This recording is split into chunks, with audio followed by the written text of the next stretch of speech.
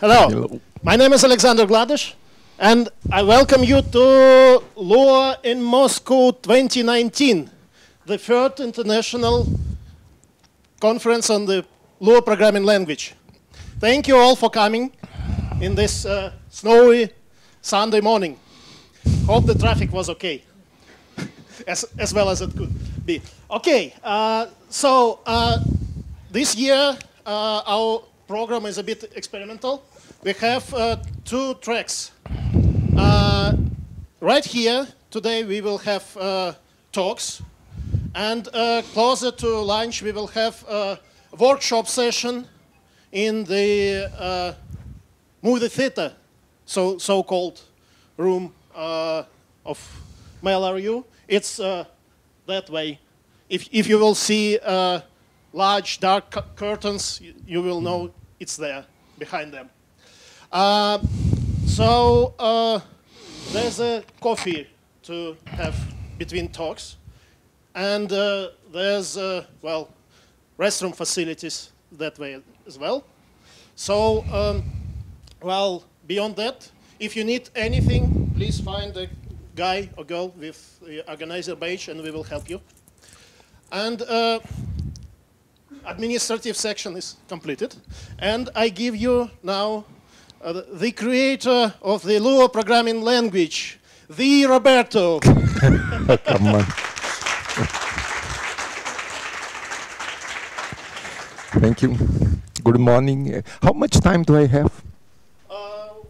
Well, up to an hour. Up to an hour? Okay. 40 minutes will be ideal with questions. Okay. So, good morning, everyone. So, my talk today will be why and why not Lua. And we'll start the discussion with why do we need multiple languages. So if you are going to choose languages, it's important to know why we have to choose languages. Wouldn't the world be better if everybody uses the same programming language? This is a common argument. A lot of time people start saying, oh, this is the language that will rule the world. Everybody's going to use that language. That happens in periods from time to time, and then people realize, no, we cannot use the same language, but there is always this tension between. And a main point of one programming language is that programming language has very strong network effects. A network effect is something that once a lot of people is using something, there is a lot of pressure for other people to use the same thing. So, for instance, some network effects in programming language that if I should learn the most popular language because it's easier to find a job. On the other hand, I should use the most popular language because it's easier to find programmers, to employ people to work in my company. And I should also use the most popular language because it's easier to find libraries, to find tools, documentation, etc. And the final point, I should use the language I'm already using because it's easier. I don't have to learn another language that I don't, so it's much more comfortable. Well, if we follow those rules, the fact is that we should all be using Fortran until today, because Fortran was the first high-level programming language, was reasonable. Well, was very successful at its time, and if network effects were that strong, we should all be settled with Fortran. There would be no new languages, and everybody would live happy forever using Fortran. And why were we not using Fortran? Well, it's a very, very simplified story. Fortran was a kind of domain-specific language at the time because it was very, very focused on scientific computation. At that time, even the hardware was different from scientific computation and for what they called commercial computation. And then they created COBOL. That was a language, another kind of domain-specific language for commercial software. And they created ALGOL, that was a kind of domain-specific language to write algorithms, tree manipulation, and that kind of stuff. And there was some other language, Lisp, etc. And then the question, why do we need multiple languages? Why, again, people don't stop it with Fortran? Or why couldn't we put together all those languages in one language to rule them all? And IBM tried to do that. I think that was 1964. They started with PL1. It was a very, very, very big project from IBM that at that time was kind of ruled the world in computing. It was alone the biggest computer company in the world, and they proposed the first general purpose programming language, a language that should be useful for everything. You could use PL1 for scientific computation, for commercial software, for algorithms, etc. And that language would be perfect and nobody would need any other language. And in the end, I think even today, people still use Fortran, people still use COBOL, and a long time ago, most people stopped using PL1. Why PL1 was not a big success was the problems with PL1. Maybe it was a bad project, only they did it wrong. It could be done better. But the truth is that a programming language is not only a pile of features. You cannot just put together a lot, oh, this is good, put in the language, this is also good, put in the language, and get everything you like put together in the language, and then you are going to have a great language. Why? That's not. First, there is what is called the subset fallacy, that the idea that I can only use the part of the language that I like, and the part that I don't like doesn't bother me. I mean, I don't have to worry about that part. I just choose the parts I want, and that's it. The fact is that the features that I do not use do affect me in a lot of different ways. And the fact that the bigger the pile, the better the language, this is not true.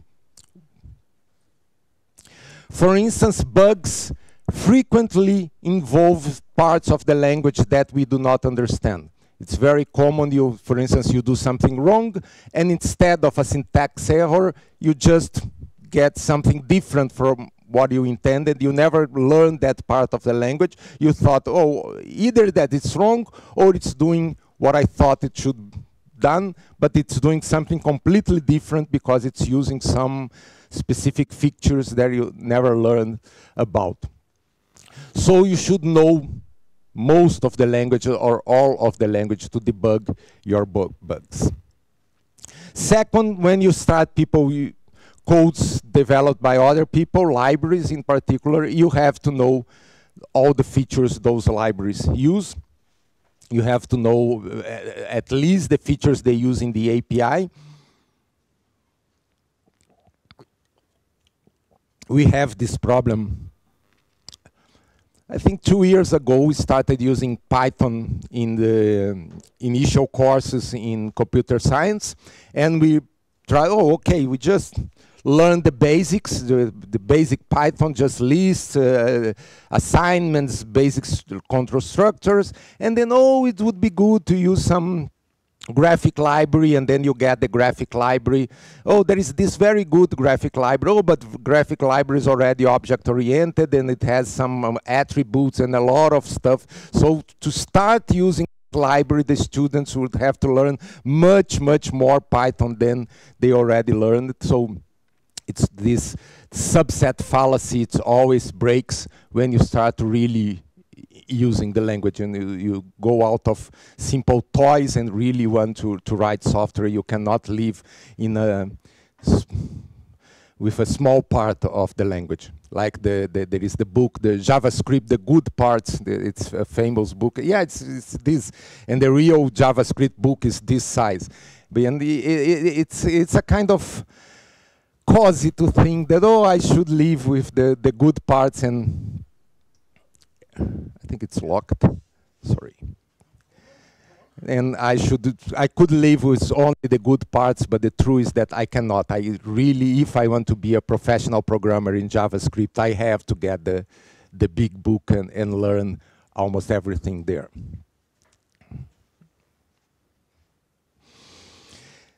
Another point is that compilers and interpreters must support the entire language. And so these extra features that you are not using are making them more expensive, more complex, more buggy, and some frequently, mainly for interpreters, are making the whole language slower. And many features hamper optimization. Some features like exception handling in several languages, for instance, if you use that feature, or even sometimes if you do not use the feature, it hampers some kinds of optimizations. So you get slower code even if you don't use the feature, just because the language offers that feature. And maybe the most important point that a lot of people forget is that some of the main benefits offered by a programming language is what it doesn't allow you to do whatever you want. So for instance, Stack Overflows is a big example. Everybody C is a great language. I can do whatever I want with C, but it's a very, very dangerous language, and there is several other languages that give you for free a guarantee that you are not to get a Stack Overflow. And memory safety is another very important point. It's very, very hard to debug memory bugs, and a lot of programs that you see or C++ do have memory bugs. And if the only way to avoid that with a language, if the language really forbids you to do some stuff. It's not, oh, I just put some unsecure my symbol in code and then I open the can of worms and then I can do everything I want. That breaks all promises, that breaks the security of your code. The only way to really ensure security if the language really forbids you to do some stuff. And so in the end, what we have is that the design of languages involves a lot of trade-offs. We have to choose between performance or security or flexibility or easy of use, and we have to choose easy of use for whom, for professional programmers or for end user programmers, what kind of programmers we want to focus our language, what kind of hardware. Some languages are better for smaller hardware, some languages are better for larger machines. And like any tool, no language is good for everything. We have to, so that's why we have multiple languages. Never this idea of a simple language to rule the world never worked. And it's exactly like tools. We have specific tools. You can use the wrong tool for the job. It works, but it's not good. It's not the best experience. So if you want to be a real good programmer, or a real good software engineer, you have to learn to use different languages to choose the best tools for each job. And so now focusing on Lua, as every language has to do trade-offs, how Lua solves its trade-offs. There is a set of explicit goals that we prioritize in the design of Lua. So Lua had that very strong focus on, I will explain them, but scripting, portability, small size, and simplicity. These are the main goals. So most of the time, not always, we have sometimes all the other goals too, but these are the main goals that we always think about when designing Lua. Is about this, is the main concerns we have with the language. We have other goals, as I said, but pragmatism, we are not religious about anything. We do not have those basic principles. Everything is an object or whatever, any rule that we must always follow. And we have some secondary goals like performance, friendliness to non-programmers. This is kind of not necessarily, but may be the result of simplicity. And how does this work in practice? So what those goals means and how do they reflect in the design of Lua? Well, first, scripting. What does it mean, scripting? There is today a lot of people use scripting languages. It's almost the same, it's almost as synonymous for dynamic language, but it shouldn't be. Scripting language, in its original meaning, is the idea that a program is written in 2 or more than 2 languages, but the basic idea, you have 2 languages that are called exactly the scripting language and the system language. This started with the shells in Unix. You have several small programs, the basic idea of Unix. You have several small programs written in C, and you have the shell language that you connect all those programs doing pipes and all kinds of connections between those parts. That was where the idea of scripting originated.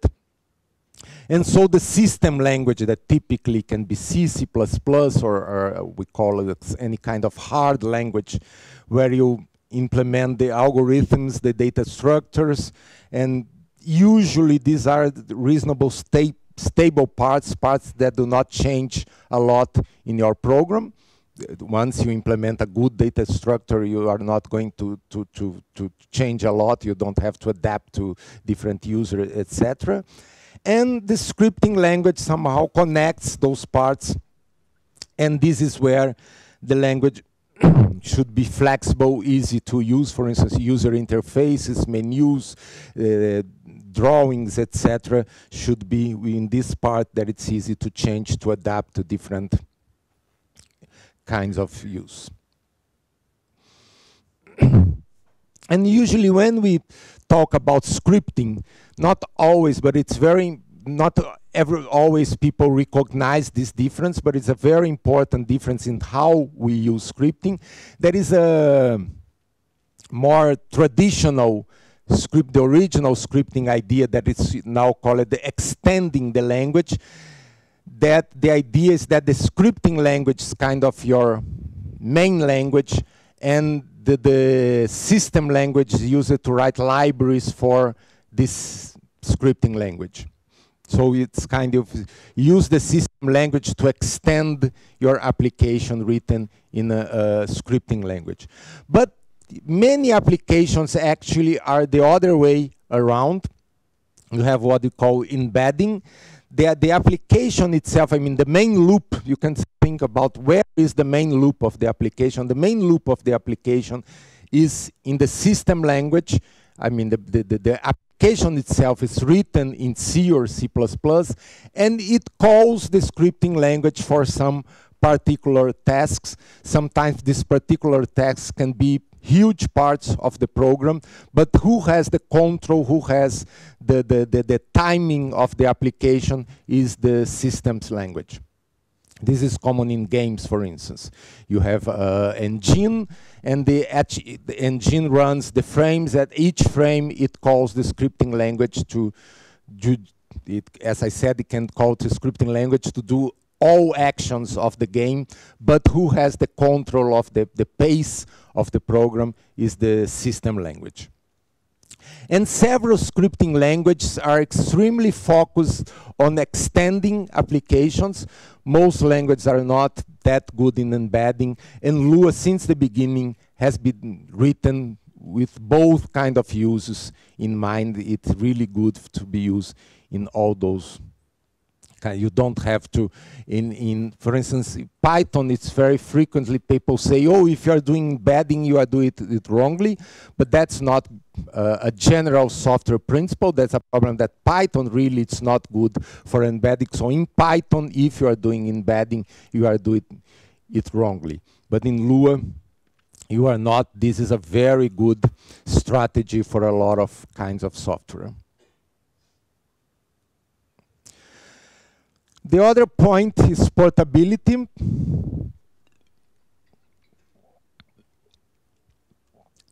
And by portability, we mean actually to run in almost any kind of hardware we can think about. Lua even runs inside kernels. For instance, the NetBSD operating system now comes with Lua embedded inside the operating system. You can run Lua scripts without leaving the kernel. And it runs directly on the bare metal, for instance, Node MCU. It's a very small microprocessor that runs Lua without any operating system at all. You just have the hardware, and Lua runs on top of that. So Lua is really portable. It runs almost anything. The only restriction is that you really need some memory. I mean, for instance, you have those really small microprocessors with K bytes of memory. You cannot run Lua, but if you have 1 megabyte of memory, then it's plenty of space too. Size is, of course, if you want to fit Lua inside a microprocessor or even inside an application, you don't want to bloat the application. The scripting language should not be too large. So this is the size of Lua in lines of code. This is the evolution. So this is lines of code. That is logical lines of code. It's more or less you count the number of semicolons in your code. It's more or less an approximation of the number of statements that you have. And then you see you still have less than 25,000 lines of code. This is the whole interpreter with all libraries, etc. This is the whole system is still very small compared with most other scripting languages. Simplicity, it's hard to measure, but as a proxy to simplicity, we can get the reference manual. This is not Lua, the good parts. This is Lua, all the parts. This is the entire of the language. It documents the whole language, the API with C, and all the standard libraries. And this is the spine, I mean, in proportion. This is the spine of it has more or less 100 pages, and it documents everything of the language. We joke in Lua, the reference manual, it's really serious. People joke, it's not in the manual, you should not use it, shouldn't be in the language. So the document really includes everything that people use in the language. So this is everything you have to learn. Whether you can learn reading that, it's a different story, but if you can learn what it's written here, you should know everything you need to know about Lua. And how Lua achieves this simplicity? It has a few but very powerful mechanisms. Well, for those that know Lua, the main mechanism is associative arrays. That's a kind we call tables in Lua, and we use associative arrays in Lua for everything. Even plain arrays in Lua are associative arrays that associate integers to values. And all kinds of data structures in Lua, maps, arrays, objects, even modules are implemented using tables. We have closures, first-class functions with lexical scoping that works as you expect, with no restrictions, no surprises. You can do plain lambda calculus or functional programming in Lua without any restriction.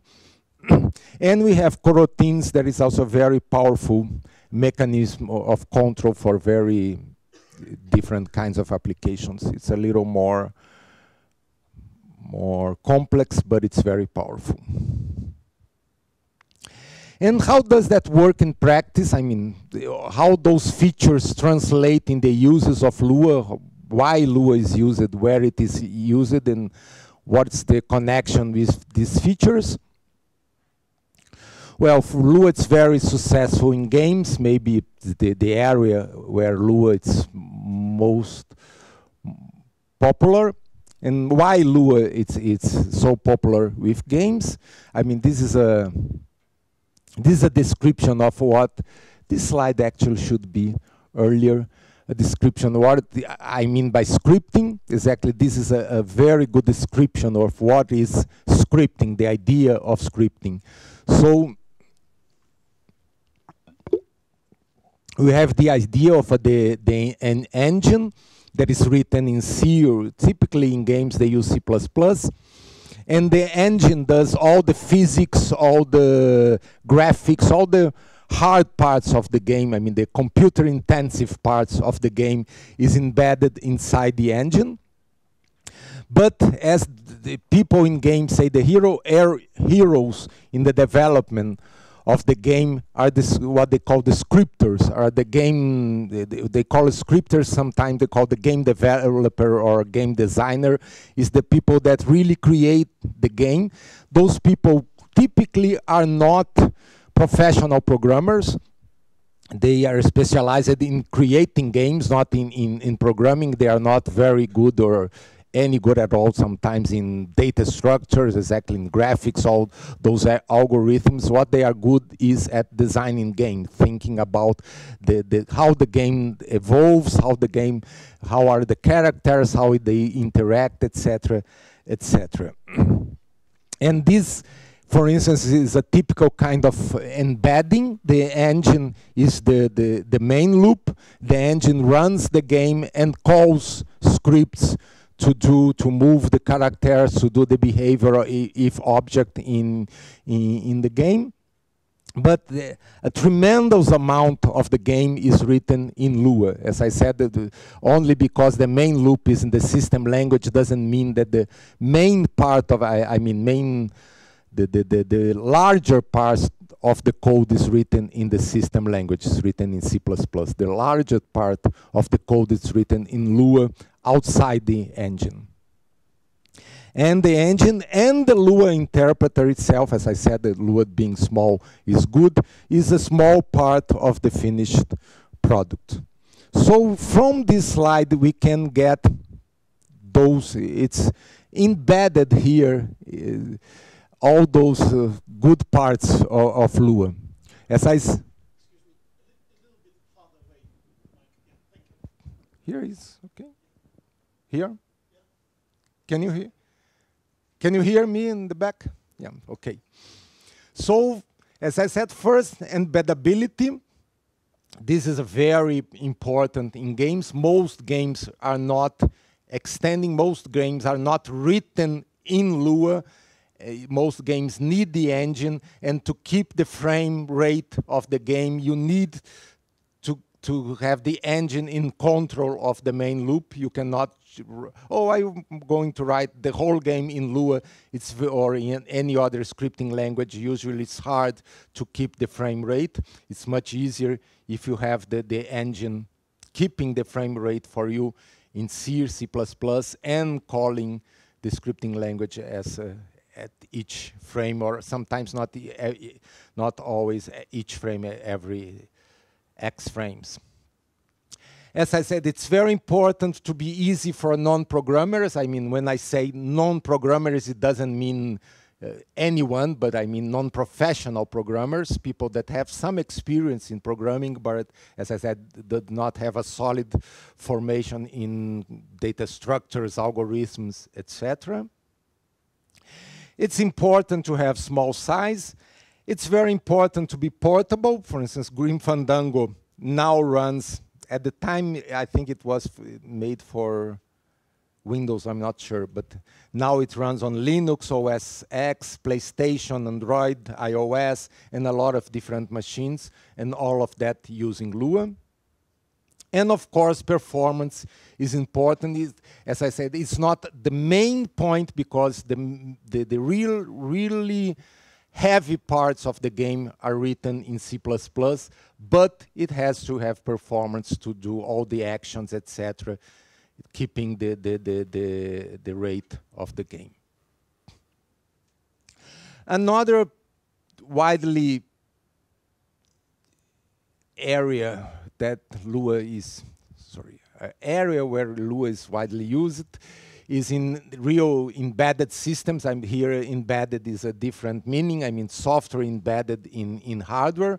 So Lua is being used inside TVs, inside routers, keyboards, car panels, printers, set-top boxes in TVs, calculators, mobile phones, Internet of Things, etc.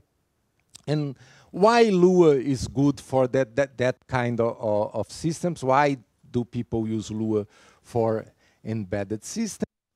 Again, portability here is a must. Of course, all those hardware are very strange. Hardware completely non-conventional. Many of them doesn't have an operating system or have very restricted operating systems. Small size is important. As I said, Lua is small, but it's not small enough.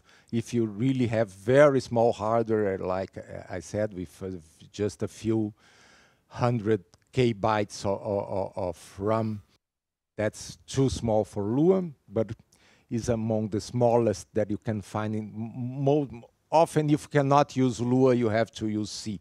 It's very hard to use anything else. And people that it's not an embedded system sometimes do not understand that, but it's also very important for scripting. Again, in embedded systems, it's very common that the final programmer is not a professional programmer.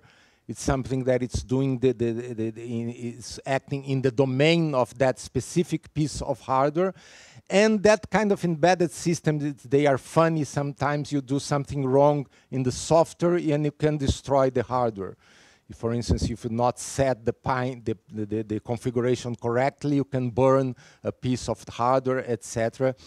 And so a scripting language gives you a very good isolation. So, for instance, in C, of course, you can do everything.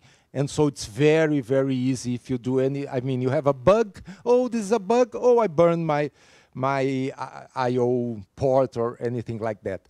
In Lua, someone professional write a small library for you. You can only access the ports through the library, and then the library can ensure that everything is correct. And because exactly Lua is designed to be used in that way, you cannot do anything wrong. You cannot access the hardware directly without using the library, so you cannot do anything very stupid with your hardware. So even if you try, you cannot burn you cannot misconfigure parts of your hardware. And as I said, it's easier for non-programmers. Sometimes the people doing the final adjustments, doing for instance, doing a panel, they want to do good images, etc. And again, that people are not professional programmers, so it's good that the language is easy for them to use.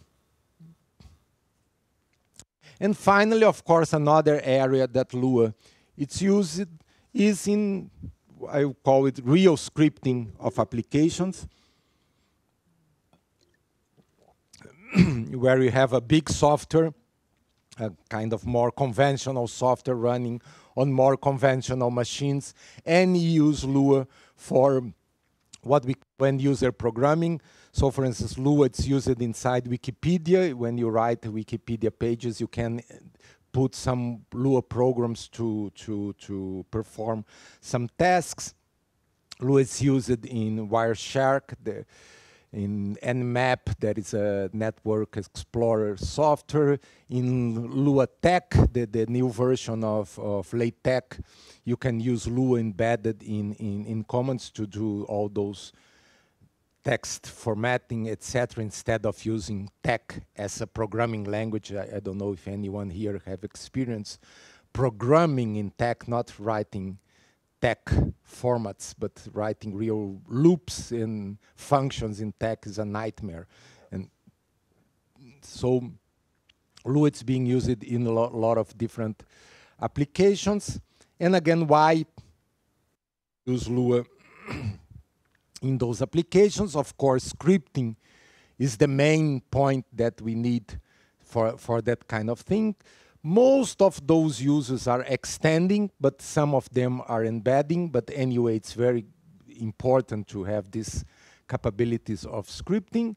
Size, again, it's always important, and easy for non-programmers.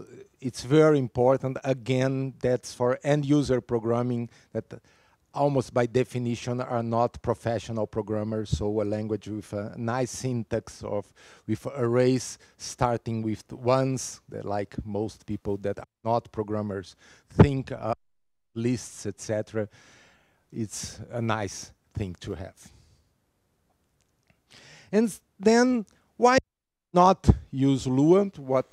So there are some very good reasons for not using Lua. Of course, when there are better options, whenever I will not give you the better options, but I will not promote other languages. But of course, if you see, oh, I have Lua, I have this other language, and for what I have to do, this other language is better, of course, do use the other language, please. As I said, I do not believe Lua is the best language for everything. I do not believe any language is the best language for everything. As I said several times, Lua, if you read you should not use Lua. And this is both large and small. I mean small memory. As I said, you cannot fit Lua or any interpreter language in maybe Forth. Some people sometimes use Forth. I have to recognize that for real small systems. But sometimes you have real large systems, but you have to be very efficient with the use of memory. And then again, Lua or any other very high-level language will not be very good. For instance, if you have garbage collection, you're already wasting some memory. That is a fact about garbage collection. And Lua and several other languages have few data types. For instance, you have only one type of integer, one type of double precision. And for this application, it's essential that I use single precision floating point, because then I use half the memory. I mean, everything in my memory are floating point numbers. I don't need double precision, so if I use single precision, I have, of course, twice the memory. And if the language doesn't offer you the option between double precision and single precision, this is a big loss for that kind of application. And because of garbage collection and a lot of other things of higher level languages, we do not have a direct control over memory use. For that, you really have to use C or C++, but a really low-level language if you really have to control every byte, everything in the memory you are using. Of course, you should never use Lua for hard real-time systems. Once I heard a creator of a scripting language saying he would be feel safe flying a plane controlled by his language, and I said, this guy's crazy. I would never enter a plane that yes, exactly. So again, we do not have direct control over the CPU. What the CPU, unlike again very low-level languages like C, where each operation, this is, almost exactly what the CPU is doing in each instruction. Some examples in Lua and in many other higher level languages, you have garbage collection, you have rehashing, you use a lot of hashes and that kind of stuff. Even in Java, if you do not know very well the libraries you are using, you have the same problems. You get, this is a very good data structure, but if you not know exactly how it performs, you have exactly the same problems. And sometimes, of course, if you want to do some quick and dirty programs and you need a specific library and you don't have that library available, of course, you are not going to develop a new library just for your quick and dirty applications. And to finish, I'd like to some bad reasons for not using Lua, but frequently people do not use Lua because of these bad reasons. One is just nitpicking, and I refuse to use Lua because it doesn't continue, or I refuse to use Lua because it indexes arrays from 1. And as I say, for end-user programmers, this is much easier. And as I say, for real programmers, it should be easy too. I mean, programmers should be for them it should be much easier to adapt to 0 or 1 based arrays than for non-professional programmers to adapt to 0 based arrays that they never saw in their lives. Hard to find programmers is, oh, I'm not going to use Lua because I cannot hire people that know Lua. I mean, it's very easy to learn. I can assure you, unless you are doing some really quick and dirty programs that you need everything ready in 1 month, in a few weeks, I'm sure your non-Lua programmer will be a better Lua programmer than your whatever other language programmer that supposedly knew the other language, but actually didn't knew it right. I mean, only knew the good parts or only knew some small parts of the language. And you really can learn the whole language after a few weeks. And missing libraries, again, most often you have these libraries written in C or in another language, and it's not a big effort. Again, if you're doing some quick and dirty, really fast, then it is a big effort, but it's a really doing a larger project. It's not a big investment to spend 1 week. Sometimes it's more than enough to write not the library itself, but the binding of that library to Lua. And then you have that the library that I don't have that library. It's very easy to adapt and write a binding. So that's what I have to say. The main points, as I said, I think one of the main points that people forget is that language design always involves trade-offs. You have to choose something over something else. You have to sacrifice something to get something. And those trade-offs are done either consciously or unconsciously. A lot of people just do the trade-offs without thinking about them, and they can only see the good parts of their languages, but they do not see what they are leaving out. No language is good for everything. And again, as I said in the beginning, for real software engineers, you have to use different languages. Most large software projects involve several different languages. It's very common for a project to have 4 or 5 different, you have one language in the browser, one in the server, another in the database part, and etc. And Lua, it's very explicit about its set of goals. It's a language is very, very defined, strong, good parts and also bad parts, of course. And to finish, I love this illustration of by compromises.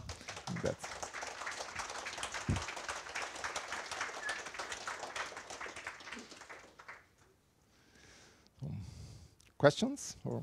Thank you, Roberto. Everyone, please wait until you have the mic. Just a second. So.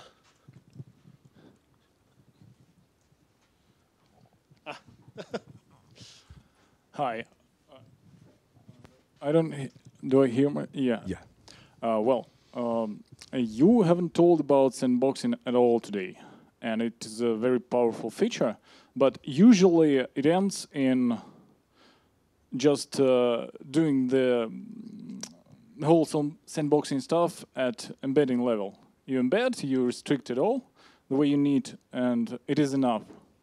But when the actually Lua level sandboxing, when you create a new environment table and apply it, really is applied in real world. I'm really wondering to hear about cases where it is used. I'm afraid I do not understand. What's the question? It's where sandboxing is actually used, where it's beyond embedding level. When you embed, you actually buying things at C. But when you sandbox using Lua, when you create empty table and use setEnv function. Yeah. Oh, low-level sandboxing. Yeah, but I mean, when is it really used? In which situation? Some real examples.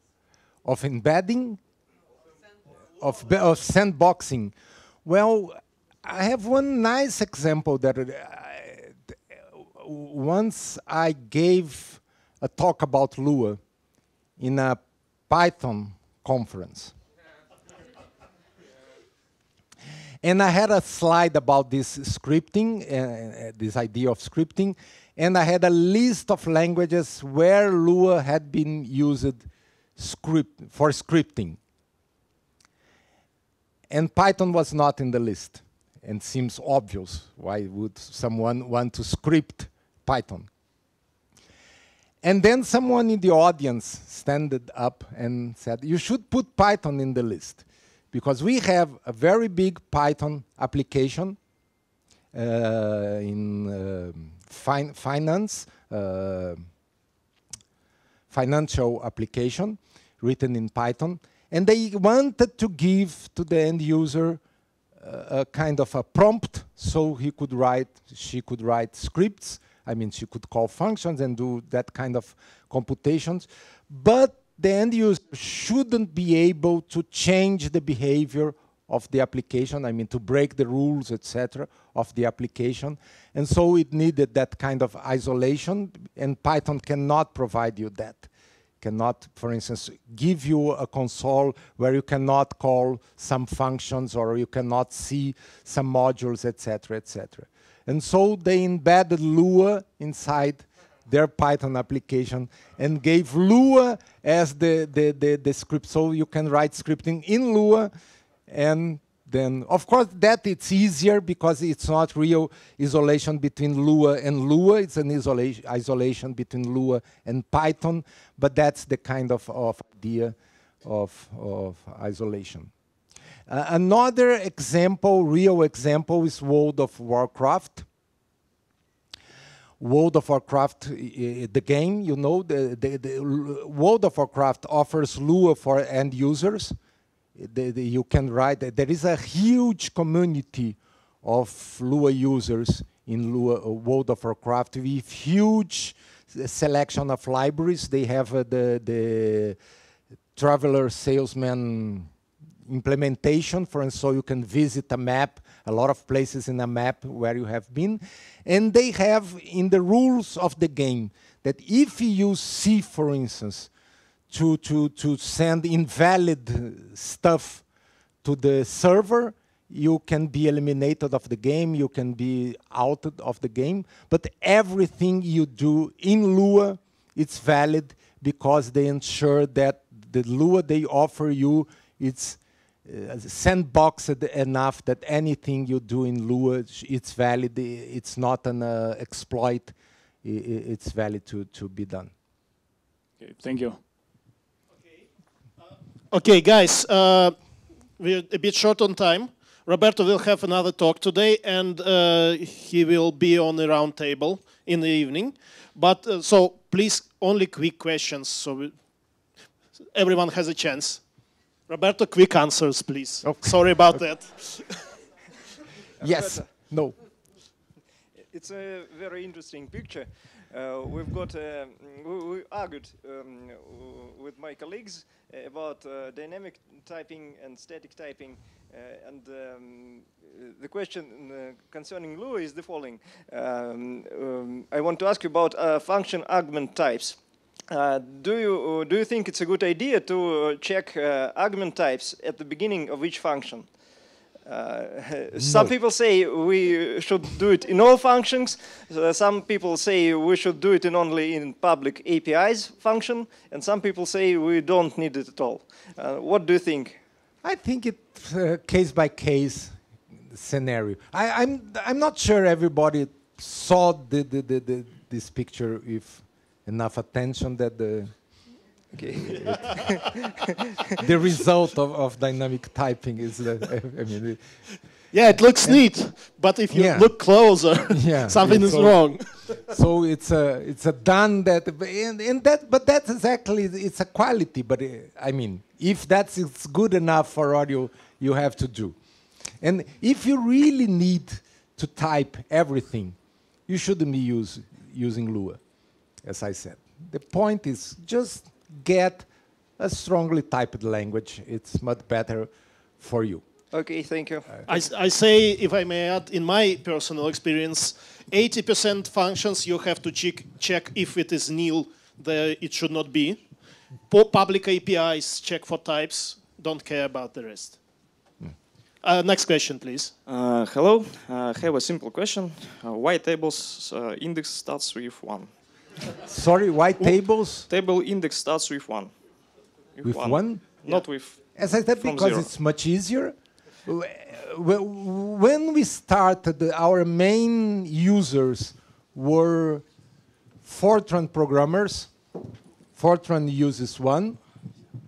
And they were not professional programmers. They were mainly geologists, civil engineers, etc. And you can imagine that mathematics use 1 from indexing.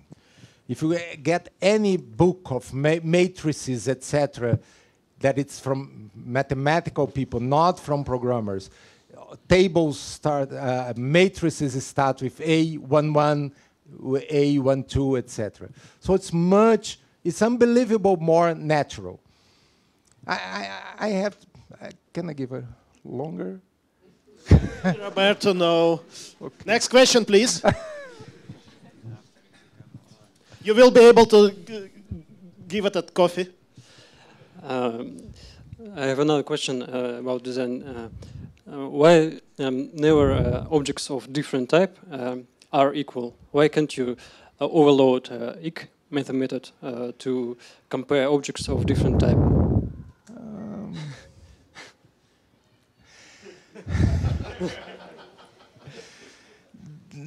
We should need a different equal. All languages that offers something like that have to offer a kind of raw equal. And then, for instance, our inspiration always was Scheme. Scheme has like 4 or 5 different equals. And that's a nightmare. So we stopped with 1, and it's the 1 is the raw equal, and that's Do you want triple equal sign in Lua? Come yeah, on. Triple or 4 equals or equivalent and similar and equal. It's a very tricky business. Thank you. Last question, Mike, please. Okay. Go. No, I just want to extend these questions. Is it possible, create new false values by user data, for example? Yeah, it's the same point. Again, we would need some different. Maybe one of the main reasons was in the beginning that there was nothing of that. When we added that, then a lot of internal parts of Lua depends on, for instance, even to check types, you depend on equality. And if you can do something different to be equal to something else, then you can break a lot of internal security code that checks. So you would break a lot of stuff if you added this. Yeah, I just mean it's false in. Yeah, but it's the same. The same idea context, is the result is something that is this nil. Yes, but it's not. Kind of. Something like empty absent value in functions. Yeah, it could be done. Okay. You can continue to ask questions to Roberto with his kind permission after or between the talks. Right now we have a 5-minute break. After that, the next talk, Julien, please come and get the mic. Everyone, sorry about the seating. We will add more chairs. Also, there's an online translation, should be going on now, or real soon now, in the Kinotheater, which is movie theater, but I suppose everyone got it. Thank you, everyone, and see you in 5 minutes.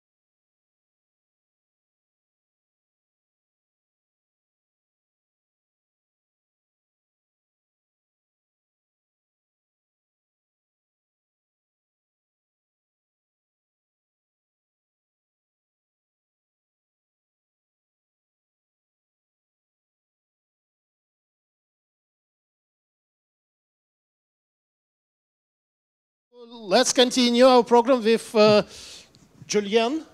Julien.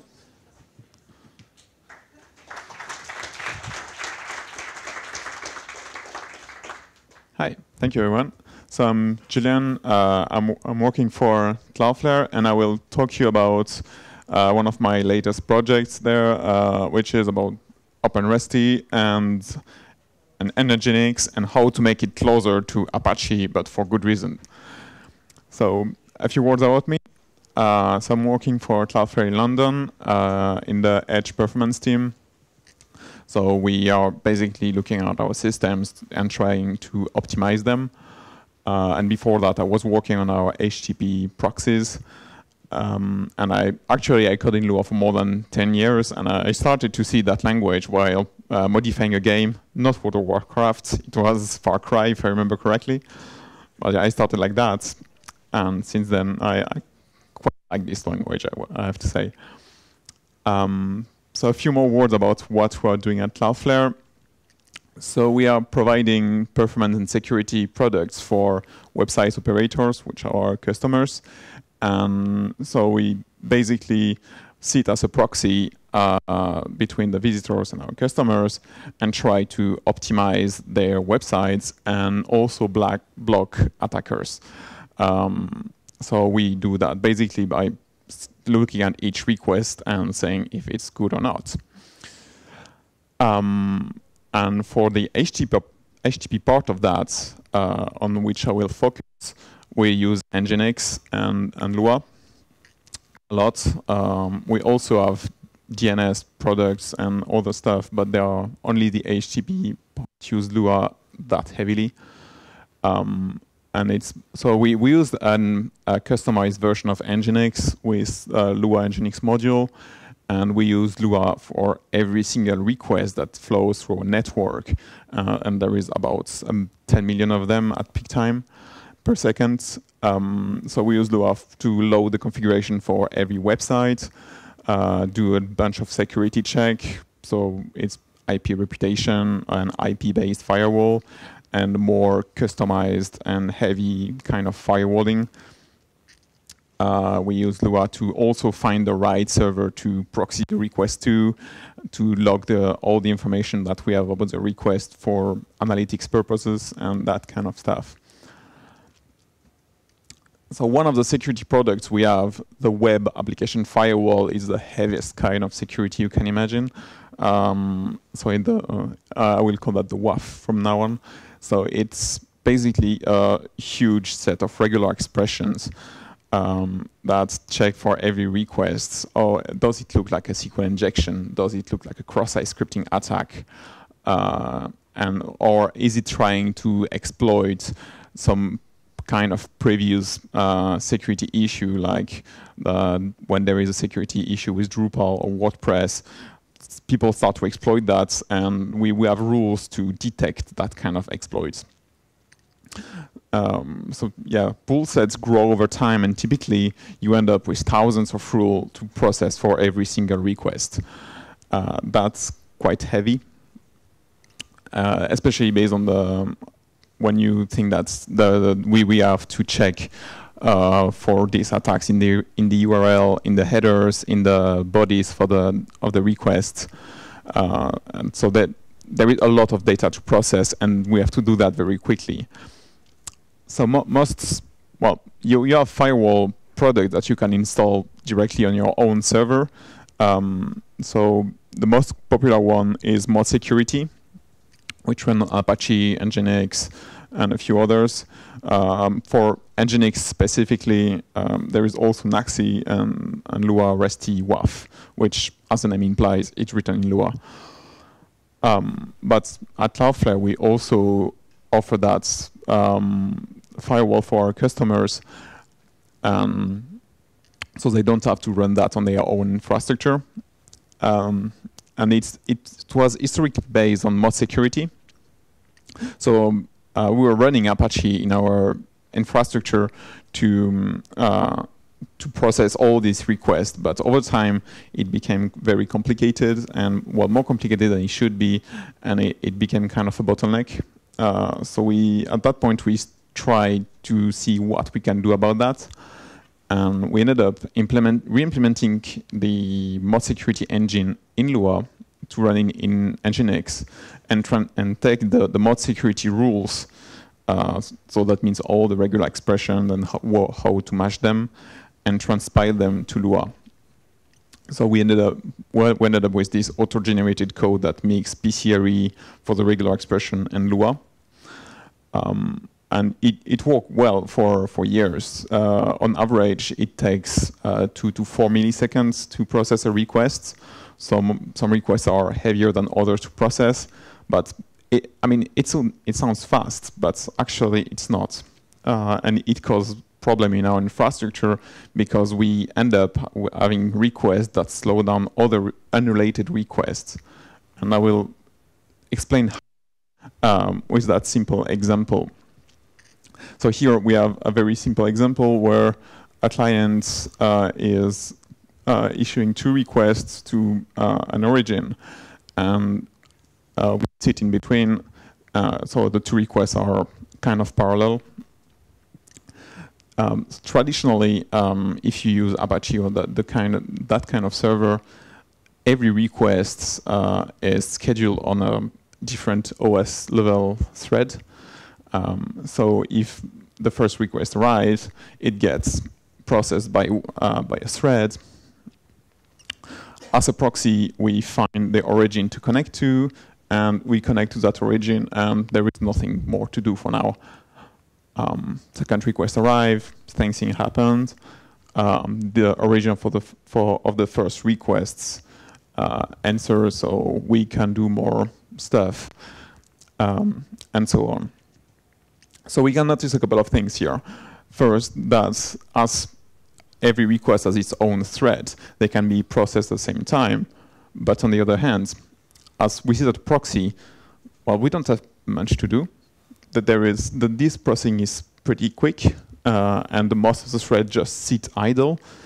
But as we act as proxy, we have a lot of connections to handle and a lot of threads. And if we keep spawning threads, that end up having a huge overhead in memory because each thread has its own stack, and it's at its own memory data structure in kernel for the scheduling, so that kind of stuff. And if you do that, if we end up thousands and thousands of threads, well, it's not efficient at all.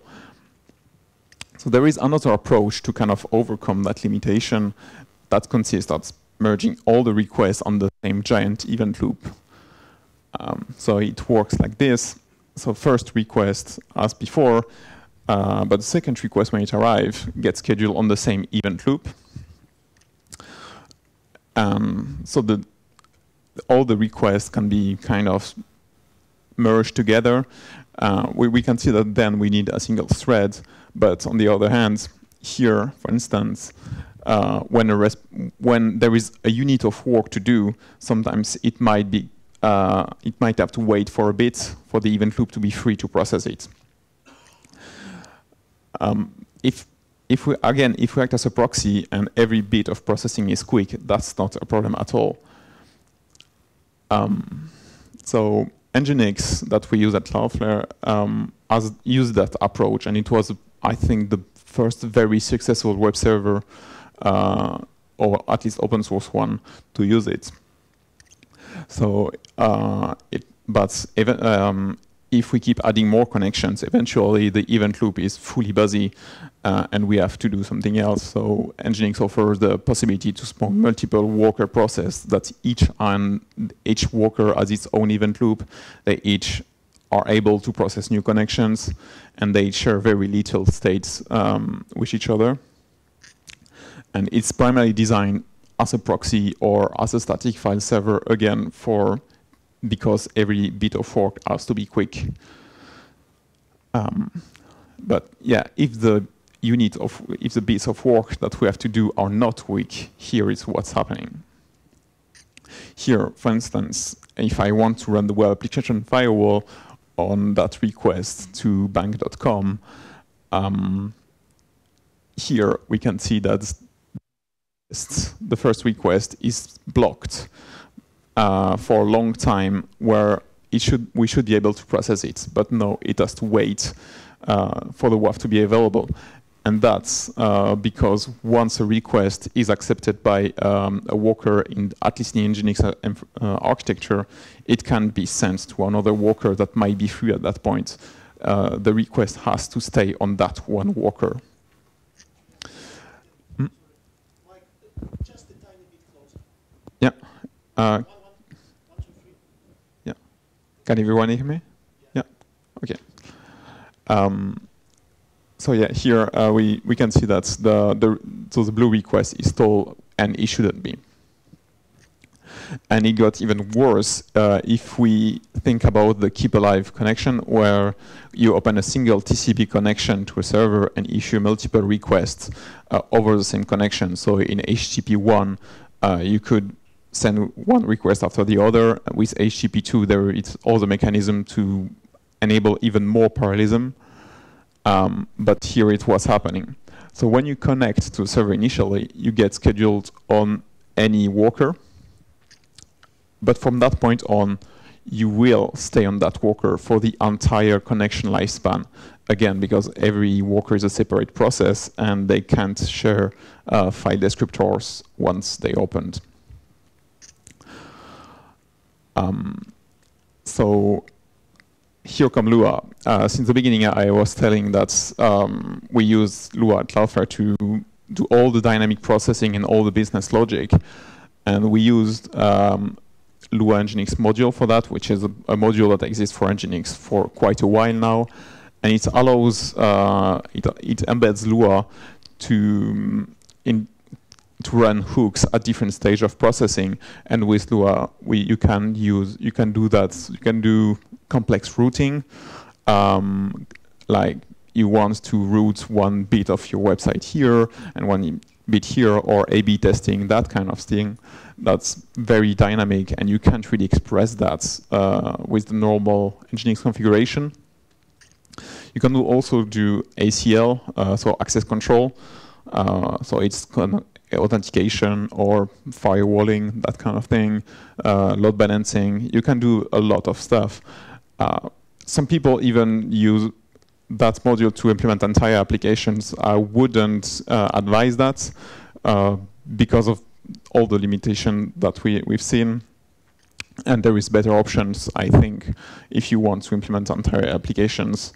In Lua, you have CQs, which is, I think, maybe a better option, even though it has the same limitations, or even other languages.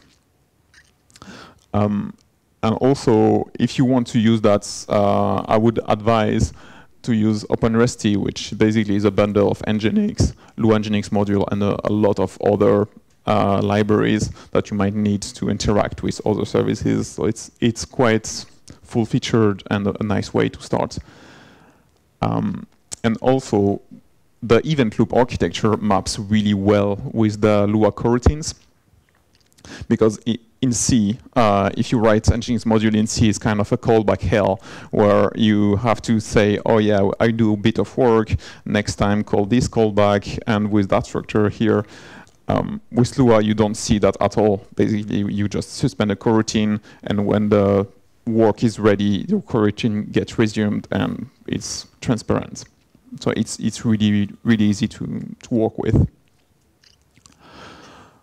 So far, what we can see is that having an event loop architecture has advantage over threads, because there is less memory overhead, less kernel scheduling overhead.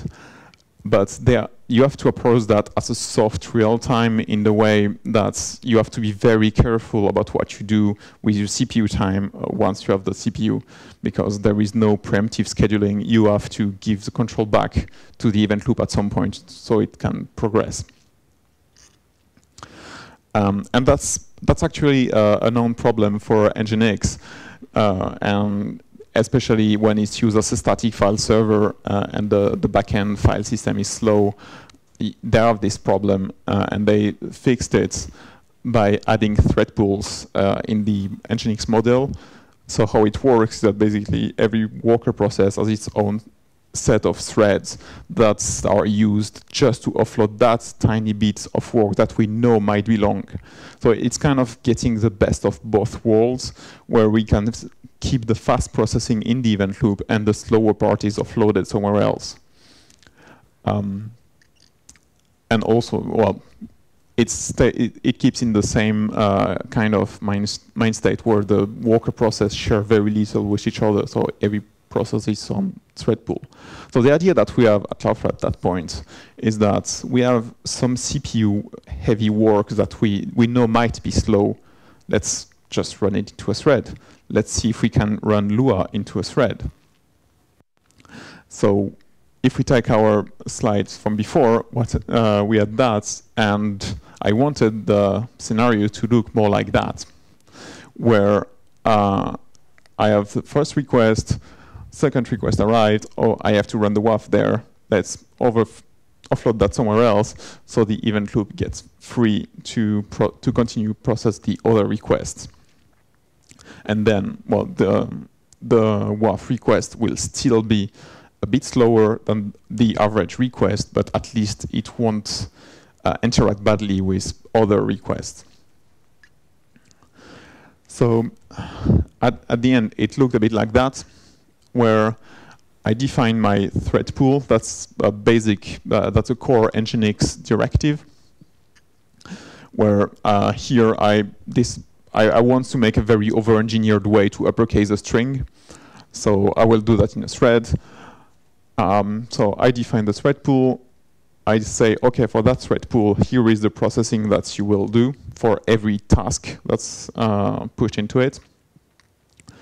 And the content by Lua block, if you don't know, if you're not familiar with Nginx, this is a way to tell Nginx how, okay, this request is handled by Lua, and here is the code to generate the answer. So here I just take my thread pool, I push a task that gets processed here, and the return value is just returned to the client. So that's a simple example. So under the hood, how it works is that every thread has its own separate VM, again, because they don't, to share as little as possible.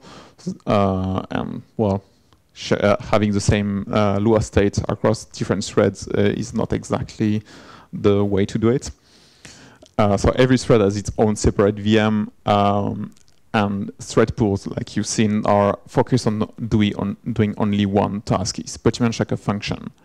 If you need to do different things, you will have to spawn different thread pools.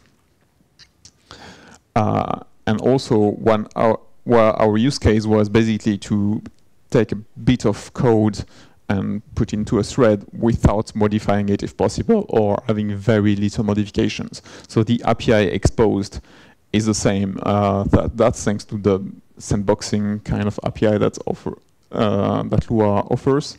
So we can just re-implement the bits that are not compatible. As long as they behave the same, the client codes basically don't see that. But some APIs are not exposed at all because it doesn't make sense. Like all the asynchronous API that use the event loop are not available in a thread. And the values, so when a value is pushed from the event loop to the thread or the other around, it's serialized and then deserialized, again, to have some memory safety.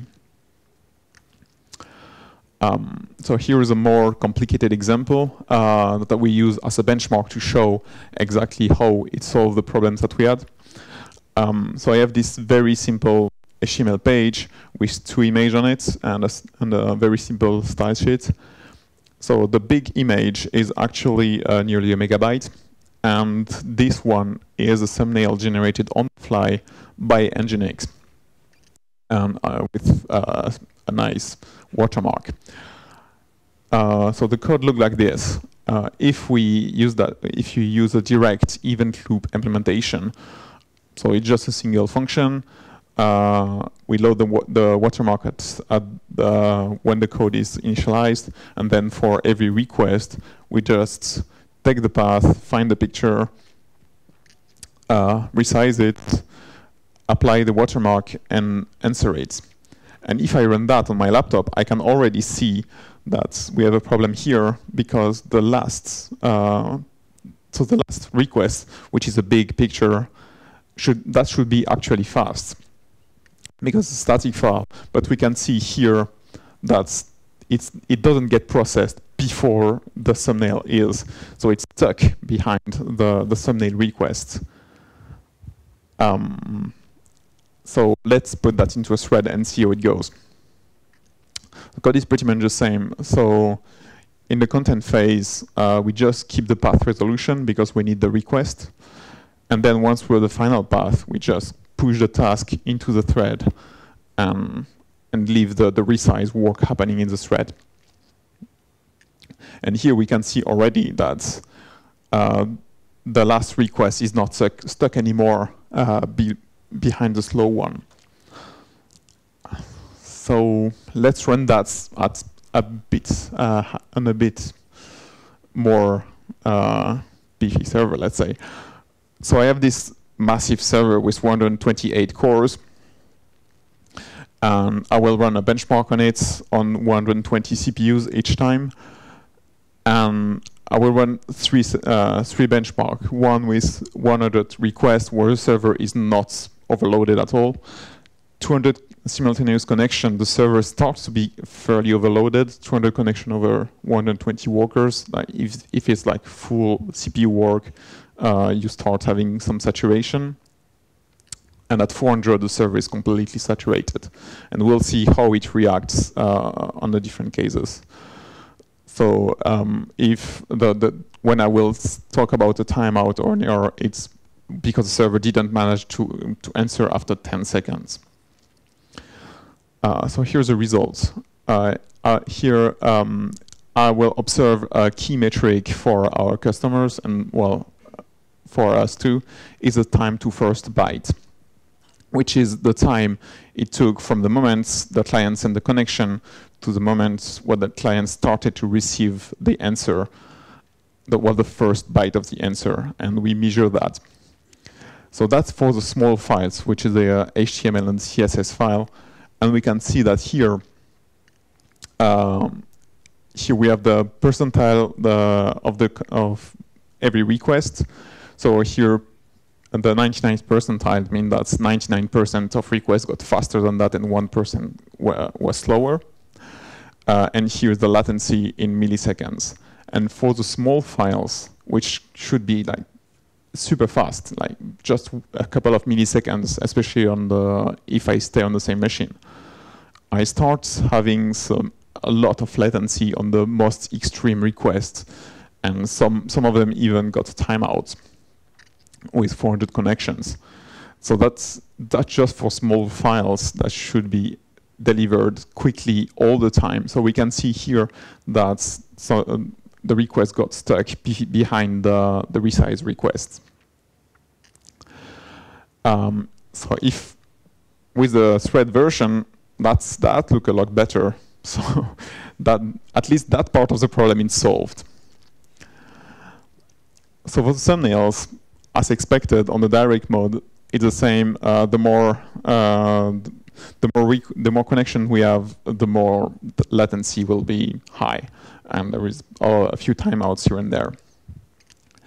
So using the thread, that doesn't look too good, right? So here we can see that with 100 connection, the requests got handled pretty well. Not pretty quickly, but they got handled. But as soon as the servers start being very loaded, the latency just explodes, and there is a lot of errors. Here we can see that using the direct event loop mode, we had a few errors, but we have a lot more using threads. So something is clearly happening there. So we did solve the problem with the static files, but we made the situation worse for the other ones. So what's happening actually is caused by the way Linux handle the connection, because Nginx internally for Linux use EPOL, which is a system call that a lot of people don't like because it's quite quirky to use. And well, one of my colleagues wrote a series of blog articles and called it fundamentally broken. I wouldn't go as far, but yeah, there is a few problems.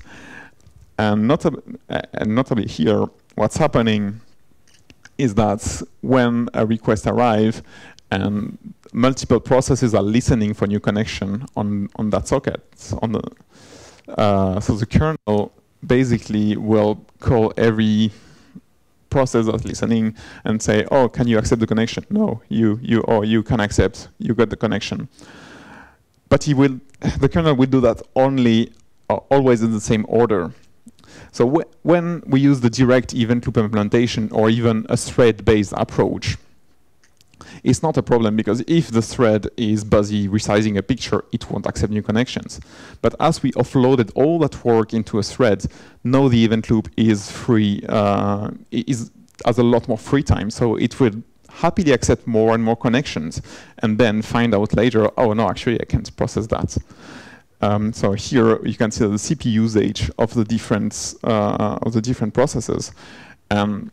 This is what's happening. That worker got all the load, that one has a tiny bit of it, and all the others are just sitting idle. So again, the Nginx architecture of sharing nothing across workers, it doesn't make our life easier. There is other approaches that are more complicated, but Nginx wants to keep things simple for its use case, which is proxying.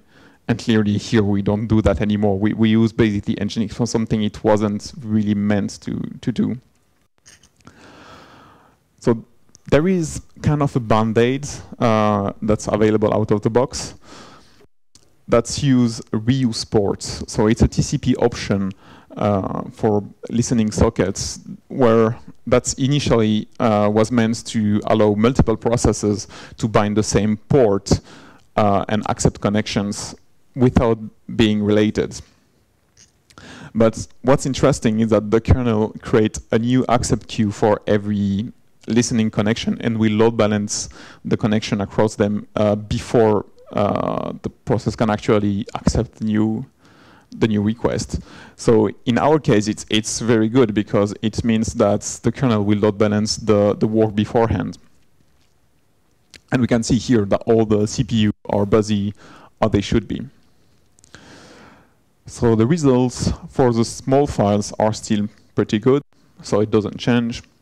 And for the thumbnails, we can see that yeah, it's also a lot better with 400 connection. So the non-saturated case, it's actually a bit quicker. Here on the 200 connection, we still have a few errors, which is expected because the servers start to be overloaded, but a lot less. On the 400 connection, it's just like there is nothing we can do about that. So if we summarize, we can see that the error rate on the 200 connection case is a lot lower, and the static files are still delivered quickly. So it's kind of it kind of fixed the problems. So that's good enough for now. So what we can do about that is that using threads won't magically unlock more CPU power. If your server is saturated, you will have to find a new way to handle your problems, like either optimize your code, buying more servers, I don't know, but threads won't save you. But if you know what you're doing with the workload you have, you can just selectively offload the bits of work that you don't want outside of the event loop, and it will keep the fast request fast. But well, we have this issue with EPOL, sadly. Which, by the way, I think it's only Linux specific. I haven't tested the BSD family. But from what I know, the asynchronous network is a lot better there.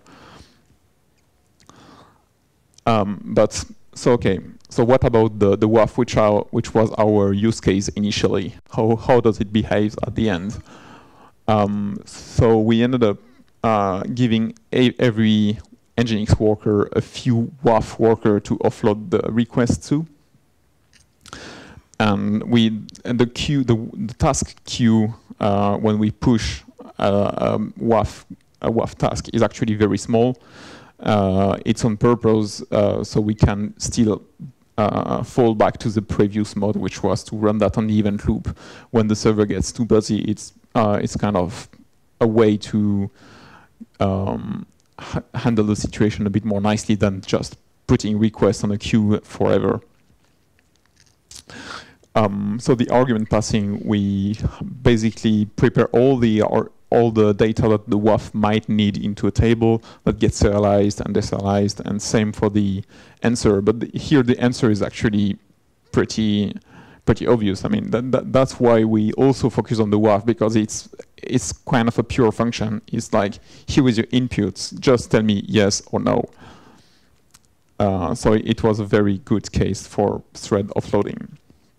And also we use a custom kernel patch that kind of overcome the EPOL issue by doing round robin on the worker on every process, rather than all calling them always on the same order. So here is the actual result from production. So here I'm comparing over 24-hour periods, 1 week apart, the result before and after we introduced the threaded WAF. The green line here is the request without the WAF enabled, so we can see that they are pretty much the same. That's expected. And the yellow line is the request for which we have the WAF. So these compare the time a request blocked the event loop, the longest time the request blocked the event loop. So we can see that the WAF one are about 25 to 30% lower. That's nice, but actually our customers don't care about that, because what they care about is not how we handle the request at kernel level. It's how we can deliver response faster. So let's have a look at that. So that's the time to first byte only for cached request, because if we have to go to the origin, we don't really control all the chain, so it gets a bit more noisy. And here again, so the green line is still the request without the WAF, and the yellow line with the WAF. And again, we can see a pretty big win on the non-WAF request, again on the 25 to 30% range, while the WAF requests are also a bit faster, less, but still a bit faster. So the reason why they are faster, and it wasn't the goal initially to make them faster, it's because well, the WAF requests also get blocked behind other WAF requests. And also because now, as I mentioned, every worker has multiple threads, so it has more CPU to burn. Another metric that improved is the accept latency, which is the time it took for Nginx to accept a new connection, and that's we can see like nearly 30–40% win here. So in conclusion, so we are working into open sourcing that module, so other people can also use that to run Lua in threads, at least with Nginx.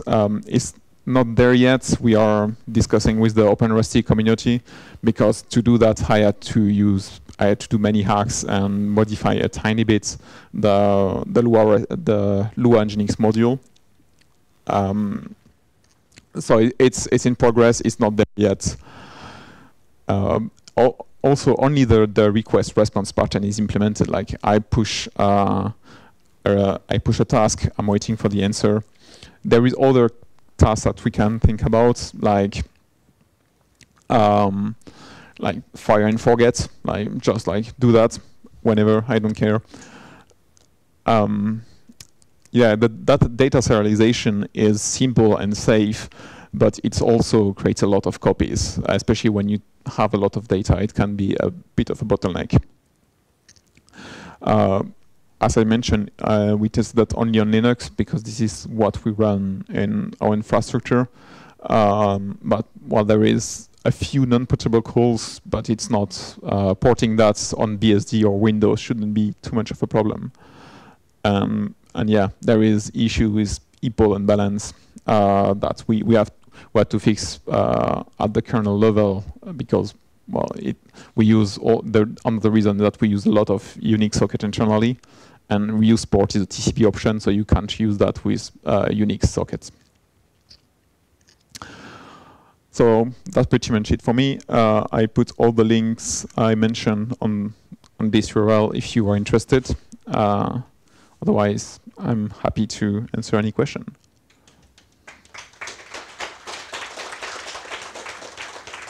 Thank you, Julien. And question, please.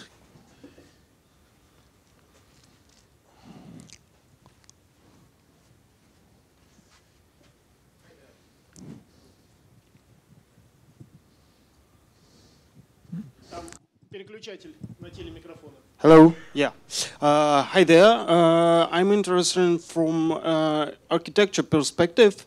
You mentioned that every thread uses its own Lua virtual machine. Yeah. So I'm interested in how long does it take to start virtual machine and how long this virtual machine lives. Is it bound to thread its all and the thread until the thread become dead?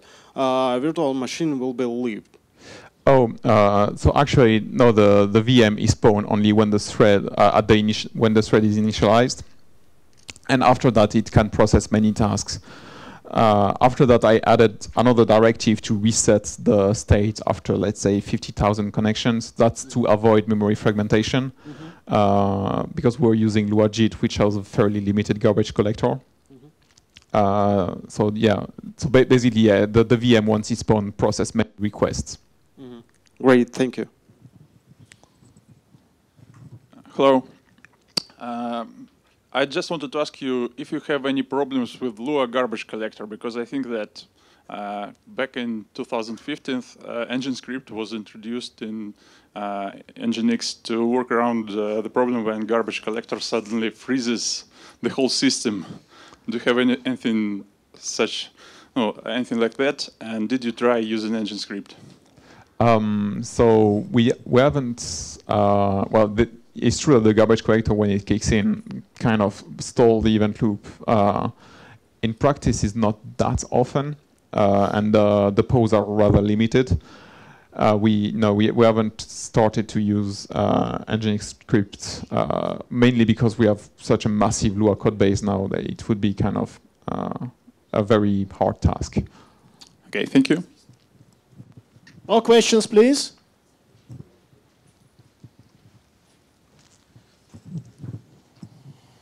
Hi. Так слышно? There is an edge-triggered mode in EPOL. Does it fix the fundamentally broken stuff of EPOL? What do you mean, the reuse port option? No, I mean EPOL has edge-triggered mode. Yeah. Does it fix the issue, or it doesn't at all? Not really. The fact that the kernel kind of try to wake the process in the same order all the time is really the problem. There was also another option that has been added a few years ago, which is the EPOL exclusive mode, where it tries to wake a single process instead of all of them at the same time. But yeah, again, this kind of unbalance is really. I mean, you will have that no matter what you do. So exclusive mode also doesn't help the issue. Not really, no. Okay, thank you. It's more meant into like, if you use the traditional thread-based approach, it will fix the problem because, as I said, if a worker is not in EPOL wait, it won't be waited by the kernel. So if it's busy, it's fine, but otherwise you will have that issue. Hi, thank you for your talk. One question about actually not about Lua, but about the approach you used for offloading tasks. What about, let's say, running another process, let's say reading in Golang or other language targeted to threading actually instead of Nginx, and actually talk to it with Unix socket or whatever on localhost just to send the tasks to this process and use the traditional for Nginx approach to poll around and get the result after some time afterwards. So it's true that, yeah, that's the traditional approach, just to offload that to another worker, to another process. We do that for, like, we have dynamic resizing of picture, like the benchmark I showed. We do that in other processes. But for the WAF, it's extremely time sensitive. We have to get as quick as possible. And going to another process, in practice, the latency added is unacceptable. I mean, if you know that your work will be extremely long, yeah, there is definitely a better approach, I think. But here, most of the requests are processed in just a couple of milliseconds, and then staying in the same process is faster. Okay, thanks. Okay, thank you, Julian. Thank you. Thank you. So, the plan, the lunch opens up at 1 o'clock. In 15 minutes. We have to be able to make a group photo before that. If someone does not want to participate and he's not Roberto, then you can skip it, this activity, but and have some coffee. Meanwhile, and we will continue with our program at 2 o'clock sharp. Please be here.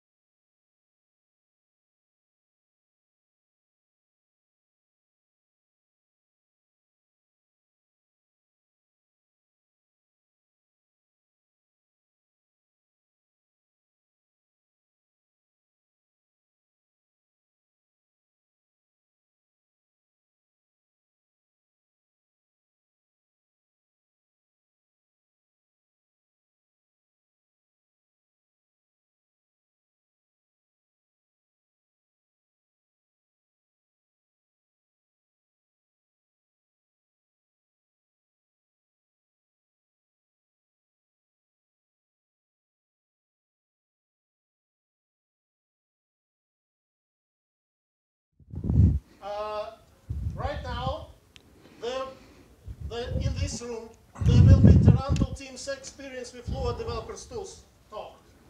The one what was announced at 2 o'clock. It will happen now. At the same time, at the Kinotheater room, there will be first workshop session will be starting. The problem is that we will have to have lunch at between 2 and 3 o'clock. We cannot shift that time, unfortunately. So the workshop will be interrupted for an hour for lunch, and then we'll continue. So right now, here, the next talk, in the Kinozal, if anyone wanted to go to the workshop on Tarantul, please go there.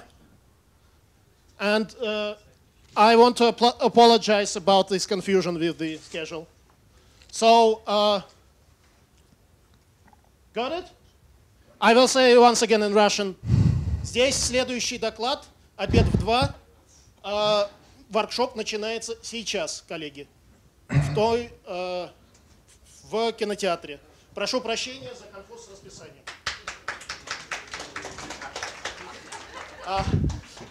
I gave a talk at my conference. Sorry about that. Anyway, I give you... yeah. На воркшопе. The workshop about Tarantul will show people how to code applications in Tarantul server. By the way, I will too give some examples how to code. Yeah, more or less they are about the same. So guys,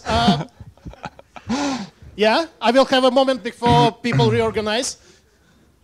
No problem. If someone wants water, you can find it here. There's a pen and pencils and paper there for notes if you need it. Okay, everybody here is sure that you want to remain here. Yaroslav has a good talk. Thank you. Okay, Yaroslav, are you ready? Yeah, yes I am. So thank you everyone for your patience, and I give you Yaroslav. Good afternoon. Do you hear me? Yeah? Okay. Good afternoon, everyone. My name is Yaroslav. I work here in Mail.ru in Tarantul team.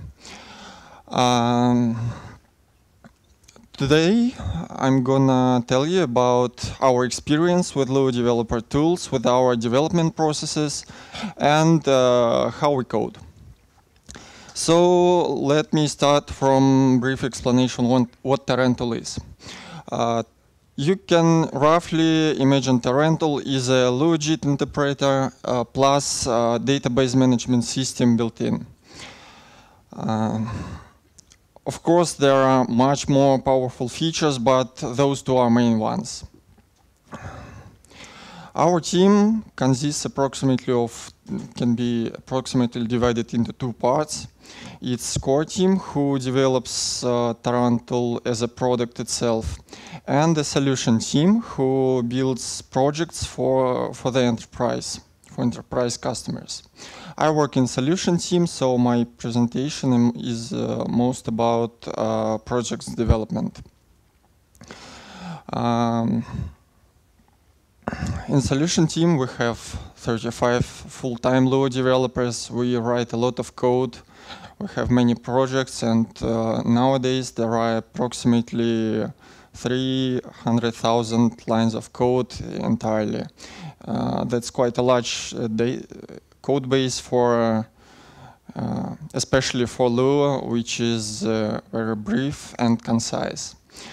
Our customers are usually banks, telecom companies, oil and gas, and others.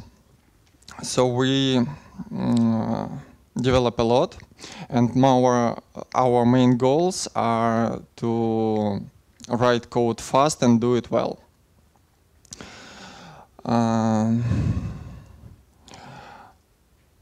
You may know that a price of every mistake depends on when it's found. So if you find a typo in code, you just fix it. If you find the mistake before you commit, you just fix it and no one can see it. If an error found during staging or pre-production testing, you have to spend time for another merge request, for another review, and in production an error may cost you real money. So our first purpose is to find mistakes as fast as possible. And here are a few techniques which can help you to do that. Consider this example. It's quite simple. Some HTTP handler which renders stat request. So we call function getStat and return it as an HTTP status 200 and encode it as JSON. But if we call it, we get the result nil. In JSON null. Doesn't matter. Of course, I hope your test will show it that there is a mistake, and you will go and try to investigate it. And you will notice that there is a mistake here. The variable is misspelled.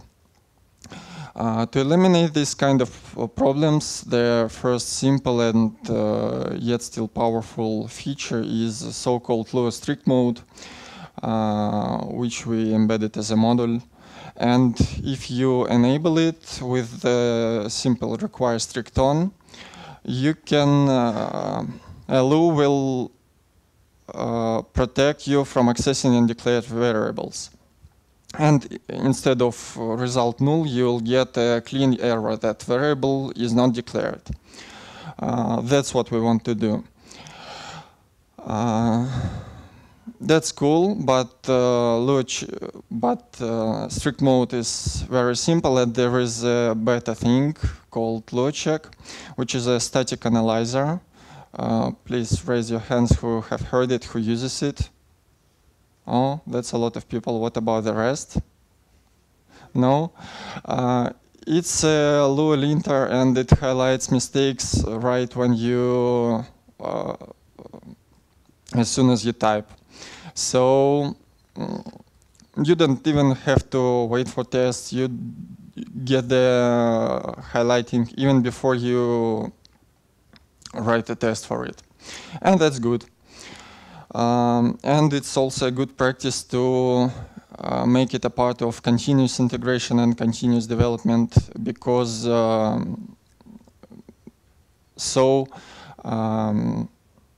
other developers can see if you missed someone that was highlighted in your IDE. LuaCheck is easily integrated into every popular code editors like Sublime, VS Code, Emacs, Vim, so just use it, it's very helpful. But both of these tools can't find all mistakes. And there is another popular problem connected with dynamic type system.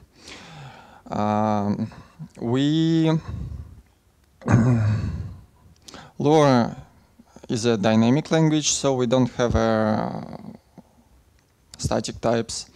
And sometimes it's good, but sometimes it's not what we want to. Consider as an example the implementation of that getStat function.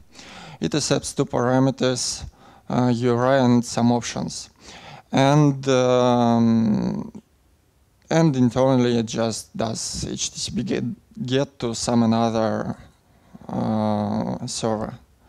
It's not much important, but if you try to call it from handler with URI equals to nil, you will get an error saying attempt to concatenate nil value. Of course, it will show you the line number and source file, but that's not a good error message. And we would like if it was better. It is usually a good practice to use asserts for this kind of public API calls, because this way the error message would be URI must be a string. It's much better because we definitely know that someone passed invalid value there.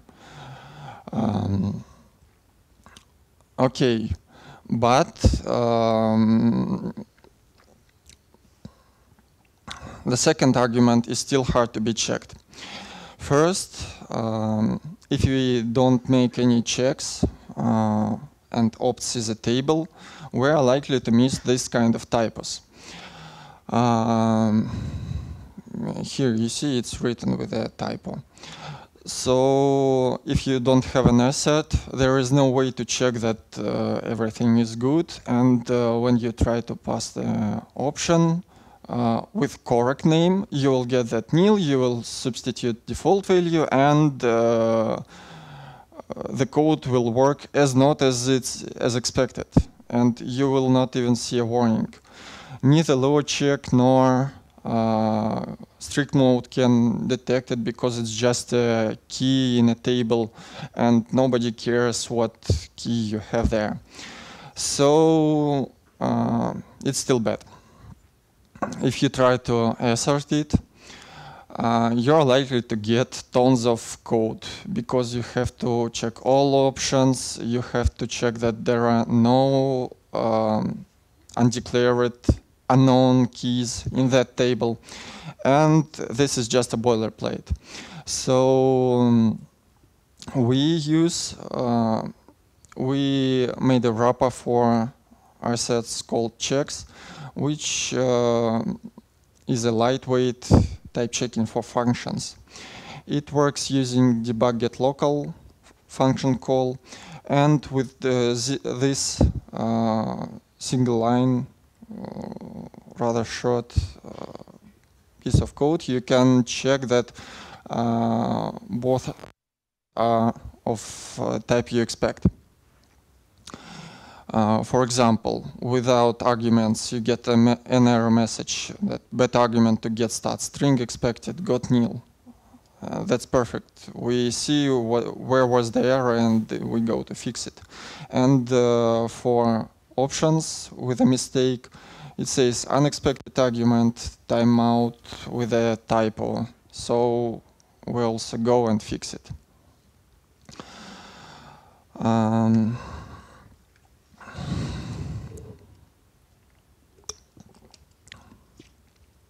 So the sooner a mistake is detected, the better, and the sooner code fails is the better.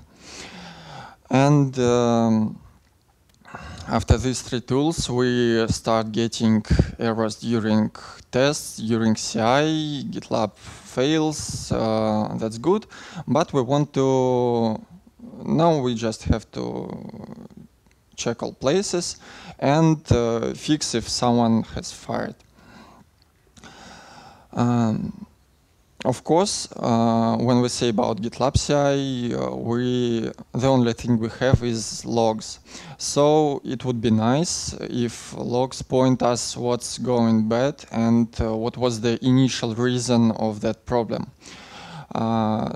To do so, there is a Lua default approach XP call with handlers, which allows you to specify a handler for an error. And if you specify such a callback as debug traceback, you will get a large string which lists function call stack. So in particular this example, we see that handle state request has called getStat with an invalid argument, so we go to that function and discover what's wrong there. But this approach, this single approach, has two two small problems. First is that if we use error everywhere, we are not able to determine developer mistakes and such problems with types from business logic errors. So Lua recommends us to use instead return nil and string. It's another popular approach too.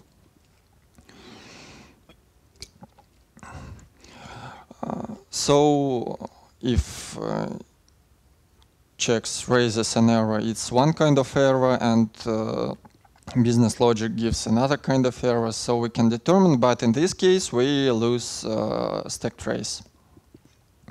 So it becomes harder to debug business logic errors. And to eliminate this problem, we have we usually use the next approach, which is implemented in another small model, and the entire thought is that you should return something like error objects with the debug encoded inside. That way you get both and traceback, and you can operate that objects as you want. I guess a lot of people do something similar in their projects. Can you raise your hands, please? Who else uses some error wrappers instead of just strings? Okay. Just for statistics. So let's move to the next topic, testing. And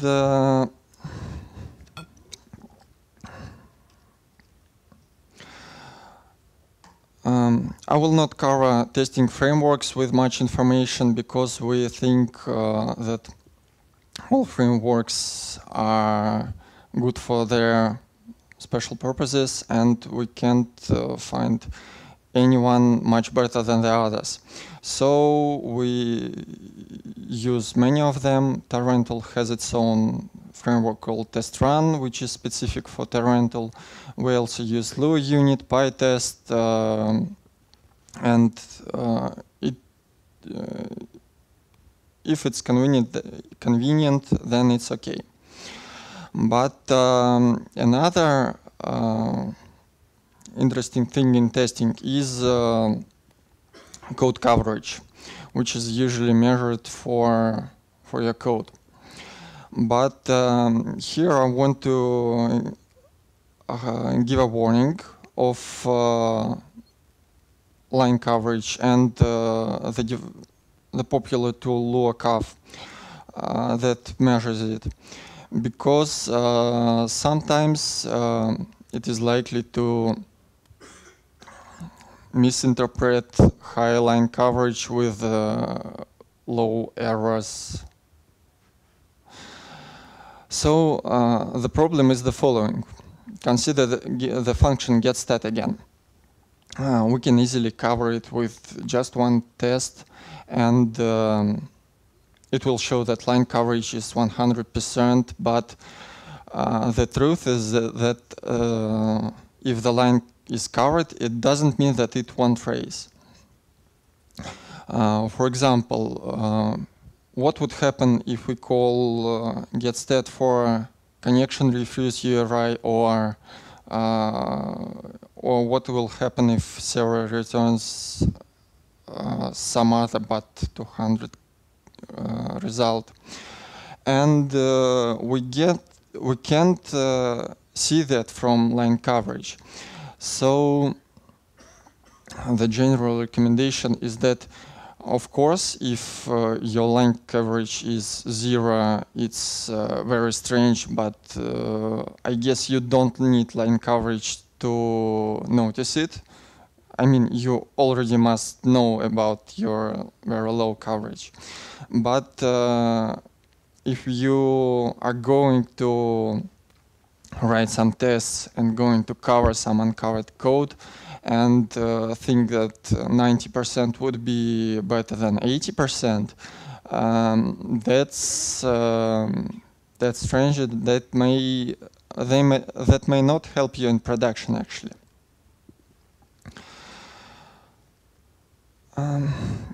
Another standalone testing scenario is performance testing, which we usually use.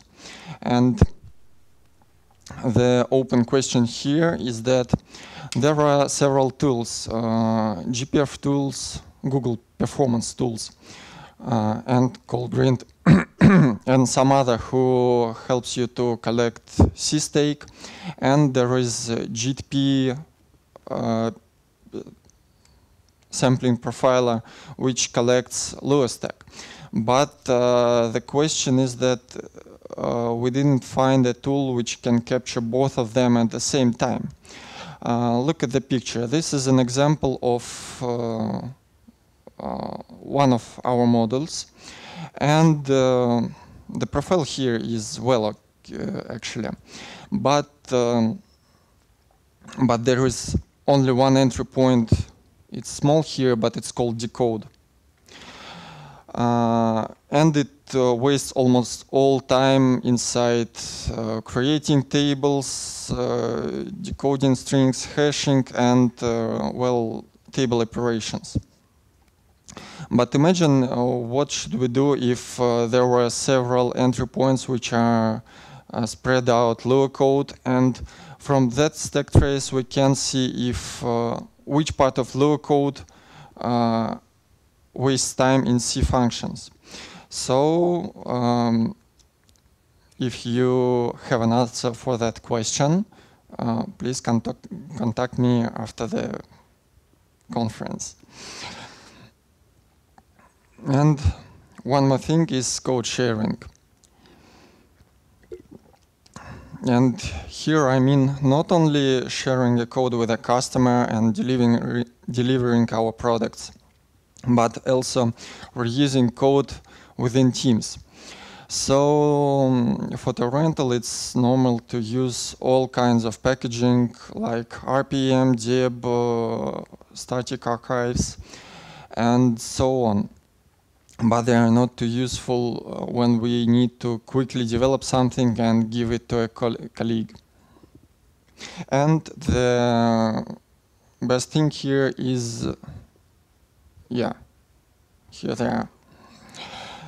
And there is a perfect tool, LuaRocks, which we love and use a lot.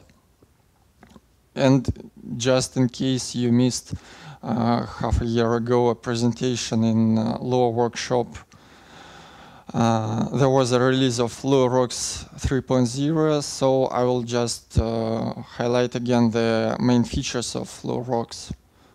Actually, not only 3.0, but all the LuaRocks.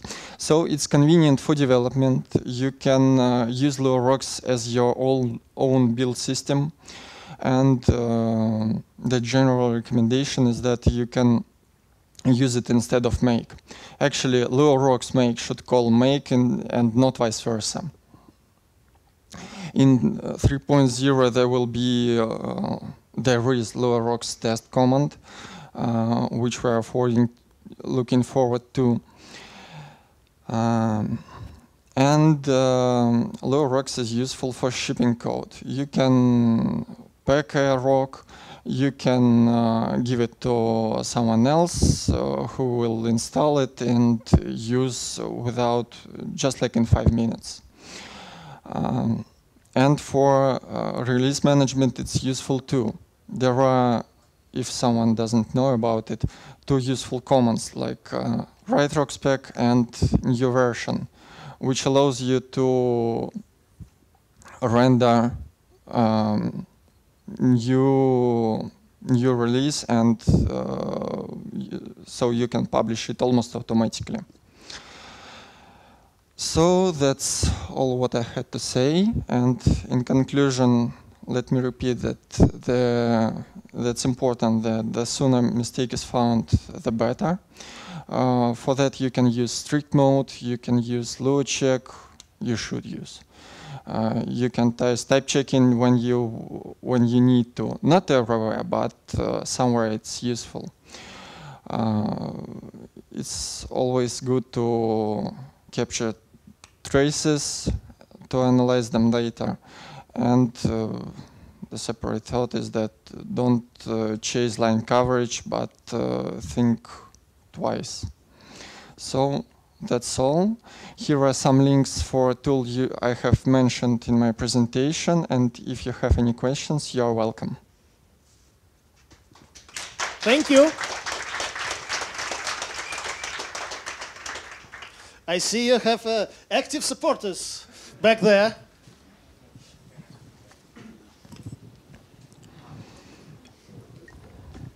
Кому? Микрофон кому? Questions? Someone raise the hand. Here is a hand. Here is a hand in the front. In the front. Thank you for the presentation. What editor do you use for Lua? Everyone uses his favorite editor, and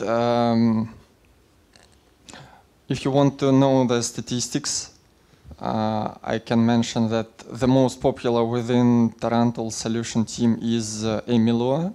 The second is Sublime, and there are at least 1 or 2 people who use almost everything. VS Code, Atom, so Emacs. Vmax, Vim, Emacs. Thank you very much. Sure, of course. Another question, please.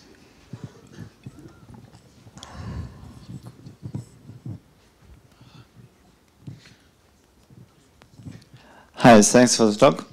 I want to ask what problems do you have with using LuaRocs, if any? With LuaRocs what? With usage of LuaRocs. With usage of LuaRocs? Well, there is one thing about LuaRocs that we try to work around in our development process, and it's connected with local installation of LuaRocs.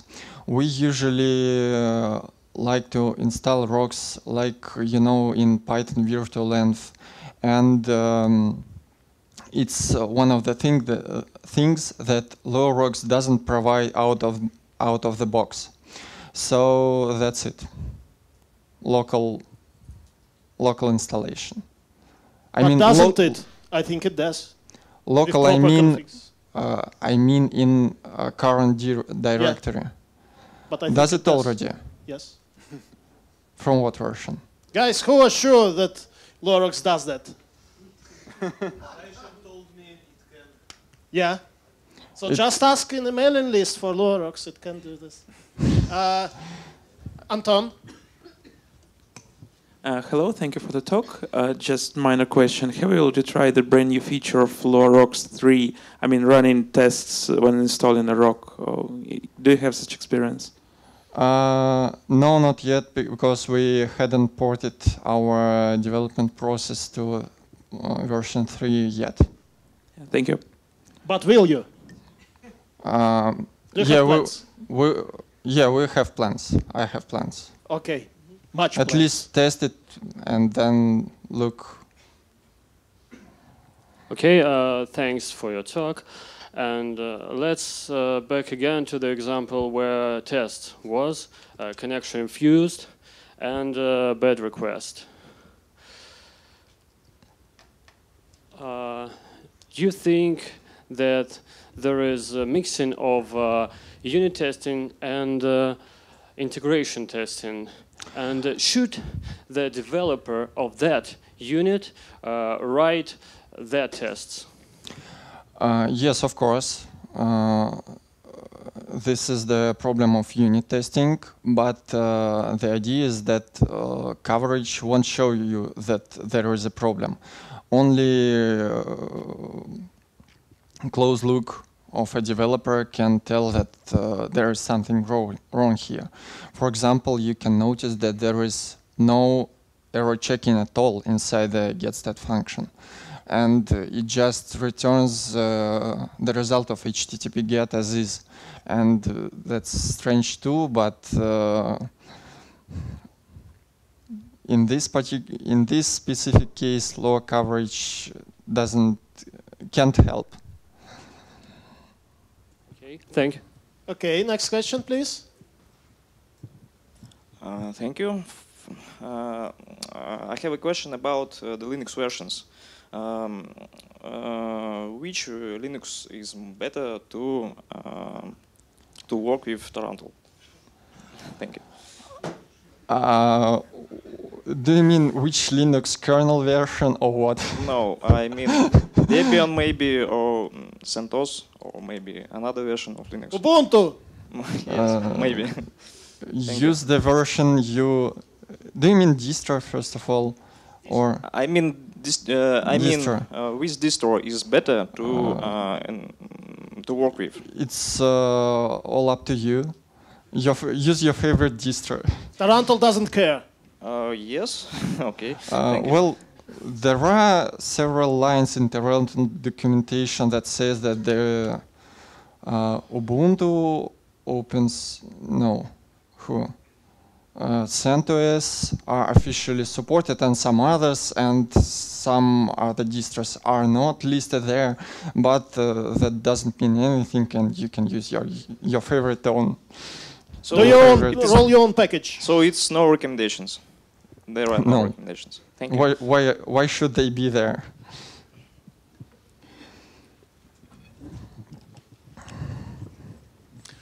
Thank you for the talk. I see you pay a lot of attention for type checking and error handling. Have you thought of offloading some of that work into native code like C, for instance? You could define some C structs that get filled with arguments for each API call, and they get processed on the C side for like type checking, correctness of the requests. That could possibly increase the performance, and maybe more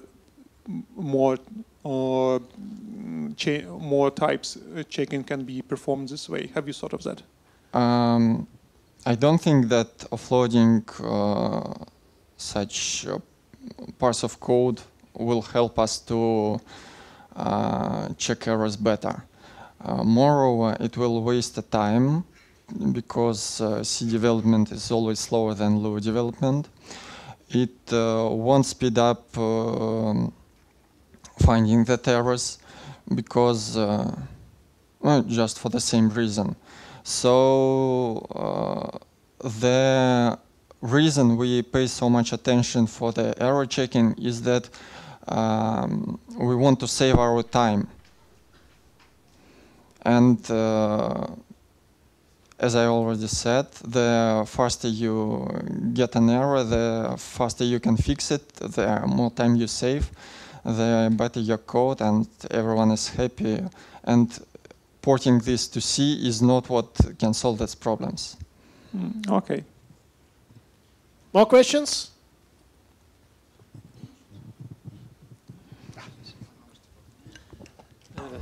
Thank you. I'm not sure if it's closely related to the talk, but I would like to know why did you choose Lua for Tarantul?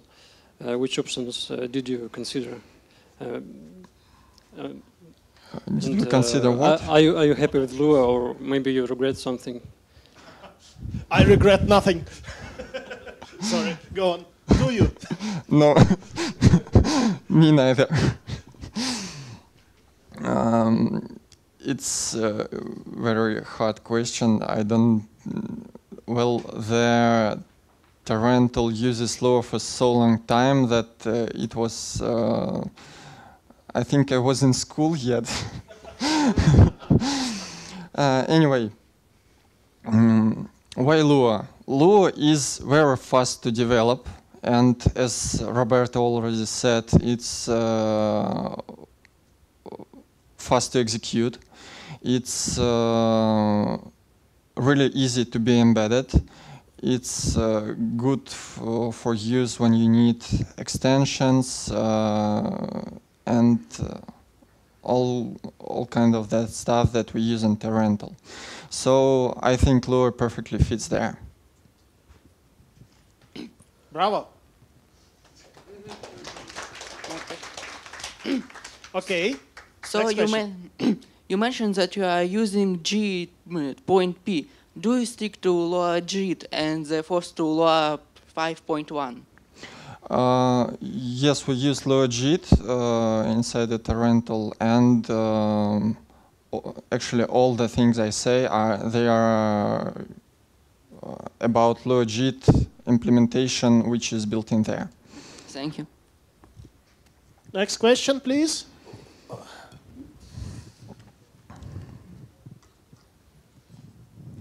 Just one question. My name is Dmitry. When Tarantul will ship with Russian Astra Linux? Do you know what is it? I know no, I don't know, and I don't know when. You're lucky, Dale. Well, Tarantul is open source, so I guess someone will say, "Well, try when you will provide the package." Yeah. No, that's what I mean. The question is about when Tarantul will be certified with Astra Linux, with use with Russian government organizations. It's okay. It's administrative I think I need question. Some more background on what is Astra Linux.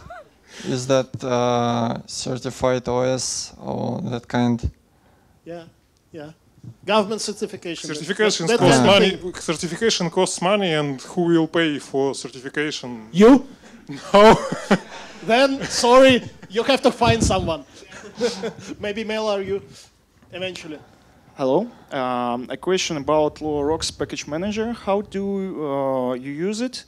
And do you have any local caching for packages for speed up and security questions? We use it as usual, I think. I think everyone else uses it the same way. We have our own server with LuaRocks server. So you support your own tree of packages? Yeah, that's true. And what was the second part? There's a question for security and speed up, not to download from the international websites from your local server. So you answered this part. Do you mean security for LuaRocks upload? To download. I mean that if LuaRocks could be replaced package, you like pin the distribution package on your website. Yeah, if you use global LuaRocks, then in theory it's not secure because you not control it. Yeah, thanks. Everything we need, we push to our... How do you do this? How do you solve this problem? Because as I understood, the original distribution don't have such option. But it does. You just specify only from. It was implemented. Download I everything. think my company sponsored this feature, actually. Download all the packages locally? Yeah. There's a flag from command line, I think. Okay, from I will ask you. Thanks. Okay. So, guys, Is it time for dinner already?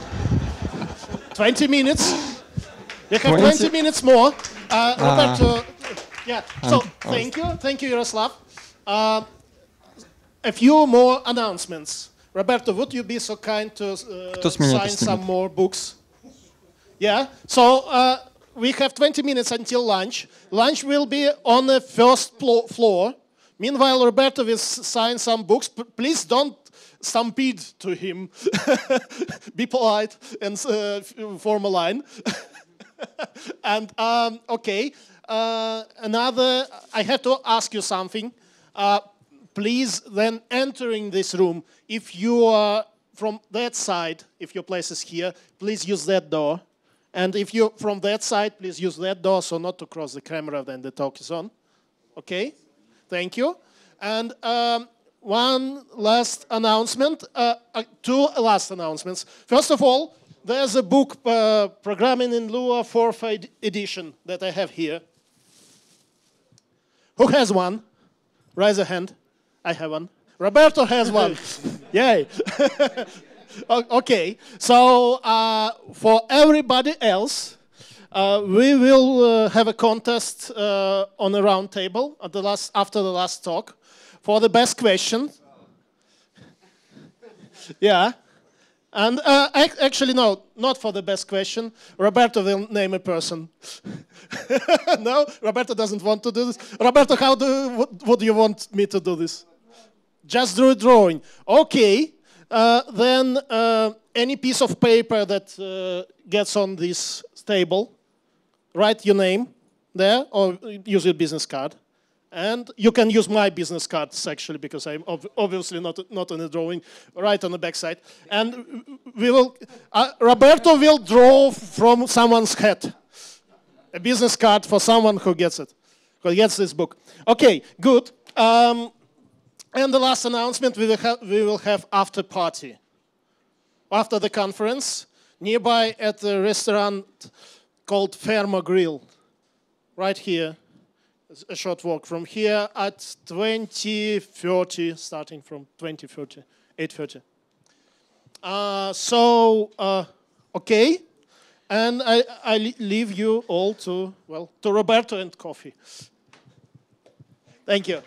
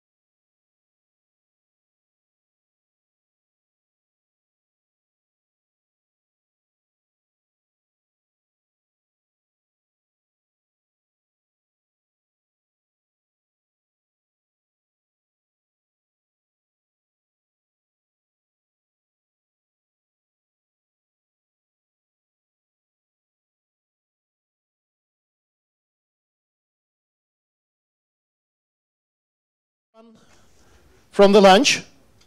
Did you like it? Yes. Was it good? Okay, good. We're now continuing our program. And in the Kinotheater, there is a Tarantul meetup being continued, the second half. Not meetup, sorry, workshop. Tarantul workshop in the Kinotheater.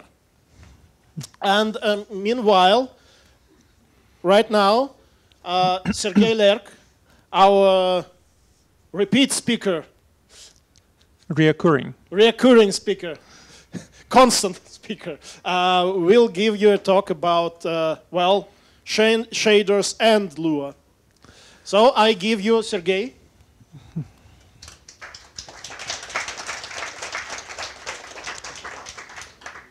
Всем hi. So, welcome to my talk. It's a nice talk.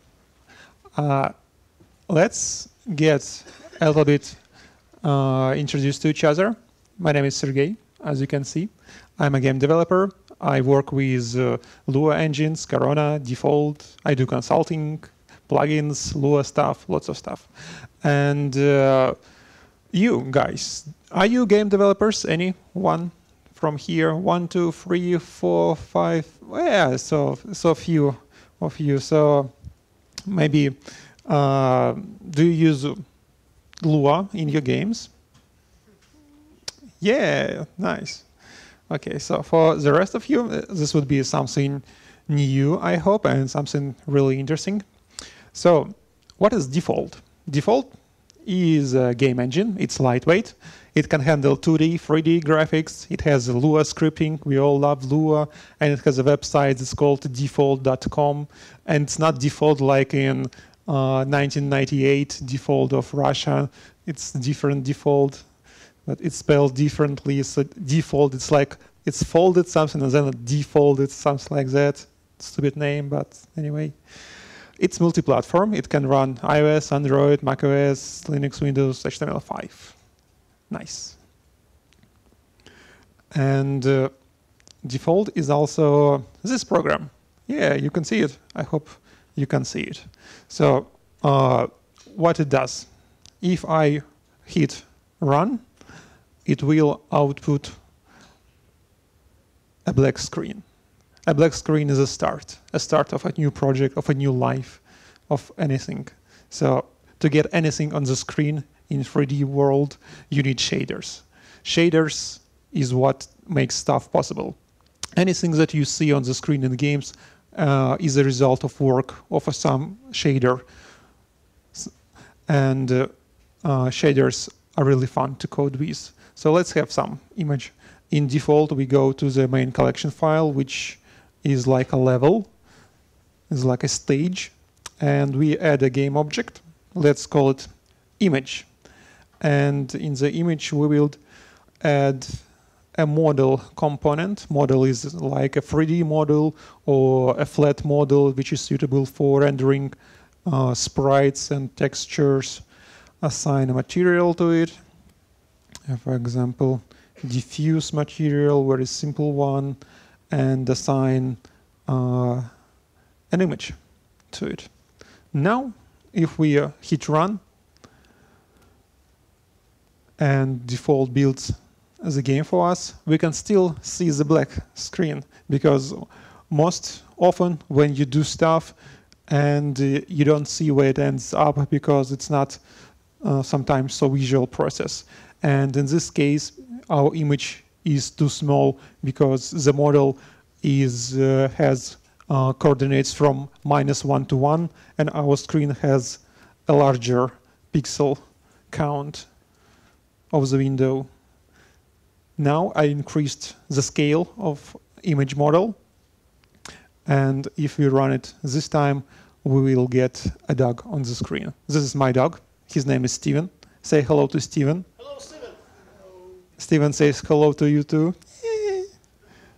And what can we do with him?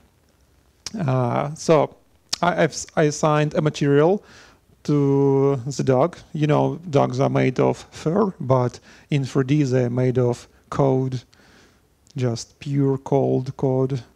And so this diffuse material is just a collection of two files, vertex program and fragment program, which are two types of shaders that we can deal with. So what is a shader exactly? A shader, let me open a picture for you, is a crucial part of a rendering pipeline. You know, each model, everything on the screen consists of vertices. It's like points in three-dimensional space right here. And they have to be transformed to the screen coordinates and maybe animated somehow. This is all done by Vertex Shader. This is first important shader program. Out of these vertices then constructed some geometry that is suitable for graphics driver, for the GPU, and then it gets rasterized, transformed to actual pixels from geometry to pixels, and then each pixel gets shaded, gets colored with a certain mathematical function or a program, and it's called a fragment shader, fragment program. And like this, it gets output on the screen. So geometry gets translated to screen coordinates and then gets rasterized into pixels using two programs, Vertex Shader and Fragment Shader. Let's have a look at the Fragment Shader. For example, this is the most simple one. This Fragment Shader just takes a texture, takes coordinates within the texture, and returns the color of the texture to the screen. Very simple one. Let's do something interesting with this. Let's change the material to another one, which is just a copy, basically, and open this fragment shader. And for example, let's forget about texture for now, and what we can do here. First, we can output a color. For example, a color is a 4-component vector. For example, if you want a white color, that would be a 1, 1, 1, 1, 1. And if we run it, come on, build faster. We get a white rectangle on the screen. Pretty exciting. Not so much. Let's do something more interesting. For example, these coordinates for within the texture. They are also of vector of 4 components. And we can actually output as a color. So if you run it like this, we will get on the screen nothing. Oh, sorry. It's a vector of 2 components, and we can add 2 more.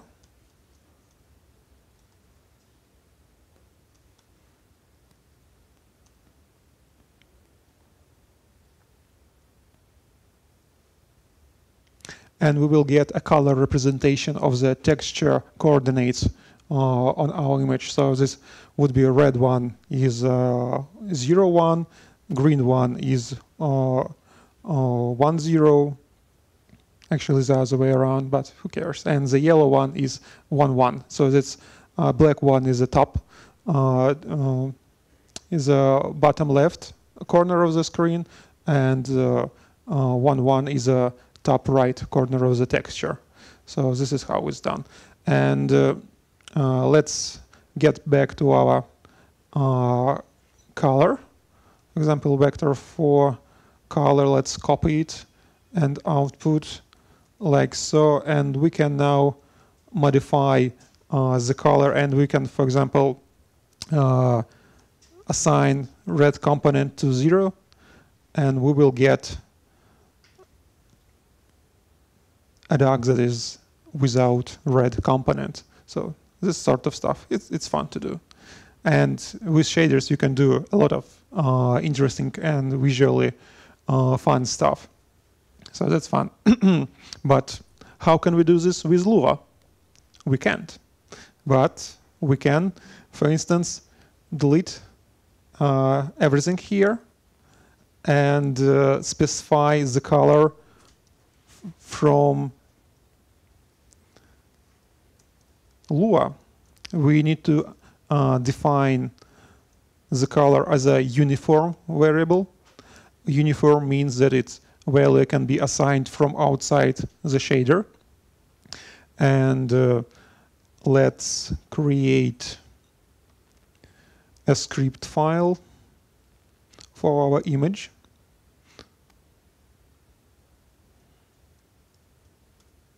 Script file is a special sort of Lua file within the default engine, which deals with different game object stuff.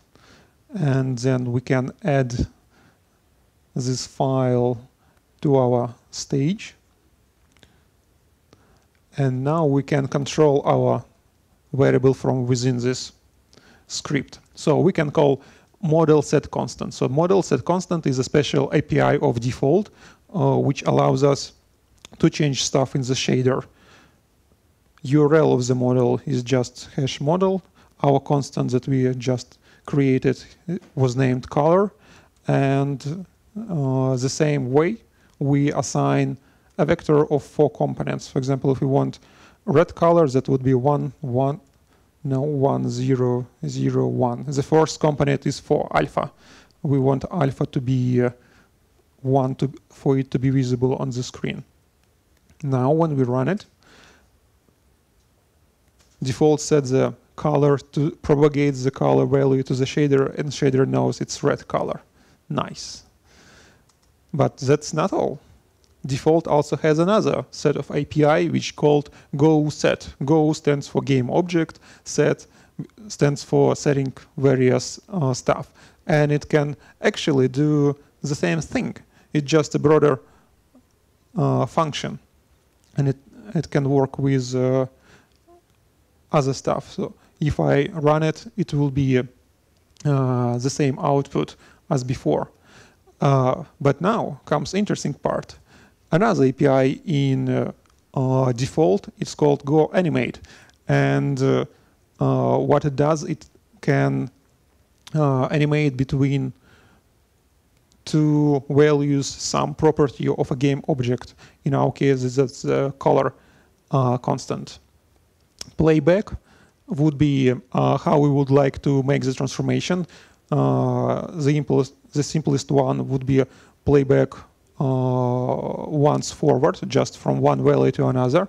But more interesting one would be loop ping pong, which would alternate between 2 values back and forth. So next, we will set up the values that we want to our image to take. For example, that would be green.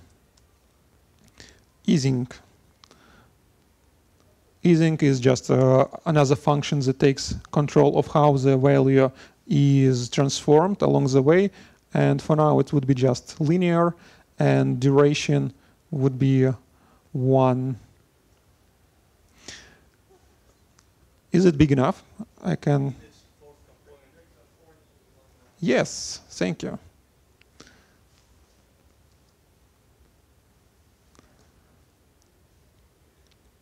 So if we run it now, it's animating, it's flashing. Who likes flashing colors? I do like flashing colors. That's interesting, right? But that's not all. For instance, default also lets us pick up values not from the code, but from the editor. How it's done is that it has another function that's called GoProperty. We can assign the name of the property. It would be the property of the script file value, and assign some default value for the property. In our case, that would be black color. And when we are setting the color, we would do it like so, from within self. Self is an instance of the script component in default. And now, you might notice it right here. And when we go to our image script in the scene of default, we now have this special field with the color name. And that is our color. We can, for example, make it like so, 101, which would be what color? Who can guess? 010. No, another way around. Why I'm messing up numbers? It's pink. So it's from pink to green. Nice. So yeah, it's interesting way default deals with Lua and how we can propagate from, you would say, level editor values back to the shader, down to GPU. I like how it's done in default. It's interesting.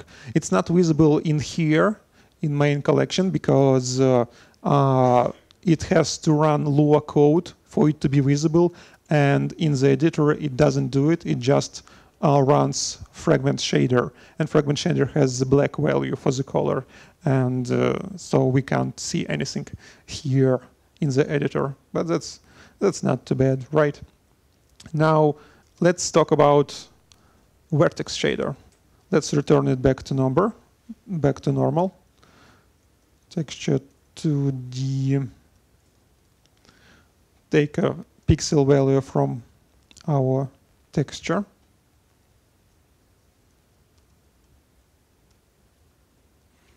Make sure it works.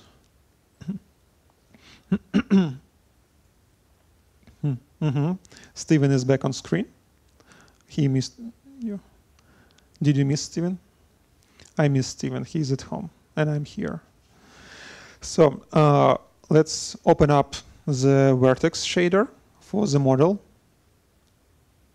What it does, it takes the position of vertices of the model and transforms them depending on the matrices supplied by the engine and transforms them to screen coordinates.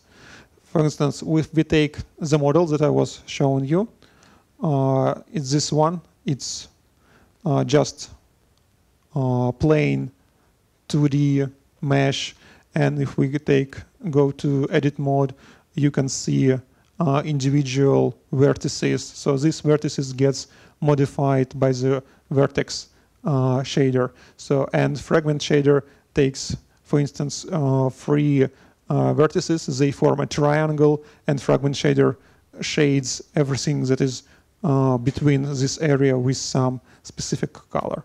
So that's how games work in modern game engines. Back to default. So let's copy our position to a temporary variable and assign it here. Now we can modify it. For example, we can increase the Y value of our image by 0.5, and if we run it, you can see that all vertices of our image were moved up a little bit. So this is how it works. Shaders transform vertices and they get moved on the screen. That's nice, right? Let's make it a little bit more interesting. Let's, for instance, have it dependent on time variable. Time, I also supplied by vector 4, but we only need one value, so I just use the x value to hold it, and if I run it,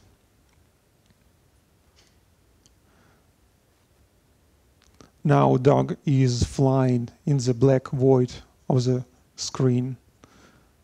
He's sleeping. He likes to fly around in space. And where this value comes from? So this is a uniform as well. But if we go to render script, this is a script in Lua that controls all the rendering pipeline in default. So what it takes? In the init function, we define our predicate for the model, which basically takes all the model with all materials with a specific tag.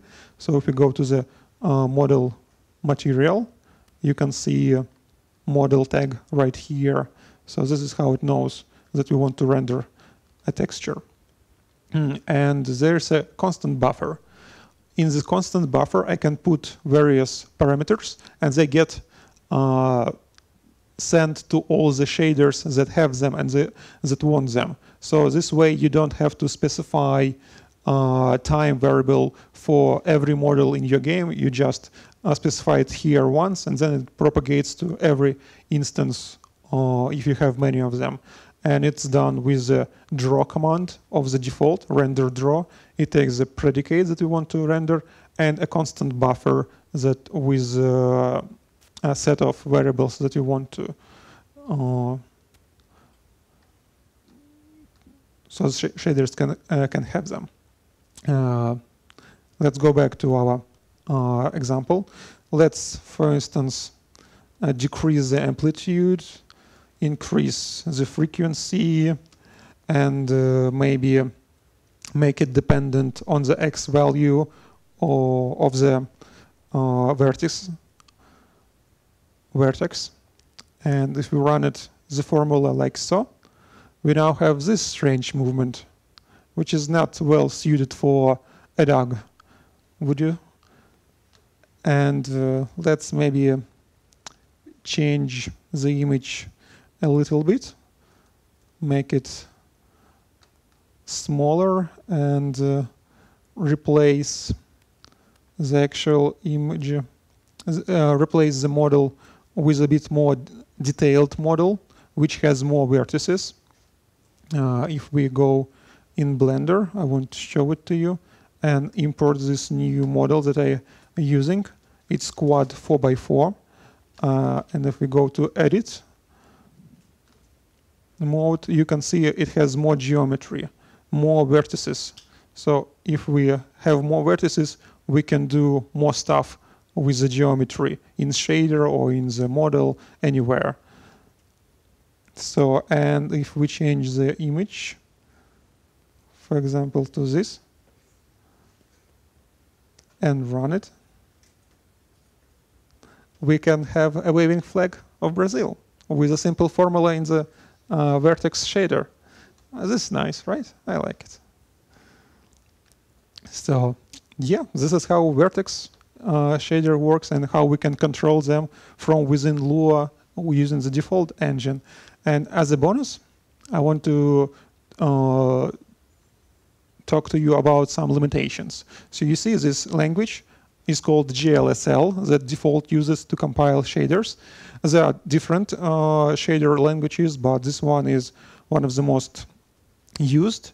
And this particular version of this language can run on many devices because default runs on many platforms. It has to support least powerful devices, and these are mobile devices. So you basically write shaders for mobile devices, and they get compiled for desktops as well. There are some limitations. And there are limitations of default on top of that. For instance, you can only specify vector 4 parameters for the shaders. In general, shaders can accept many various forms of parameters, arrays, matrices, other stuff. But default supports only vectors of 4 components. And it can only support 16 such parameters at the same time for one shader. So what I've done is that I've come up with a way to use all 16 parameters. I'm changing the scene from what we've been using to another one. This is the same dog, but with dots. And each dot, each circle represents a vertex position within the model. And if we click it, we can transform the model. You see how big the dog head is now. And it can move legs when it sleeps. Do you have dogs? Do you know how they move legs when they're sleeping? This is how they do. And how it's done. It's not pretty. So if you know OpenGL and shader programming, please forgive me. But I'm going to the vertex shader, and there are 16 such variables for each vertex inside the model. and in the vertex I have a wall of if-else statements, and I just compare a position of each vertex inside the model. I identify by this mean the vertex and change its position to the supplied value. In normal GLSL code, you could write GL vertex ID, and that will essentially give you ID of the vertex, but it doesn't work in default, and switch statements don't work on mobile devices. So a lot of limitations. And in the script that controls this everything, I want to show you, so there's a init function that initializes the scene, and when I do it, I create a circle for each vertex, and I identify this circle with the vertex parameter of the model, of the shader, and on the mouse click event, I look what circle was clicked by comparing the position of the screen and position of the vertex, and I move the vertex and update its value in the vertex shader. So this is very basic code, not much Lua lines, but it works and it produces this nice result. So that is about what I wanted to share with you guys. If you want to know more about Default, about vertex programming, you can ask me, or you can go to Default website, or you can watch other talks that I have on Default. I have many of them. They're interesting as well, I promise you. Well, not most of them, but some of them are interesting. And yeah, this is it. Thank you guys for listening. Do you have any questions?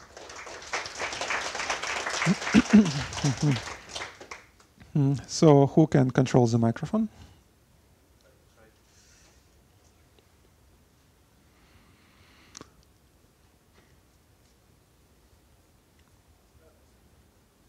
Isn't on the chair?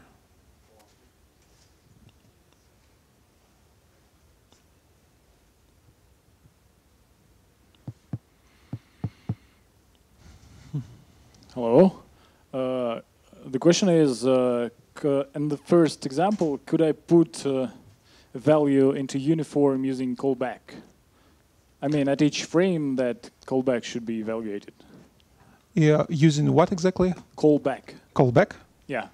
Like a function in Lua? Yeah, yeah. Well, that's a trivial task. I'm not sure what the question is, maybe, but you can set up a function and call this line from anywhere in Lua, and it will work. That's different about modeling the engine. I mean, with callbacks, I can design stuff that trigger up later. If I have just a pre-render function when I have to execute all the callbacks, it's different modeling of yeah, it will work because set constant function, it accepts the URL to the model that you want to modify, and URLs are accessible from anywhere and from within any callbacks in default engine. So it should work, if I understand you correctly. I get it. I get it that is done through models, but can the models be triggered by events? Then the question is. Not sure what you're asking. Sorry. I mean, I don't want to put it all into pre-render callback, pre-frame. Just callback, big lot of things executed before a frame. I want it to be tiny little callbacks. I know I want this factor animated. It just should return some kind of sinus function or something like that. Well, you can define some sort of structure in default for that, but generally default gives you this update function, which you can call each frame and update all the values in a callback each frame. Is it attached to something or is it global? I don't get it. It's attached to the script component. So a script is a Lua file that is attached to some game object. So it's also global level update, right? No, it's not global. So it's local to the script. It's game object level. Oh. So many game objects in a scene. In every single one has. Its own I can update create a new object to each model, right? Yes, yes, got you can. Got it. Thank you may see this function here, which looks like a global, but it isn't in default engine. So it gets. So other scripts don't see other functions from different scripts, so they are kind of isolated. Default replaces the global environment. Thank you. Yes. To do this. Got it. Another question, please. Oh, lots of questions.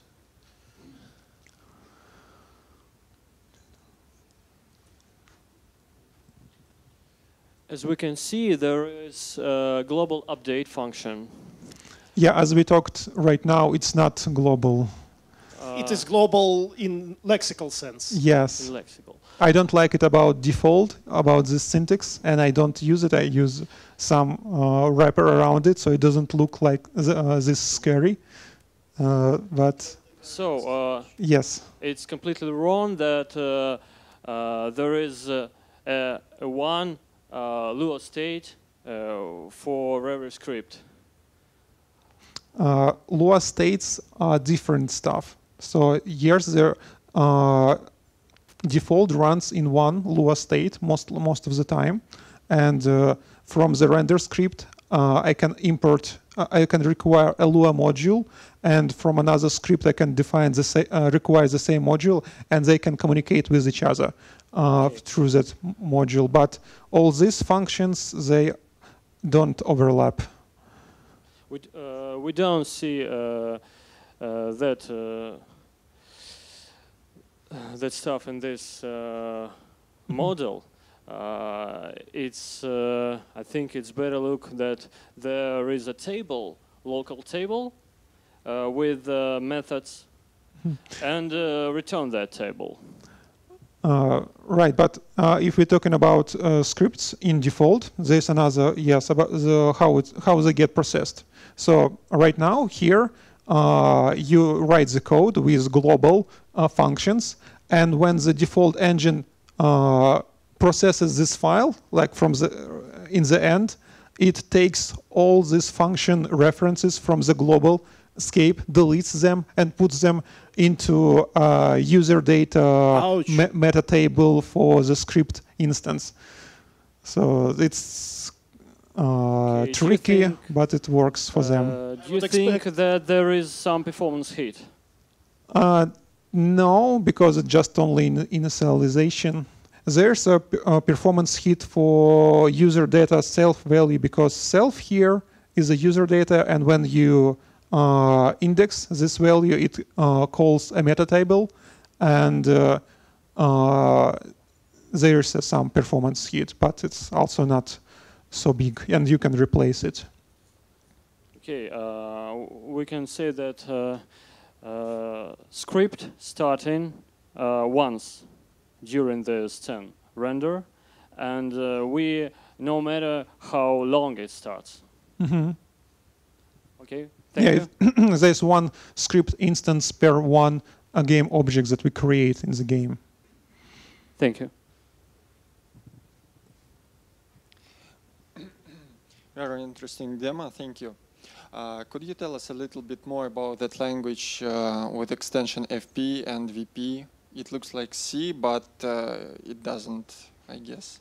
So yeah, this language is called GLSL. GL as in OpenGL, graphics library, SL shading language. It made look like with a C syntax, but it's not C. You can't make a lot of C constructions in here, but it's very similar, and some of it can be ported to it. And if you go online and see all the functions that GLSL give you, there would be some interesting ones to work on vectors, on matrices, on colors, on So it's just a specific language for graphics processors, and this language support is implemented in each video graphics card. Mm-hmm. Is it something common for game development domain? Yeah. Yes, it's common. And even for graphics at all? Yeah. Mm-hmm. Okay, thank you. Now we have many competing graphics APIs like Vulkan, like Metal, and there's currently a big war going on between NVIDIA and Apple. So maybe we will not see GLSL in recent future. Who knows? It's interesting to watch how it goes.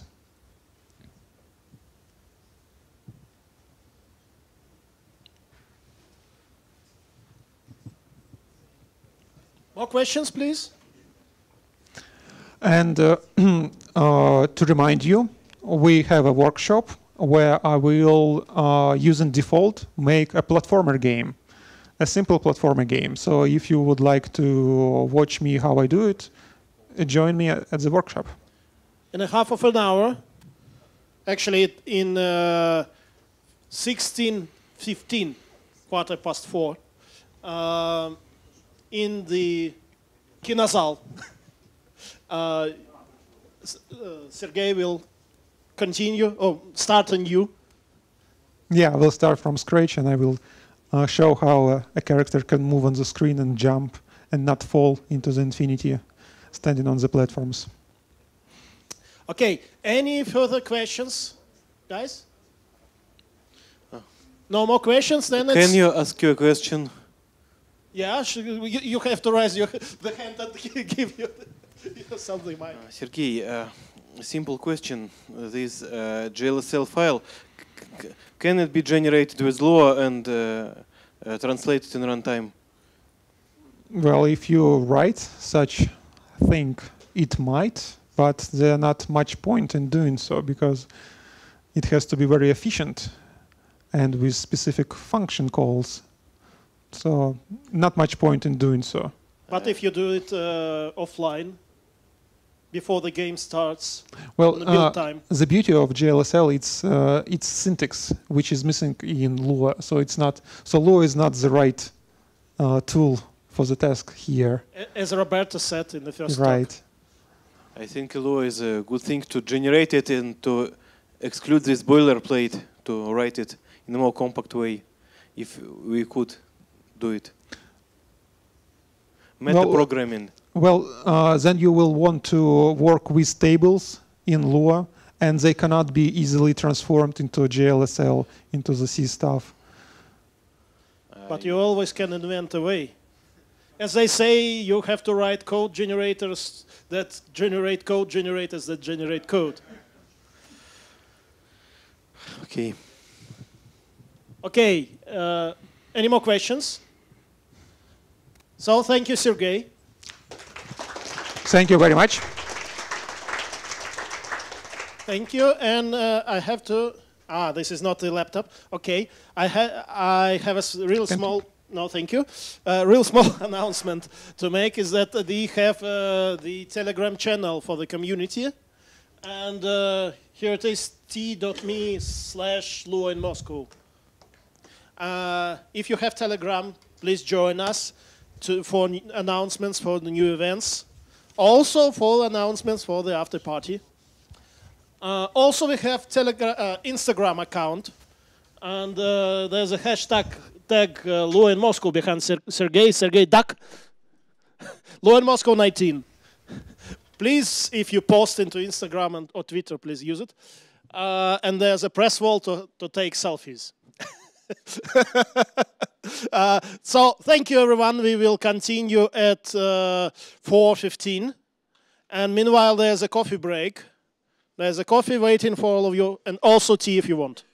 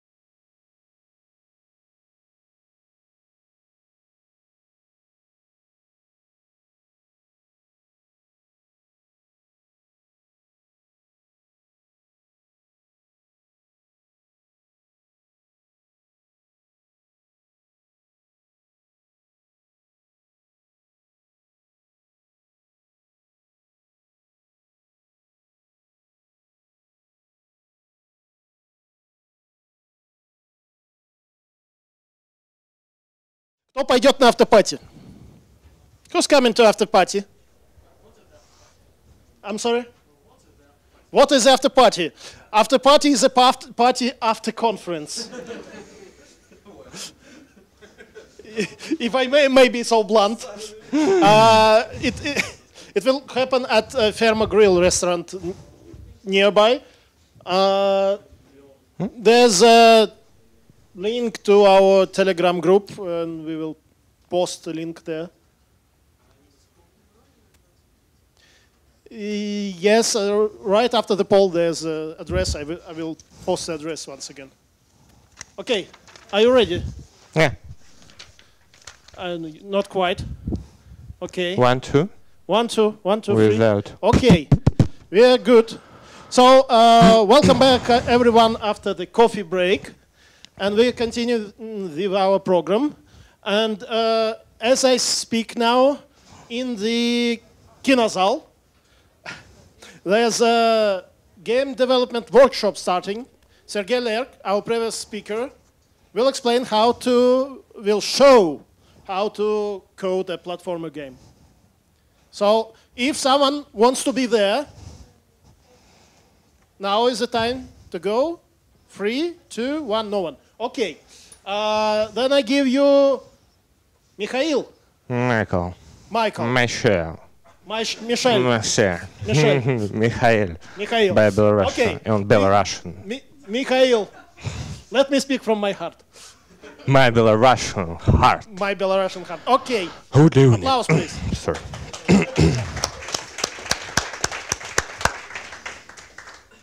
Many thanks for your hand clapping. So, my name is Misha Filonenko, Michael Filonenko on English style. And I work in Tarantul Solutions team. We adapt Tarantul database for customer cases. And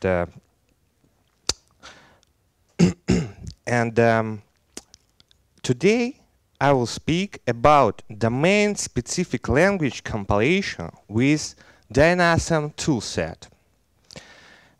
And let me start from a small description about Tarantul and what are reasons to make my own language, because I already have Lua, and Lua is really good choice, as said Roberta. But I find case to make small domain-specific language. Tarantul is high-performance database, and Tarantul includes 2 storage engines, in-memory engine, and disk storage engine when RAM amount is not enough for your cases. And when I used Tarantul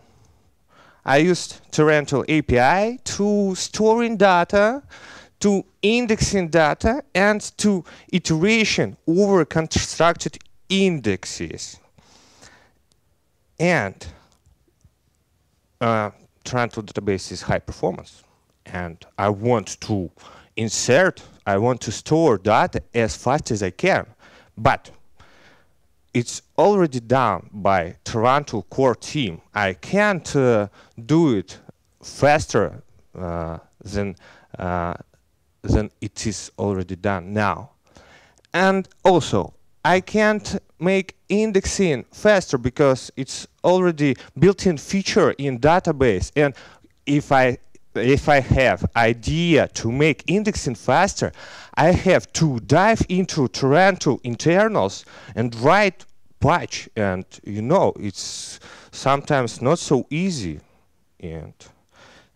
But the last one point, when I want to query data from Tarantul, and data query, sorry my pronunciation, a little bit Belarusian style. First of all, I think on Belarusian language. After I translate in my mind to Russian, and only after that I translate to English. And sometimes I just stop because my brain is overloaded. It's a joke. My Russian is my native language too. Visit Belarus. Small advertisement. The data query usually in all databases includes two parts: iteration over index and additional filtration process. It can be, I will show you. So, and iteration over index is also built-in functionality in Tarantul database.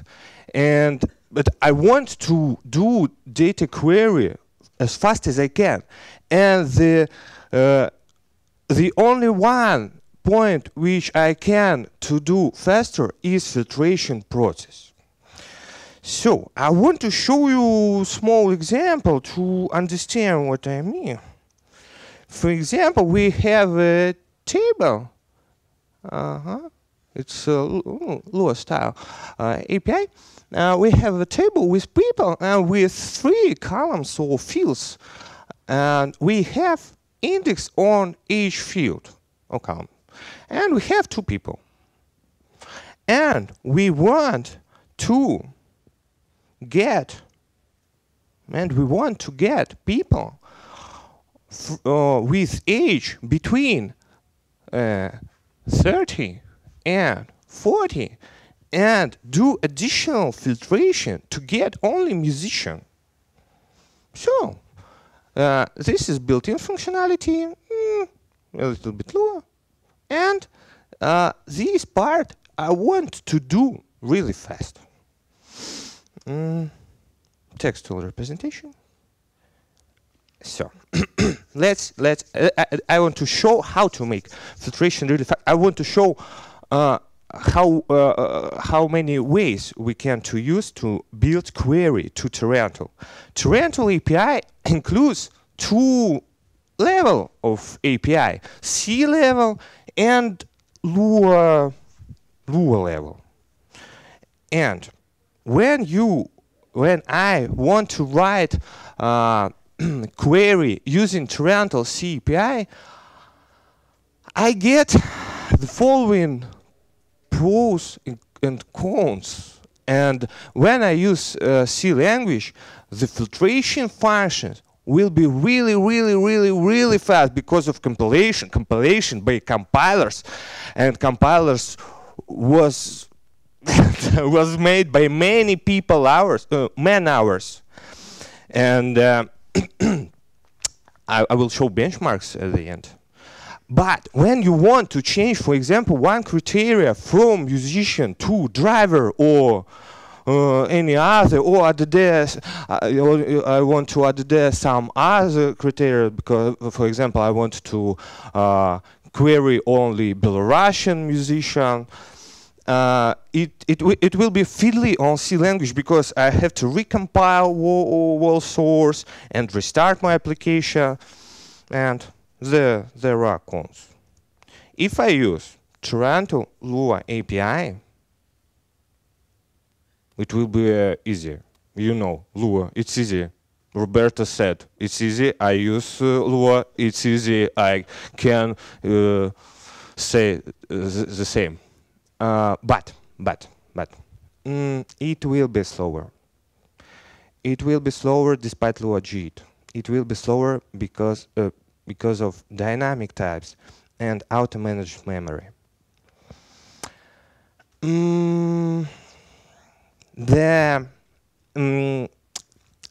I want to find solution to provide query builder with pros from Lua and pros from C.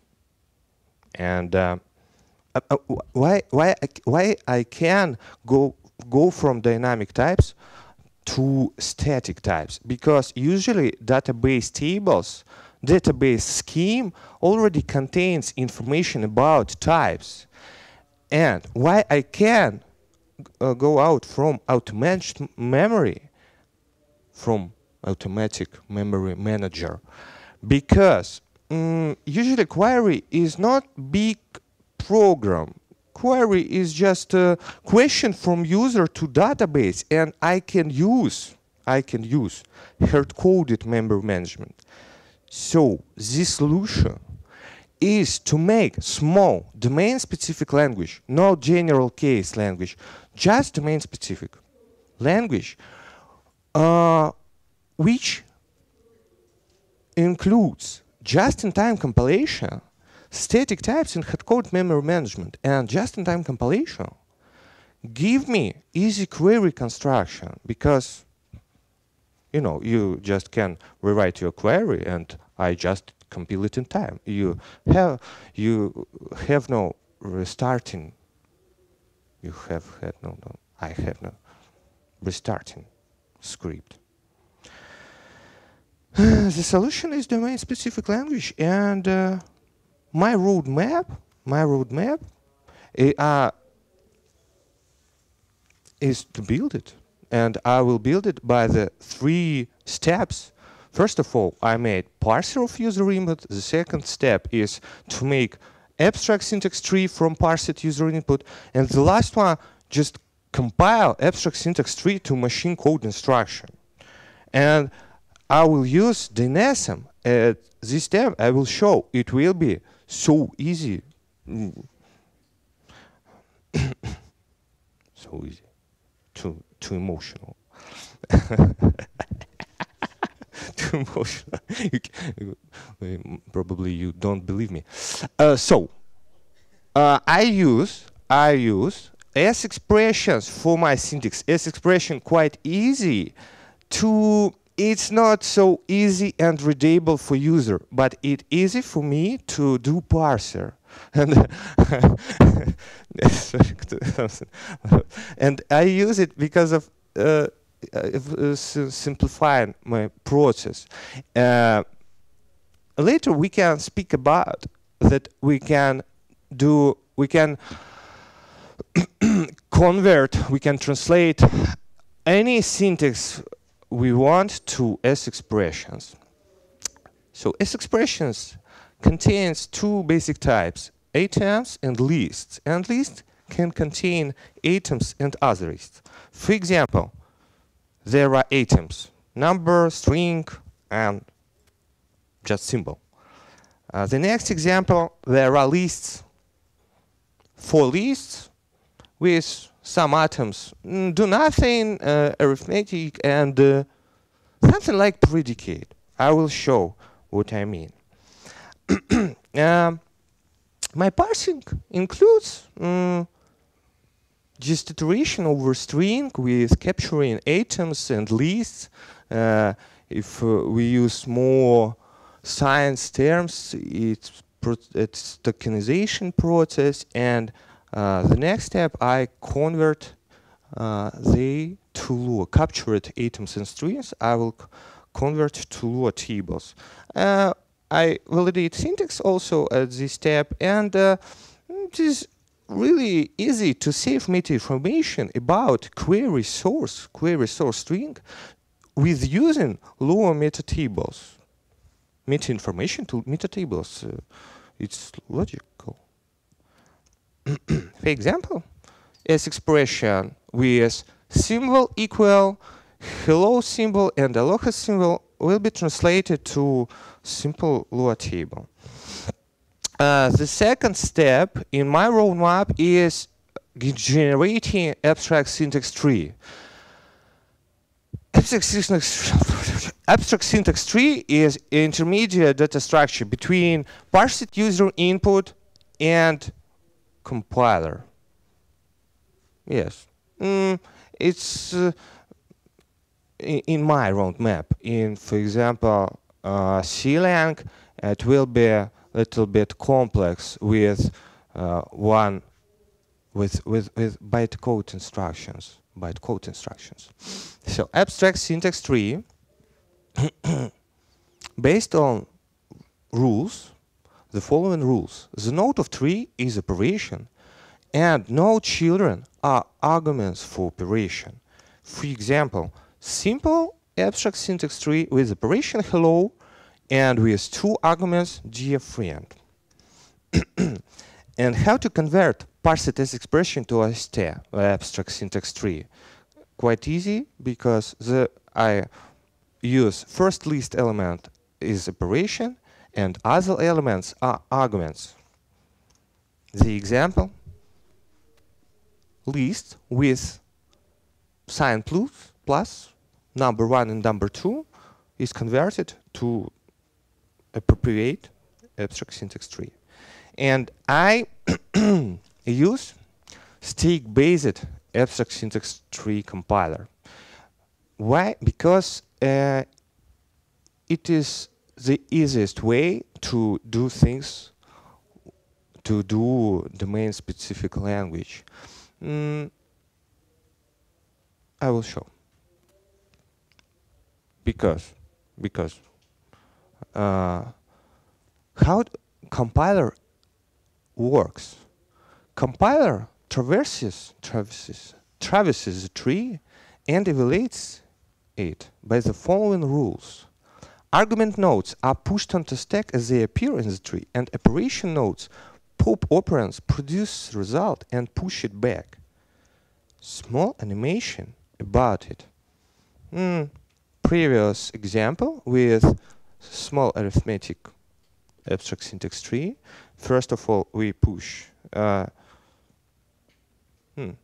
First of all, we push one argument, first argument. The second one push second argument, and the last one we make addition operation, pop all arguments, and push result back to stack. How to make compiler? And there is Dynasm toolset. Dynasm toolset is written by Mike Paul to make their Lua implementation, Lua JIT. He used it to write his Lua implementation. Dynasm toolset was used to just-in-time compiler in first version of Lua JIT, and in the second version, toolset is used to make implementation. Dynasm toolset includes 3 parts: core, core compiles and links code, binding to core from Lua, and translator of mixed code. Mixed code, I mean Lua mixed with assembly, and translator pre-process mixed file with mixed code and translate it to call to binding, which go to core. For example, it's not a compiler code, it's just a skeleton, just no operation. To make generator of your code, you just write I just write function with mixed assembly, and this assembly goes into destination when I call nope function. Pre-processing and loading mixed code is done by Dynasm Lua, by the translator, which I showed on previous slides. And compiling code contains three steps: allocating compiler context, calling of generators in order you want, and linking the result to buffer. And to run generated code, I have to use FFI, and I just cast buffer to callable Lua object and call it usual way from Lua. And as I showed, that when we call generated code, nothing will be done because it means no operation, and red means return control flow back after callable. So, yes. Nope, return back and exit from the script. The full mixed code, the full mixed file, a little bit larger because I have to set up architecture, I have to set up additional intermediate buffers to cache inline instructions and additional variable to save labels which we can't use. I think I will ask about labels when questions time. Full compiler file is easy too. Nothing new here. And when we want to compile abstract syntax tree, I want to show how it is simple. Entry point to compiler just checks if current node is atom or list, and if it is atom, compiler generate instruction to push atom to stack, and if it is list with addition operation, compiler compile first two children, first two operands, and call generator of addition operation. After my compiler or my simple compiler of query language is done, I wrote benchmarks, and the benchmarks you can see on this slide. C program is the fastest because optimization is really so many optimizations are in modern C compilers, and it's not so easy to make compiler better now. But it is better than Lua-JIT because of static typization, because in my language there are no additional memory allocations during iteration, because I pre-allocate all memory before iteration, because I do it because all memory that I need is in my query. In my language, no memory manipulation functions. And in conclusions, I want to say that it is easy to make compiler and in Lua, because Lua is dynamic and you can play with generated code really fast, pass additional context, use meta tables and other things to make some optimizations. And compiler will be just in time compiled itself, and your compiler will be fast too. For example, remember how long Boost is compiled? Who compiles Boost with some with some syntax error?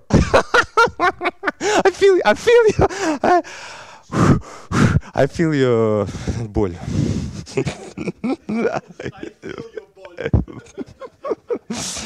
Боль. Many thanks for your attention. Many thanks for you. Come visit Belarus. Yeah, come visit Belarus, definitely. You can download sources from my GitHub page, and there is references to material about TNSM and about assembly. Thanks. All right. So, guys, any questions?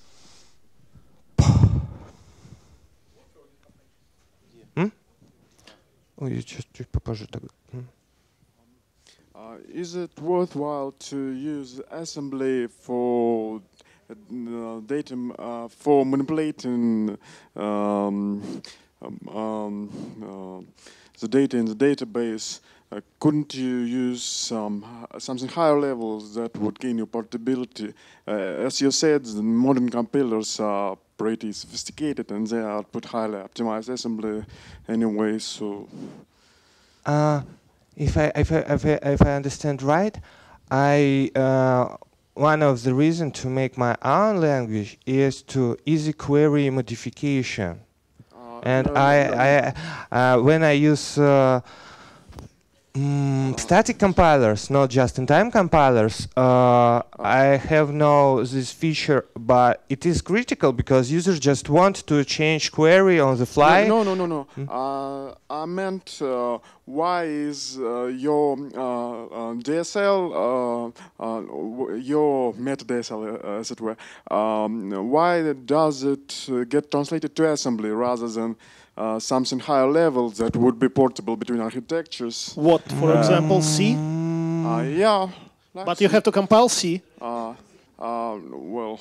Yes, because when I deploy such system, I have to take CLang with me, and it's infrastructure questions. Yeah, the point is that you only know the query at runtime.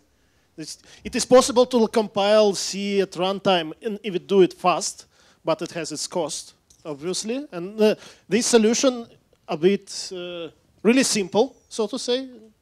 Yes, and it's also really small. My second goal that you feel feelings of compiler constructors. I want that you make your compilers, not use only mine.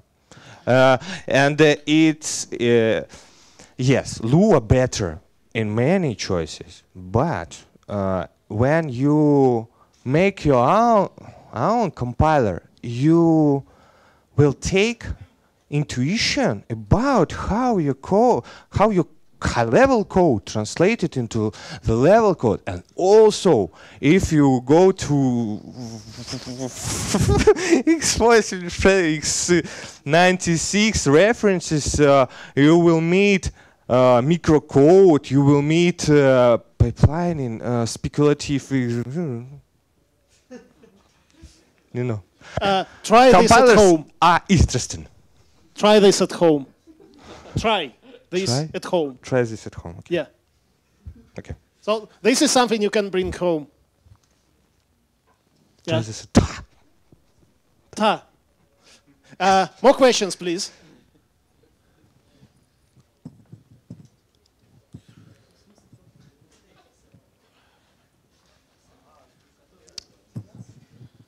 Thank you, it was very interesting. But you have switched very fast from adding 2 and 3, adding 2 numbers, to DSL for queries.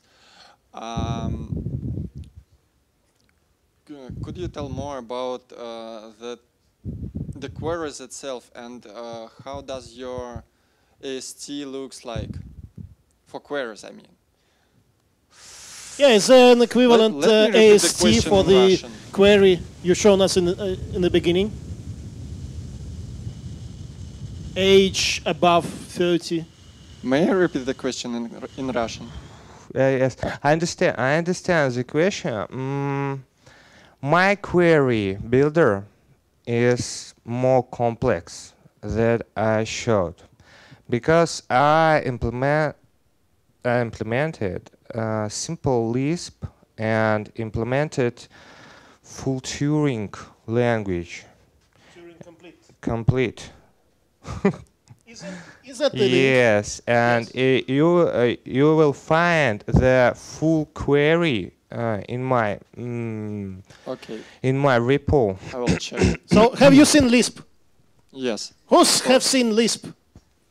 Okay, not everybody. Not a bit. Everyone else look at Lisp. It will do good. So he's done Lisp, Lisp Custom. 1, I think. Yes, Lisp 1 and really custom without dynamic, without. Simple less. And this simplest. Okay.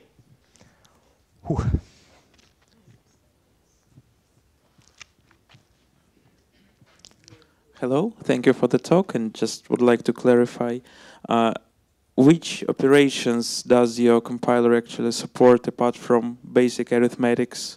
I mean, addition, subtraction, multiplication. What else do you have?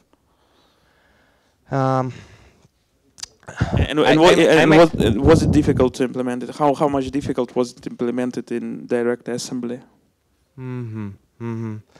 I implemented arithmetic and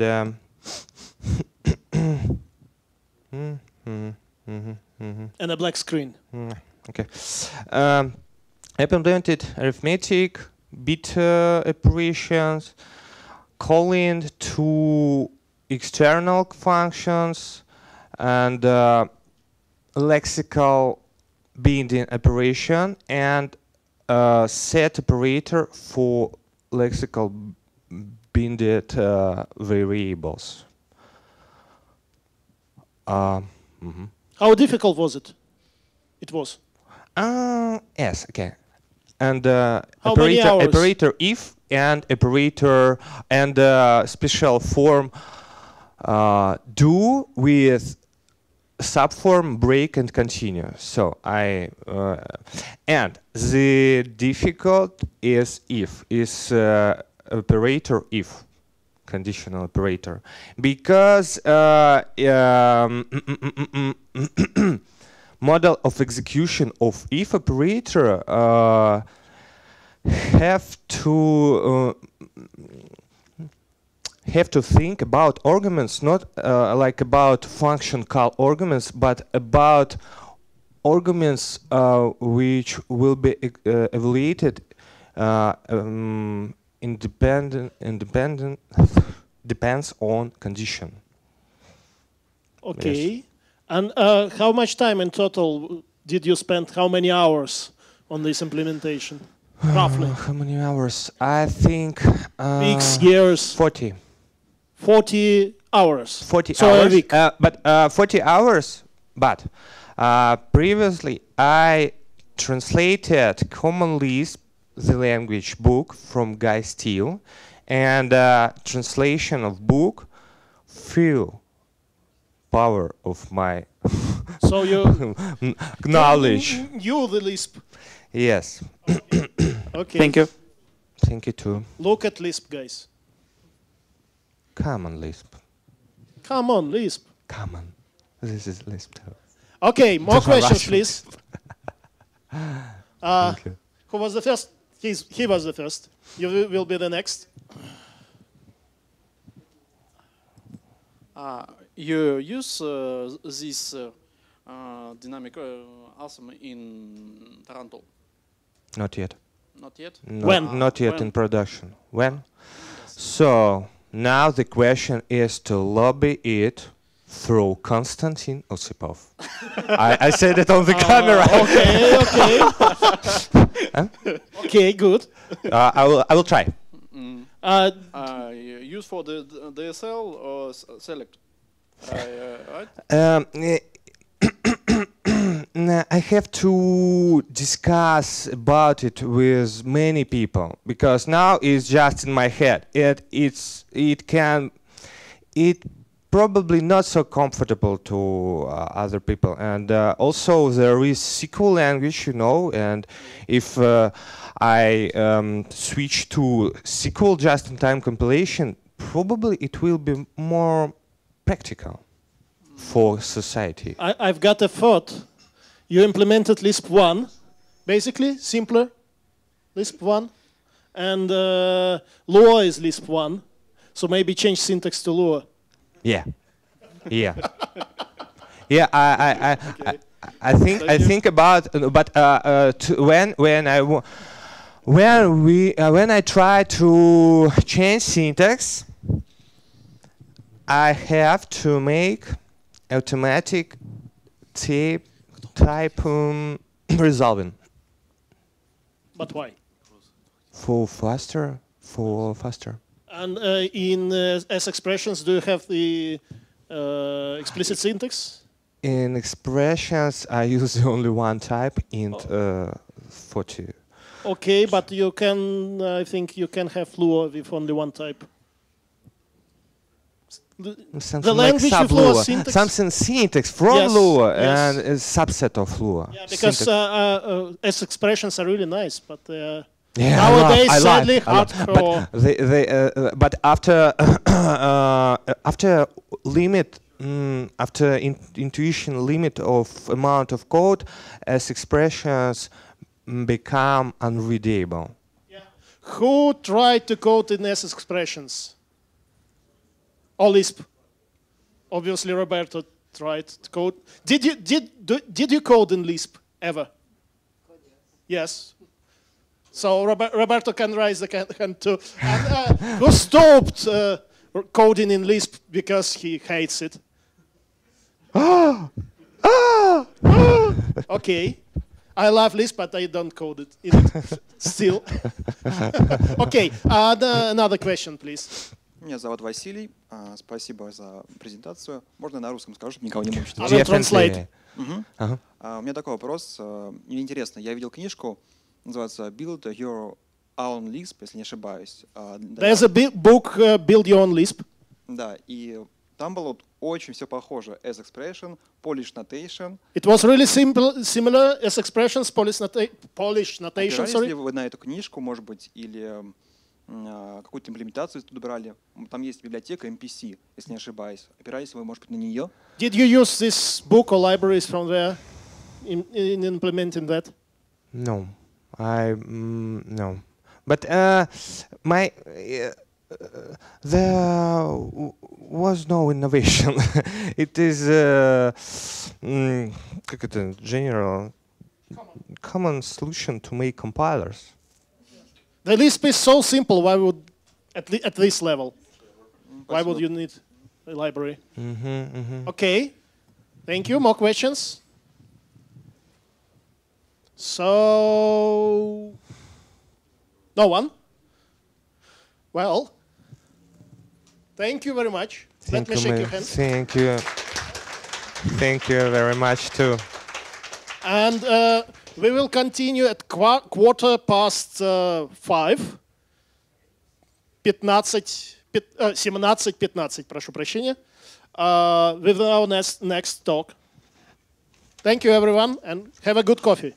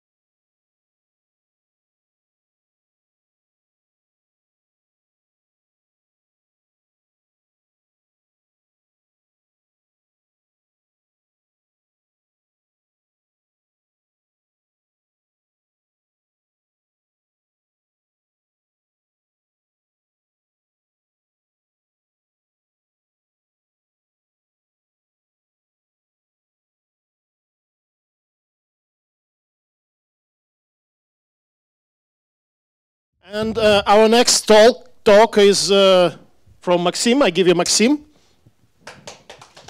Yeah. Hello, my name is Maxim, and I work in OpenWeb. I will try to tell you today how we dealt with pairs and next Lua-JIT problem.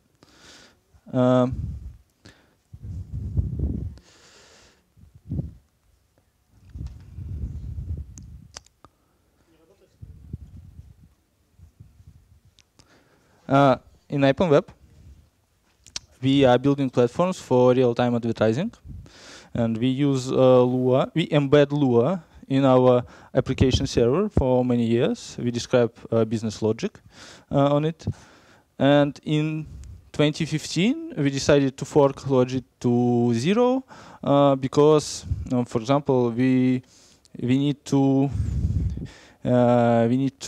solve 1 gigabyte problem. And another problem of Lua-JIT is a famous list of not yet implemented bytecodes and built-ins. And actually, they are implemented in Lua-JIT interpreter, and it's just the functionality that generates machine code for corresponding bytecodes and built-ins is not implemented. And what it means for a Lua developer, it means that those built-ins cannot be compiled, and they are executed in interpreter. And moreover, those built-ins prevents other code from being compiled and optimized. Let's talk about the second part of the problem. For example, here you see real-life code. It is clean and understandable, but the problem is that on every iteration we compute the length of the table, and actually we know how this length may be changed on every iteration. It is either stays the same or incremented by 1. So if a Lua developer want, if this code became a performance problem for a Lua developer, he needs to rewrite this nice code to something like the code on the right. So it became less supportable, less clean, but this transformation is very simple. It could be done in JIT automatically, but in order to do this, pairs also should be compiled. So the problem is you need pairs compiled not only because you need fast table traversal per se, but you need a fast execution of loop body. Are there any other approach for pairs problem? For example, you may identify some popular patterns of pair usage in your code and provide them as platform built-ins. So you can implement them in C inside your platform. That way, JIT support is also much easier to do. And we actually exploit this way also. We currently provide 4 such patterns of pairs usage as a built-ins. And so this approach works to some extent, but it definitely lacks generality, and it needs modifying of existing code. So do we still need next compiled? Here you see numbers. How we get it? Obviously, JIT can produce dumps. So if we have some dedicated boxes, we could stream them with almost real traffic, and our business application may serve this almost real traffic and dump compiler progress. So we see that even just raw numbers of pairs and next aborts are very high. But for example, you don't need care about C functions if you call them from non-compiled loops. So if your pairs is not compiled, C function will your whole loop body will not be compiled. So compilation of pairs is indeed important for us. Now I will try to briefly talk about what is tracing JIT. Suppose we have such simple Lua code. It will be transformed by front-end into bytecodes, will be interpreted by virtual machine interpreter. So note, for example, that you have no actually information about types. So you don't know what you add. Is it as is operators arguments are numbers or string and number, or maybe it will be a meta call. So also control flow graph. Also there are some dedicated bytecodes to express control flow of the program. And when this loop will be executed for some time, if this loop became hot, JIT will take its place and generate a set of so-called intermediate representations and form a trace. JIT optimizes these elements and then produce a machine code from them. Please note that now we have information about types because we actually executed this code. And we, for example, can use some more efficient machine instructions that use integer registers for execution. Please also note that if this statement of if-else clause was not executed, we will not generate IR for substitution in our case. But to ensure that we are working on a correct state of elements, we also insert a so-called guard instruction. So if condition is no more true, we will just exit to interpreter and continue execution in interpreter. So we don't have rich control flow instructions in JIT. We can only exit to interpreter or another trace, and but we can also have a nice but only single loop on a trace. And here is the summary. So we cover only hot pass. We don't have control flow almost, but we have rich type information. So let's also recall what are pairs and next. From Lua reference manual, pairs are just a wrapper on next function, and next function is a special function to traverse tables in Lua. Next function returns somehow called next element to the element that was given, and an order of traversal is totally implementation defined. In Lua code, it looks very simple, but what looks simple in uniform in Lua code is complex in implementation. For example, array and hash traversals are substantially different. you don't store keys for array part, because keys in array part are just indexes in this array.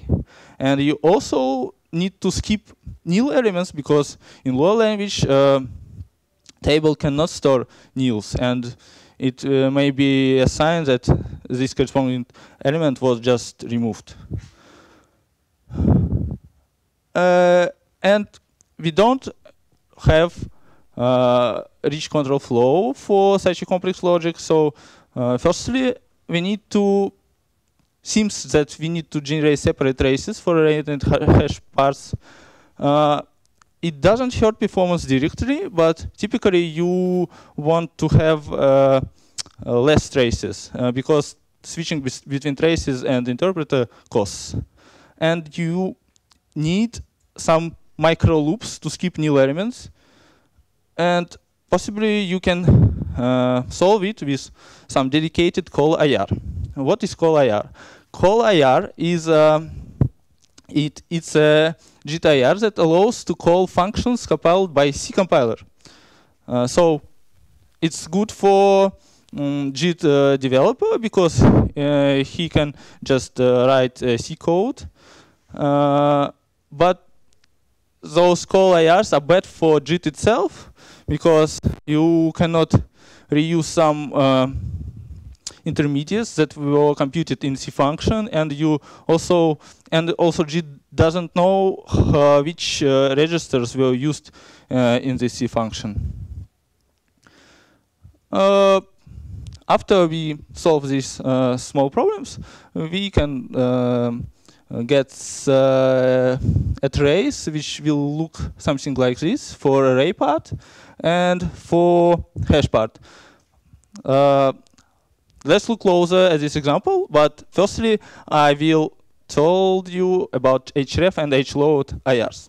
Href is a very heavy IR, because it needs to hash a key, compute initial position in hash table.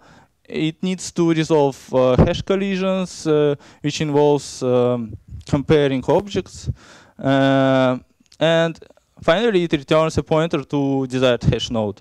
And hload just dereferences this pointer to load a value. So here we see two href instructions, and it's approximately two more than we actually needed. And call is also something bad. We have two href instructions just because we don't need we don't have a dedicated IR which will load a key from a hash node. So we need to add this IR. What adding a new IR instruction means in Lua JIT? You obviously need to implement machine code generation, and you need to explain to JIT how to optimize your new IR, because if you say nothing, you may have some unexpected results. For example, if you add two numbers, you will always get the same result for these two numbers, and you don't need to generate addition a second time. You just can reuse the result. But if you load a value from a table, you don't know what happened to the table. Maybe its content was changed, and you need some analysis to determine if you can reuse the result. And default behavior of a new IR in Lua JIT is like for addition. So you need to write some more code if you add an IR which deal with tables. So after we solve these problems, we can have a nice trace. We still have an href IR, which is worse than 0 hrefs, but still better than 2 hrefs.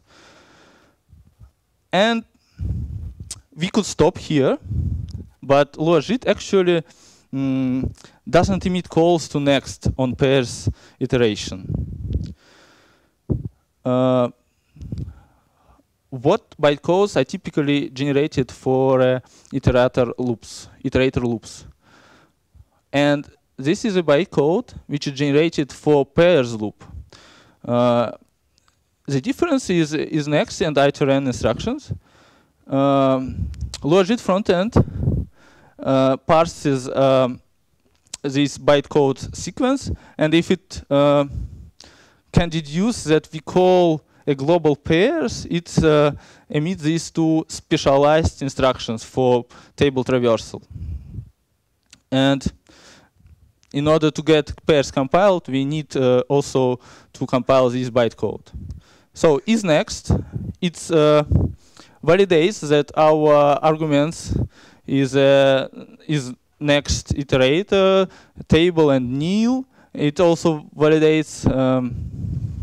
It also initializes some control variable about which I will talk a bit later. And if any of these checks failed, it in runtime substitutes back this specialized instruction to jump and iterc. And what iterc does is a general instruction for iterator call. It copies our function table and key, then call this copy to get next key and next val. And later, iterl handles looping. It backs to the beginning of loop body if next key is not nil. But itern knows its iterator, and it fetches arguments in place, and it by control variable computes next key and next val and places them to the stack. And also, it never transfers control to iterl. It does its job by himself. Control variable is, you may think about it like an index variable on unified array and hash. So if you stack array and hash into a single array, control variable will be an index in this array. Also, you need to watermark your control variable, and if it will be interpreted as a double, it will be some special type of not a number. It needs this watermarking needs as a sign that the specialization was done. So if your specialized bytecodes were despecialized, you will not get this watermark. And maintaining this variable costs, and for the moment, it costs in JIT more than it costs in interpreter. So it's important to get benchmark results I will show later. And here an example of our trace for hash iteration. HKeyLoad is to load a key value from hash is useful again, and now we have 0 hash lookups per iteration, and we also need to decouple itern from iterl, because iterl is a very important instruction because it starts and ends traces, so we can reuse this mechanism and not implement it again. Every benchmark is a lie to some extent. That's why I will start with the hardest benchmark for JIT, because the smaller the loop body, the less interpreter overhead you can remove with the JIT. Firstly, we can see that LuaJIT interpreter is very fast. So an overhead or on every iteration, on every traversal iteration is about 20 cycles. The smaller the better, right? Yes, the smaller is better. It's a time per iteration. And typically iteration over array is faster than over a hash, because in hash you typically skip more nils, and iteration of compiled next over hash is very bad because we have extra hash lookup per every iteration, and we also can see that even for empty loop, our compiled ithran bytecode is faster than interpreted. Next benchmark will be a small loop which performs some arithmetics with constants and variables and do a store into table. Now compiled ithran is even better than interpreted, but compiled next over hash is still very slow. And the next benchmark is a very big loop body.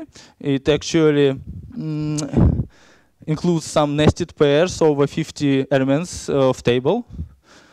And now it measures how we actually compile a loop body rather than compile pairs itself. And both compiled solutions are pretty close, and interpreted is slower than both of these variants.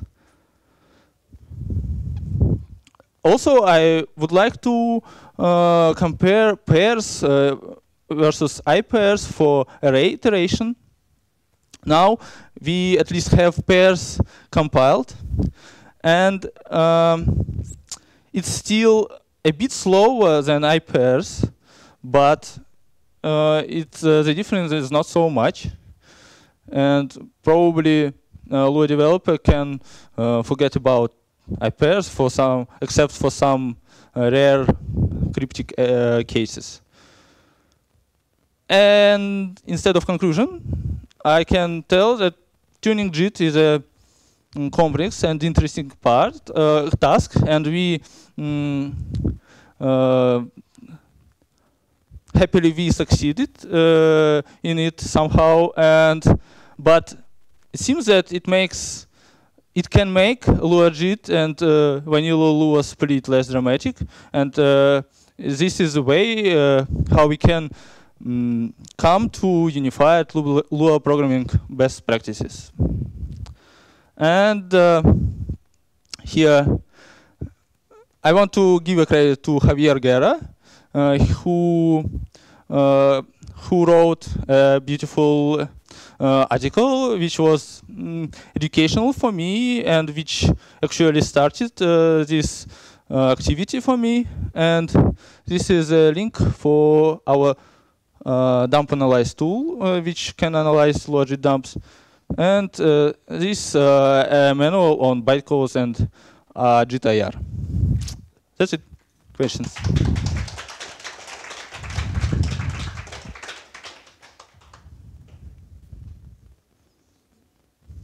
So, thank you. And questions, please. Come on. Anton, you have to. Okay.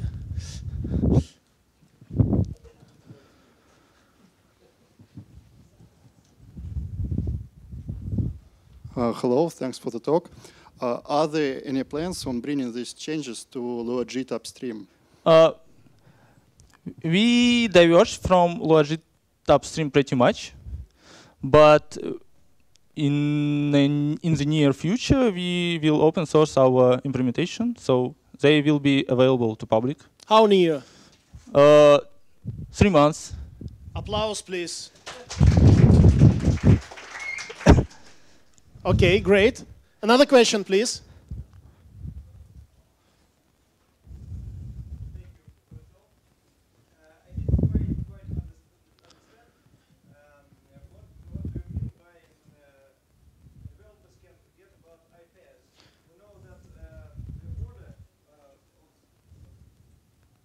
We know that the order of item traversal is not defined for pairs. So if we want to loop through an array, we have to use I-pairs.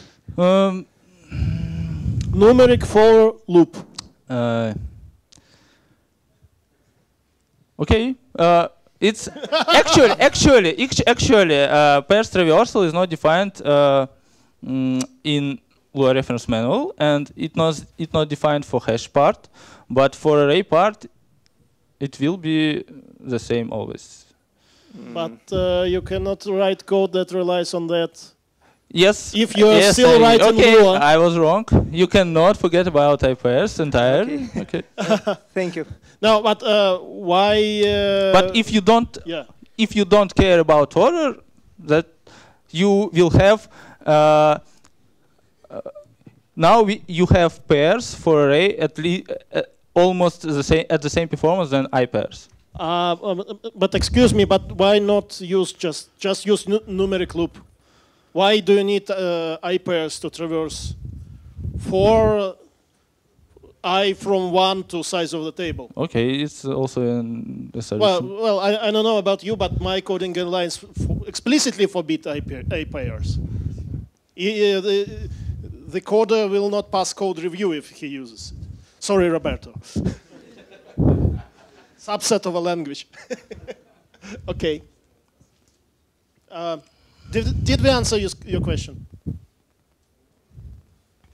I think so, yes. The next question, please. Anton, do you have a question? Sure, okay. Yeah, thank you for the talk. And, well, actually, how difficult was it to test the complete feature?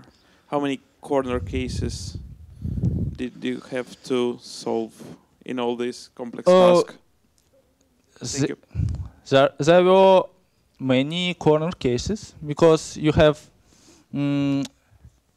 different layouts. You have, for example, you can have both array and hash in your table. You can have only hash, or you can have only array.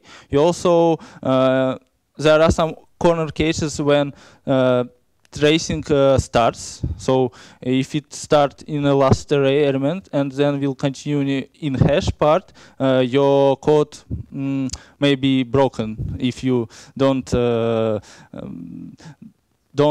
take into account such corner cases. So yes, there are pretty many corner cases that are due to complex nature of table. Yeah. How much calendar time, or maybe weeks, did you, maybe hours, did you spend? About, for now, about a month and a half. Yeah. A month and a half, okay. Good, more questions? Okay.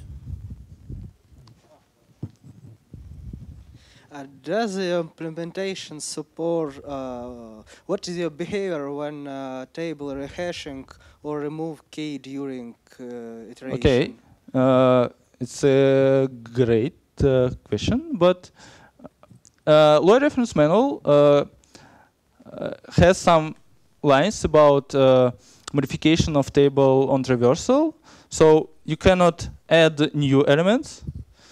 But you may modify existing and you can remove it, and all works as it should, even on a trace. Yeah. But if you add some new element on table reversal, nobody promises you anything. But this is also true in any implementation of Lua. Okay, no promises. In Lua? No, that's a different question. Okay, more questions, please. Anyone?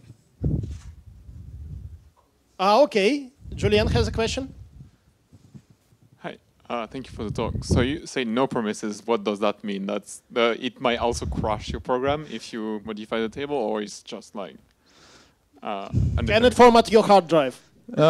Yes, it cannot format your hard drive, but you may not. So if you add an element that need to be traversed, you maybe never traverse it actually. So in this specific loop. In this specific loop, yes. Yeah, but it cannot crash the program because you get to a null pointer or something like that. No. Is there a guarantee? So, I will came home and test double one more time this case. So there is in theory, but you don't know. But of course, it shouldn't crash Lua interpreter. Okay. So it's your. It is in the contract, so it will. Yeah. Crash. Of course. Okay. The contract is different. I mean, in Lua, when we say that something has an undefined behavior, it's not the same thing as in C. You cannot crash, never. Yeah, I you agree. Can never crash. And you cannot reformat the driver. You cannot send email to your mother telling that you're a bad programmer, anything like that. In C, you can do all of those options. In Lua, undefined behavior means you don't know what the program you do, but inside the Lua world. So you may get an error, you may not traverse all elements, or you even can get an infinite loop, but you cannot crash. So that's an important note. And so UJIT, that was actually my question. UJIT follows this contract? Of course. Okay. We are trying to be an implementation of Lua reference manual, but not anything else. Okay, good. More questions, please? Okay, so thank you. And we have our next talk in half of an hour. It's a talk from Roberto. So don't leave, please.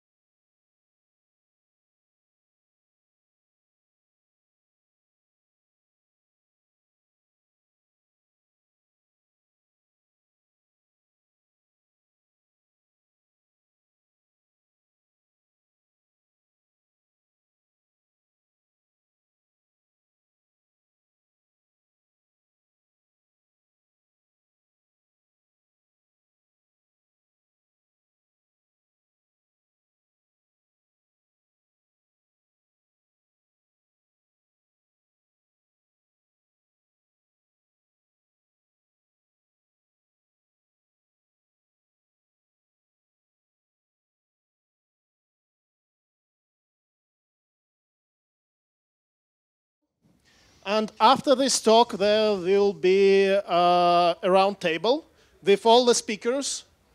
Well, and we will have a drawing lots for the programming language in Lua 4 book. So I give you the Roberto. Thank you again. Oh yes, that's the problem. Yeah, much better. Thank you. So, good evening, everyone. So in this talk, I will discuss garbage collection in Lua, in particular the evolution of garbage collection in Lua. Lua went through actually 3 different algorithms of garbage collection. So let's see them. Oops. Oh, oops. Just a second. Yes, wrong mode. Sorry about that. Yes, thank you. So, the idea, I usually prefer this terminology. I mean, not everybody agrees with me, but usually I use the name automatic memory management for this idea of not having to free memory manually. And there is 2 main approaches, reference count and garbage collection. As I said, that's not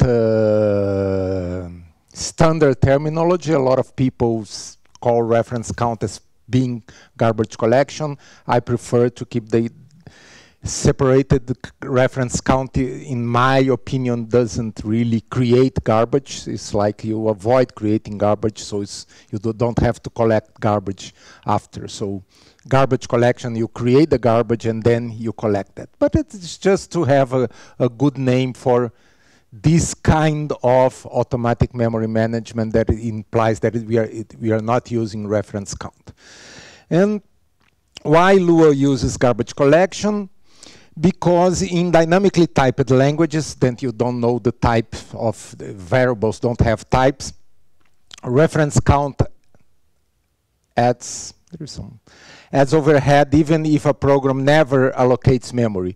Even if you're just manipulating numbers or just manipulating values allocated that were allocated but are not creating new allocated values, you keep updating reference count, and this can be a big overhead. So Lua doesn't use reference count, instead it uses garbage collection. Well, Lua has some peculiarities about garbage collection. One, I mean, I think it's not that common in all languages, that in Lua practically everything is garbage collectible. Functions, modules, I mean, you can create classes, I mean, because Lua doesn't have classes, so classes are just tables, and tables are garbage collected. So everything in Lua is garbage collectible, and so you can create a huge ecosystem in your program, and if you take care of everything and erase a lot of things, the memory reduces to almost the original value when you started everything. And of course, the rules of any garbage collector is the only objects accessible from the root set are preserved, so everything else is collected. And the root set in Lua currently are only the registry, is a special table in the C API, and the shared meta tables. I don't know if you know, but in Lua, strange types like functions, numbers, everything else but tables and user data have shared meta tables, and so these shared meta tables and the registry are the root set. The global table is actually an element inside the registry. The main thread is another element inside the registry, so they are linked to the registry. So once the registry is traversed, those elements are also traversed, so everything is preserved. And also a table that keeps all packages that you loaded. So if you erase them from there, then they will be collected as everything else, as I said, even packages. One thing that is very different in Lua from, as I said, from many other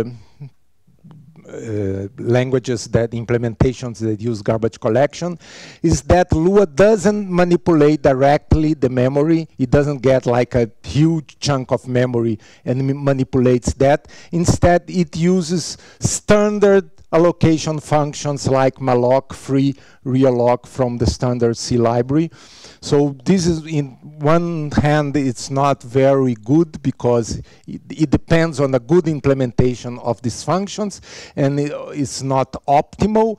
On the other hand, it can share memory with the application exactly again, because Lua is a scripting language. Usually it runs inside an application that is also allocating memory, so you can have a single allocator both for the memory that Lua is using and for the memory that the other parts of your program are using, and so they can share memory. You don't have to, this part of the memory is reserved for Lua and this part is managed by the alloc or malloc functions.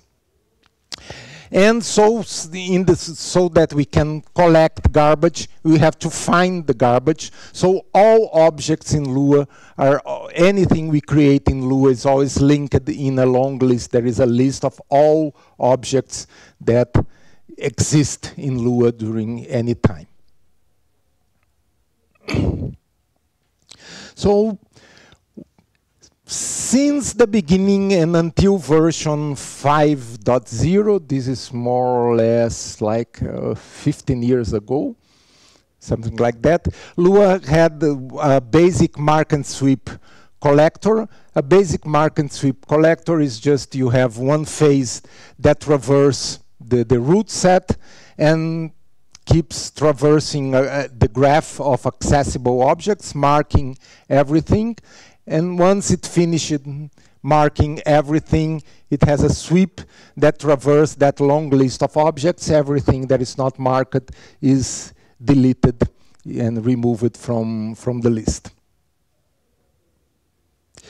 And since the beginning, we have, or since almost the beginning, we have a special phase that now we call the atomic phase, that between the mark and the sweep phases, we have something that in the beginning it only resurrects objects to be finalized.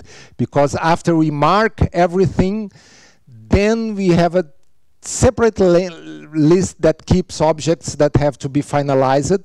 And if they are not marked, then we mark them, and provide that they run their finalizers and remove them from that list, so the next time the collector runs, they will be collected like everything else.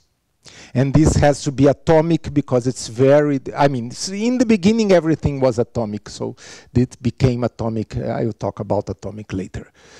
But anyway, there is this special phase between mark and sweep that do some stuff that you can only do after you know all objects that are to be preserved.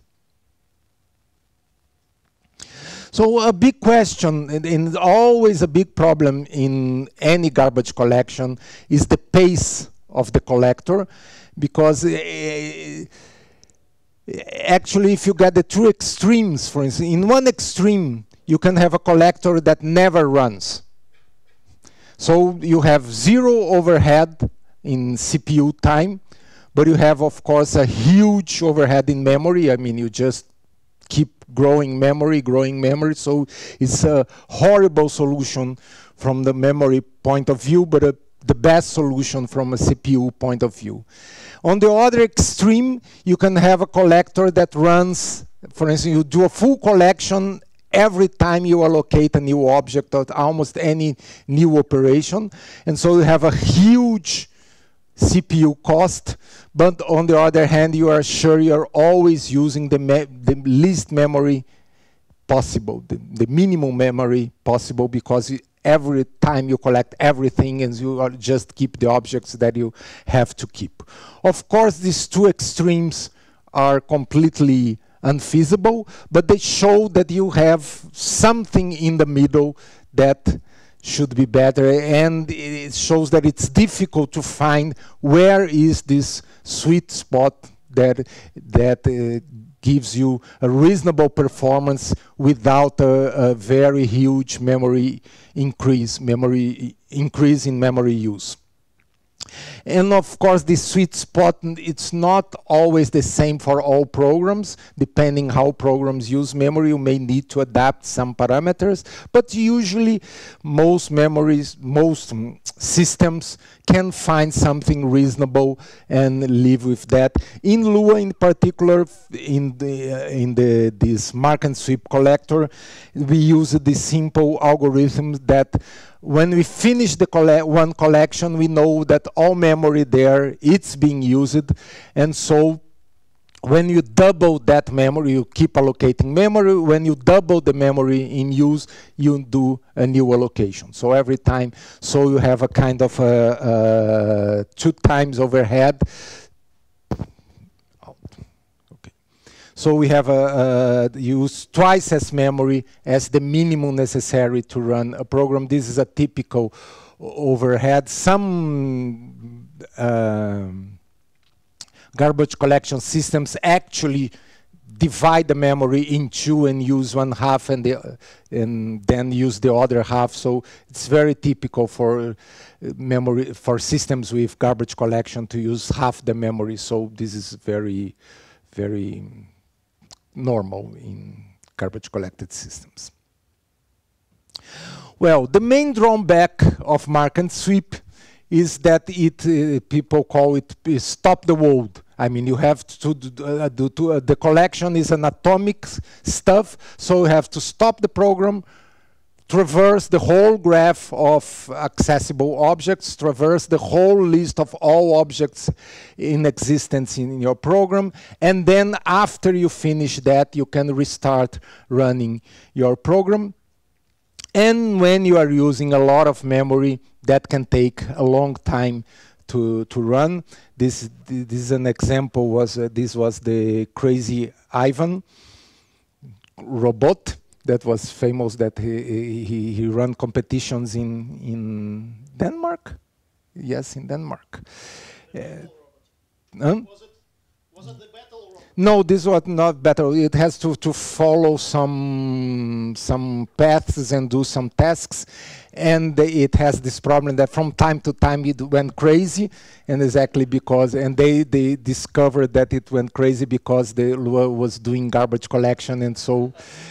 And they solved that by stopping the collection. Since a long time, Lua has explicit control over the garbage collector. So, for instance, you can stop the collector, you can restart, you can force a collection. So they solved that by, from time to time, they stop the robot. They run with the garbage collector stopped, then from time to time they stop the robot, the motors, then they run a full garbage collection, and then they start the motors again, so everything worked. But it was not a very good solution, but solved their problems. But this was a very, very big problem in Lua, in particular for games, for instance. This is a very bad idea to stop everything to do garbage collection. So in version 5.1, Lua got what is called an incremental collector. And the incremental collector interleaves the execution of the collector with the execution of the main program. It runs a little of the program, then runs a little of collection, then a little of the program, and it's like more or less like a multi-threading, but it doesn't have explicit threads. It's all coded for the execution to do the both paths. And there is this funny thing about in garbage collection literature, that from the point of view of people that are working with the garbage collector, the main program is just an irritating thing that is changing your data while you try to collect it. So it's called the mutator. It's something that it's very strange and keep changing the data while you try to collect. So in all literature about garbage collection, they call the main program is the mutator. So everything they say, the mutator does that, the mutator is just a noise in for the real important task you have is to collect garbage, and there is something doing something, you don't know why, but anyway. And so the standard technique for incremental garbage collector that Lua uses, it's called the three-color collector. And each object is always in one of three states. It can be white, gray, or black. And the meaning are the objects that are not visited yet are marked white. So these are objects that can become garbage. Objects that were visited but not traversed are marked gray. And objects that were already traversed are marked black. So you collect objects, you put them in a list. I mean, they are white, you put them in a list of gray objects, and then you get objects from this list, traverse them, and they become black. And the main invariant, the main interesting thing about this collector, oh, here I got the colors right, is that a black object never points directly to a white object. The gray objects do a kind of a boundary around all objects that are marked. Any reference from a black object to a white object must be through, like here, through a gray object. So the main invariant of this algorithm is that a black object never points to a white object. And when we finish gray objects, when we traverse everything and there is no more gray objects left, then everything black is to be preserved, everything white is garbage, and then you can do the sweep. But of course, this is exactly what I just said. So, but of course we have this noise of the mutator that can break the invariant all the time. For instance, if you have a T, for instance, was already traversed, is a table that is black, and then you create a new table that is white, and you assign that, and of course you break the invariant. And so what we do, we have to have right barriers. That means usually could be in all assignments. We will see that we don't need to be in all assignments, but in some assignments you have to have what is called a barrier. There is a test that checks the colors of the objects involved and checks whether it's necessary to do anything to restore the invariant.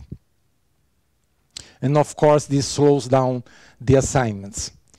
And there is two ways to solve to restore the invariant. Either we can get the black object, it moves it like back in time and put it again as a gray object, or we can forward the time and get the white object and moves that and turn it into a gray object. And we'll see, I have two examples here. No, there are some heuristics to avoid problems with this, what's the best solution. The first thing is that once an object becomes gray again, that is, we do some assignment to it and we move it back to gray, then it is kept gray until that famous atomic phase, because to avoid it being gray and then black and then gray again and black and gray and black, we assume there is not many objects will happen that, and so once it becomes gray, you are out of the game. When we finish the collection, then we'll traverse you and finish everything. And this is a very important point. Stacks, the main Lua stack, but we have coroutines, so there can be many stacks, are always kept gray. Stacks usually are not very big, are a small list of objects, but we do a lot of assignments to them. So by keeping them gray, we don't have to have write barriers to the stacks. So whenever you write to local variables, parameters, etc., we don't have to have barriers. And the cost is that you have to traverse the stacks in the atomic phase. As I said, stacks usually are small. If you have a lot of coroutines, you may have problems that the atomic phase may be a little heavy, but usually it's not a problem. And the other heuristic, the one I was going to talk before, is how we move the objects. For instance, when you do assignments to tables, it's very common, for instance, in a list to assign a lot of elements to the same table. So if we move forward the objects, that would mean, for instance, if this object is black, then all new objects here would become black too. So we wouldn't be able to collect anything here, even if they were reassigned and become garbage before the next cycle. On the other hand, if we turn this object gray in the first assignment, it becomes gray, and so all the other assignments are kind of free. So usually when we assign to tables, usually no, always when we assign to tables, we use this strategy of making the table gray again, if it is black. On the other hand, for instance, if you assign a meta table to an object, for instance, the meta table is white and the object is black, again, the object cannot, black object cannot refer to a white meta table. But here, on the other hand, it's much more common for one meta table to be assigned to a lot of different objects. So in this case, I mean, meta tables are things that are usually more stable than just any kind of values. And so in this case, we move forward. So we make the meta table gray. So if you assign it to other objects, we don't have, the barrier is not activated. So there is and there are other cases of values and etc. Each one we have to choose whether to move the collector forward or backward. But usually it works okay. And as I said, we have this atomic step. That is, it does a lot of things. Usually this lot of things are over small sets, so it's not a big stop in the world. It's much smaller than, for instance, you may have a million tables, and here you are traversing 100 tables or a few tens of tables. So this step usually it's much smaller and faster than the whole collection. So first it traverses those gray again objects, which includes the stacks. It clears the weak tables. Again, to clear weak tables is the same thing as finalizers. We must know where we can only do that after all objects were traversed. So we clear the weak tables. Then it separates the objects to be finalized, resurrecting them and their graphs. Of course, you may have an object to be finalized, and it accesses another one that was going to die too, and you have to resurrect all of them. And then it clears weak tables again, because there is a difference in the behavior of values and keys in weak tables, the interaction of weak tables with finalizers. But as I said, usually you don't have a lot of weak tables in your program, and usually weak tables are not very big. In the end, everything works okay, but of course some extreme programs may create atomic phases that last quite long. But never, at least never anyone complained. Maybe they didn't know what was happening, but what to complain about. And then again, with the incremental collector, the pace of the collector is a much worse problem than with the mark and sweep collector, because then as it runs alternated with the mutator, at what pace, I mean, how fast the collector runs related to the mutator. And notice that when we finish a collection, because the sweep phase is also alternated with the mutator, when we finish a collection, we already may have new garbage.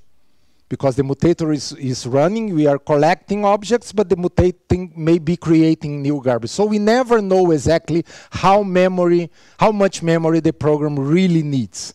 Because when you finish the atomic phase, you could count how many memory was traversed, but that again is an estimate, because by the time you finish the traversal, some objects may be already garbage, and when you finish the sweep phase again, so you never really have the minimum memory so the pace here is much more complex. Most collectors, and Lua do the same, measure time by memory allocation. So every time the mutator allocates that much memory, then the garbage collector runs that much work. And so we have some way to translate the bytes that were allocated to GC activity. And again, this is kind of some magical numbers that we have to find a sweet spot that the allocator doesn't run too fast and waste CPU time, but doesn't run too slow and waste a lot of memory, a lot of memory overhead.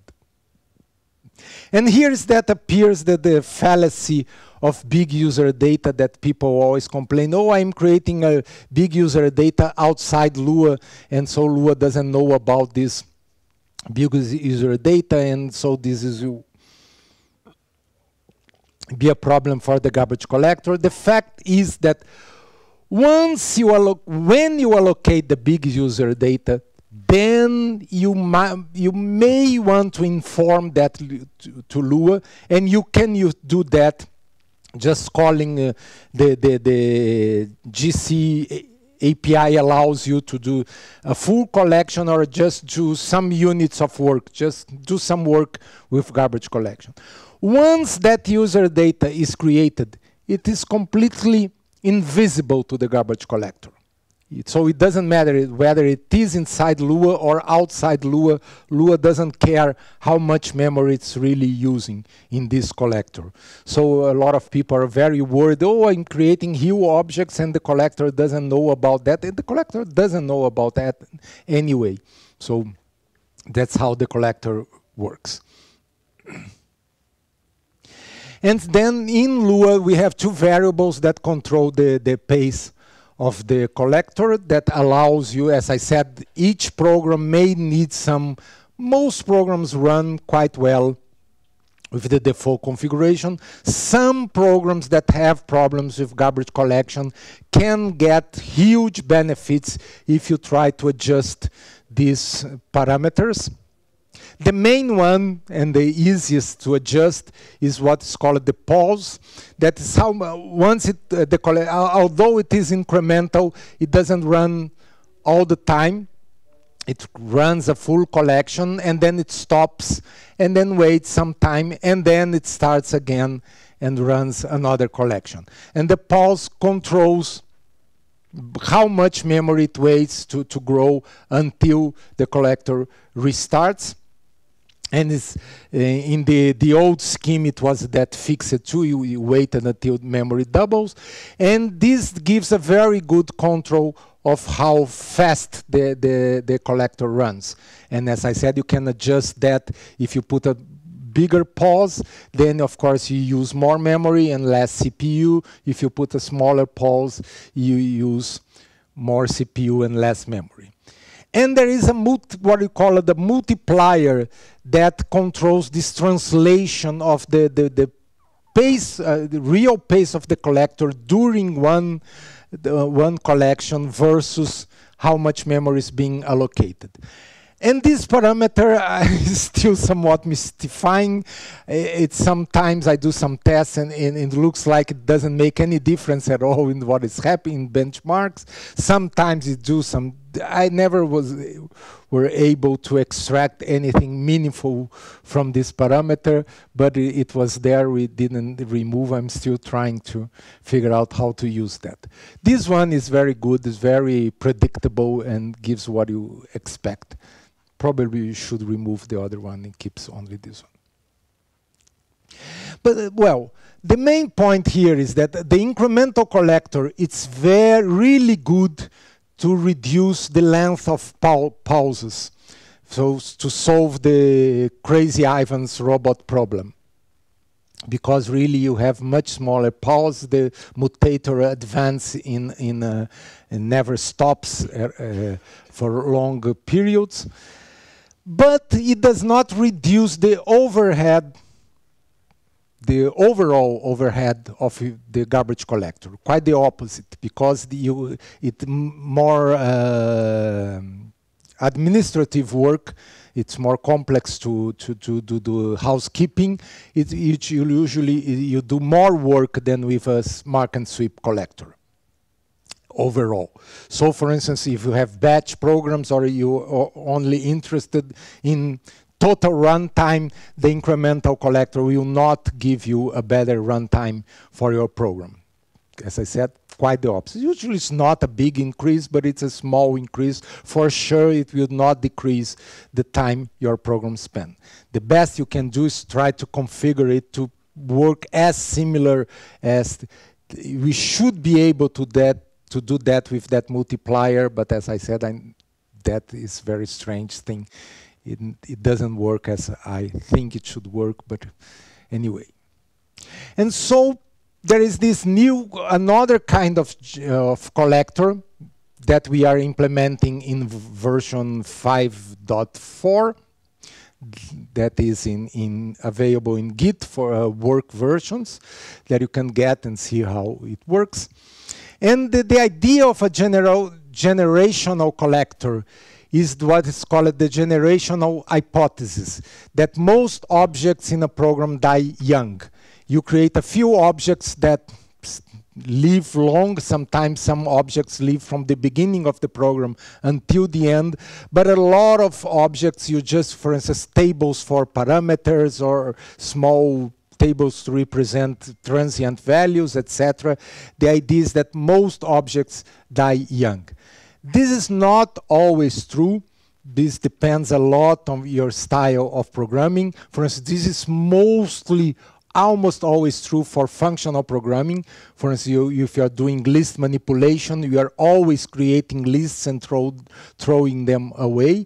In imperative languages, it depends a lot of how you program. If you are very conscious about your use of memory, you may exactly avoid creating objects that will die shortly. You try to reuse objects, etc. But if you program in Lua in a more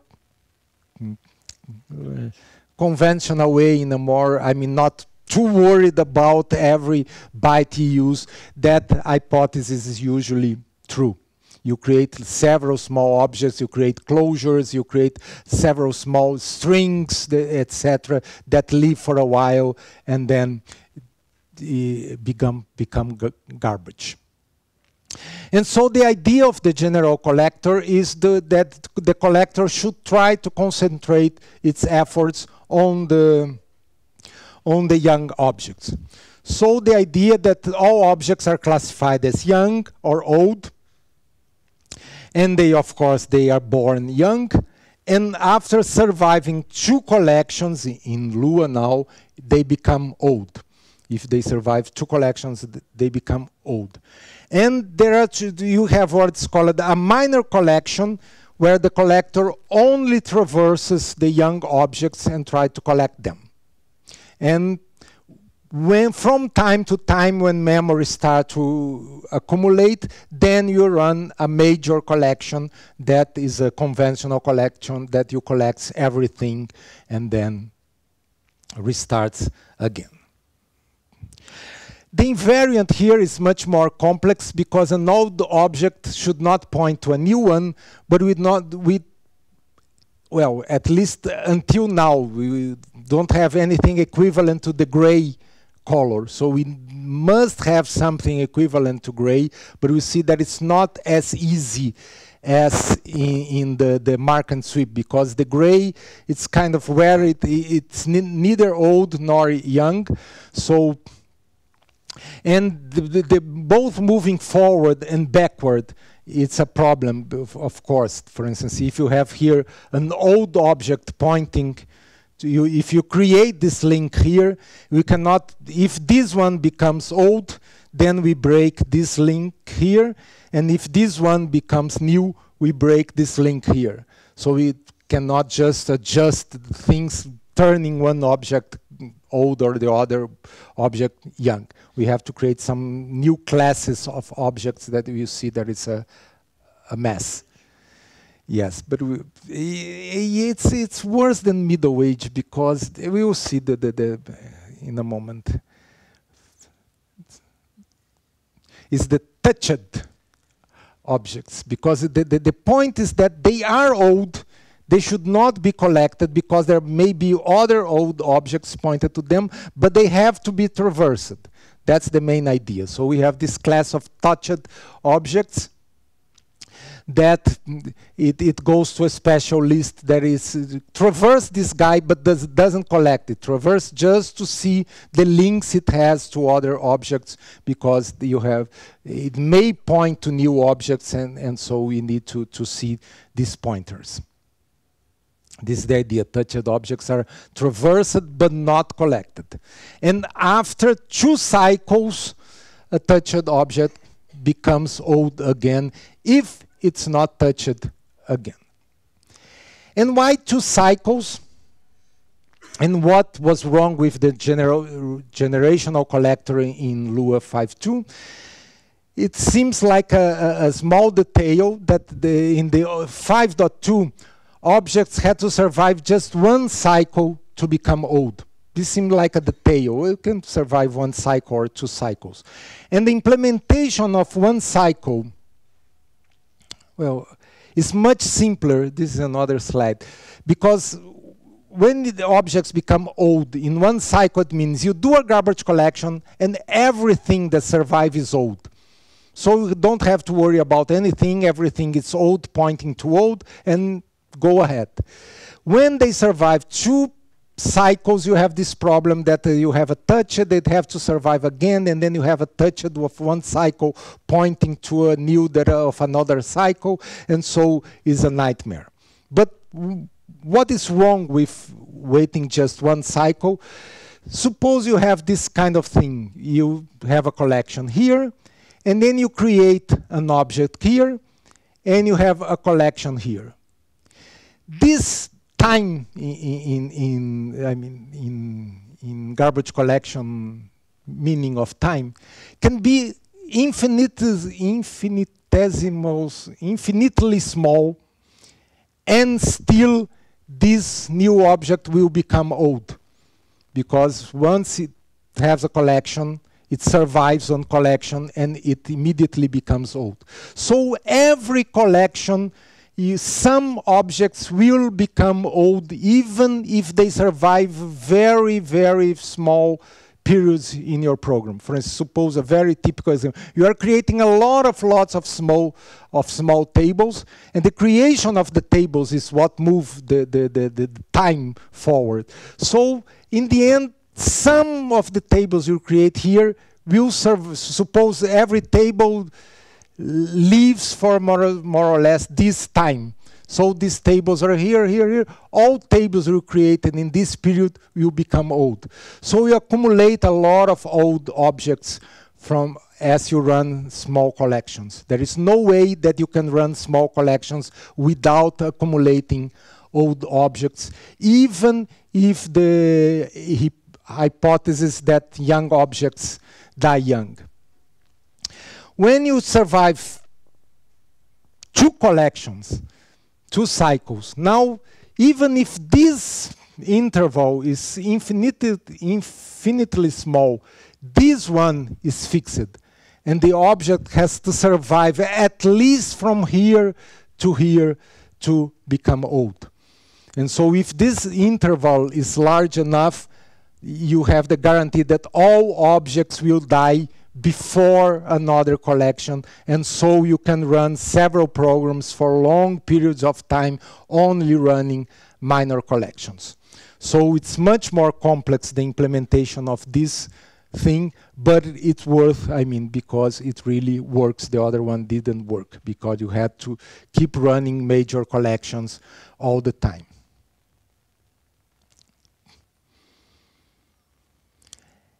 And so, but the complexity, it's more or less here. I don't think I have time to explain, but this is all the categories. I do try to explain that. This is all the categories we have now of objects. Because we have new objects, when they survive one collection, they become what we call survival. When they survive two collections, they become old, but not common old, because suppose you have a survival pointing to a new object. Then after a cycle, the survival become old, but the new becomes survival, and the old object could not point to a new object.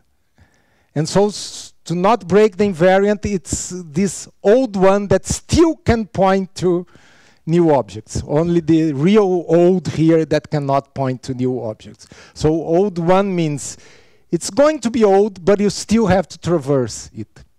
Touched is the same thing, is the one I said. It becomes touched, but again it comes touched to a new object, and then after one cycle it points to a survival object, and only after 2 cycles we can be sure it doesn't point to any new object. And so this is mostly, so the black arrows are what happens in a garbage collection, the red arrows what happens in barriers, and the blue arrows are what happens in the all other kind of barriers. For instance, I may want to make an object old, like a meta table. I assign a meta table to some old object, oh, make that old. But it cannot become a regular old, because I can have new objects pointing to it. So I make that old 0, so it survives as old at least 2 collections before becoming old. So it's a mess, the graph. Probably the implementation is full of bugs, but I tested as best as I could. And as I said, the solution in 5.2 looked much better. I mean, you just have old and new, and that's all, but it doesn't work. So it's not that useful. And so, final remarks. When the generational hypothesis holds, that is common for a lot of programs, the collector can reduce the overhead of the garbage collector, the overall overhead, so it can increase runtime of a program. As I said, not always the hypothesis holds. This is very common for batch programs. For instance, there's a lot of programs that just building a huge data structure, and for instance, a compiler, and he builds a huge AST abstract syntax tree, and then traverse that, creates a lot of other stuff, and finish without collecting much stuff.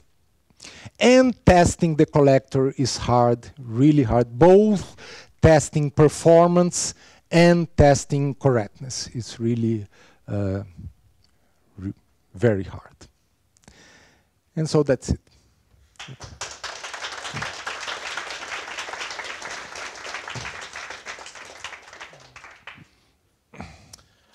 Thank you, Roberto.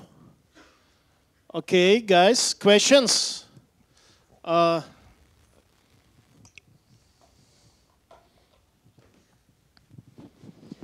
Thank you for your talk. And don't you think, or don't you measure that reference counting may be cheaper than total work for counting objects, collect objects, and so on? Depends. But as I said, for instance, all this overhead, if you do not create objects, you pay zero. Or almost zero. But in real programs, I think we create objects. Yes, we do. So that's why I said depends how many objects you create, how you do that. But I think I never measured because I never was able to implement a full reference count in Lua. That the reference count overhead would be larger. Usually this overhead is not very big, at least in CPU time. In memory can be big, in CPU it's not very big. And the reference count has other problems. I mean, a big problem, it has two big problems. Loops? Loops, yeah. Loops is a problem. Everybody say, oh no, but reference count gives you, for instance, what they call it is deterministic finalization. Yes. Unless you have loops. And then it's not deterministic anymore, so you don't have deterministic. But for loops we have weaken. Huh? For loop resolving we have weaken. You have weaken. What is weak references? Oh yes, if you're smart, but if you know there is a loop. That's what I mean. But deterministic determination means deterministic. It's not, oh, if you're smart, you don't need deterministic determination. You put the close everywhere and everything is fine. The problems we are not that smart. And so loops, the problem with loops is that more often than not, they occur without you seeing them. Okay, thank you. So I think this is a real big problem. And okay, thank you. Next question, please. Behind. Thank you. What kind of testing do you use during development? Do you use formal verification or unit tests? What else? No formal verification, unfortunately. Is it possible at least? It's possible, but I don't know anyone who done that. I mean, people are trying to verify much simpler things now. I mean, if you verify, now people verify a compiler, but these are huge projects that publish lots of papers. I think it's really hard to. We try to formalize some parts, not in the code, but the ideas, and we have a lot of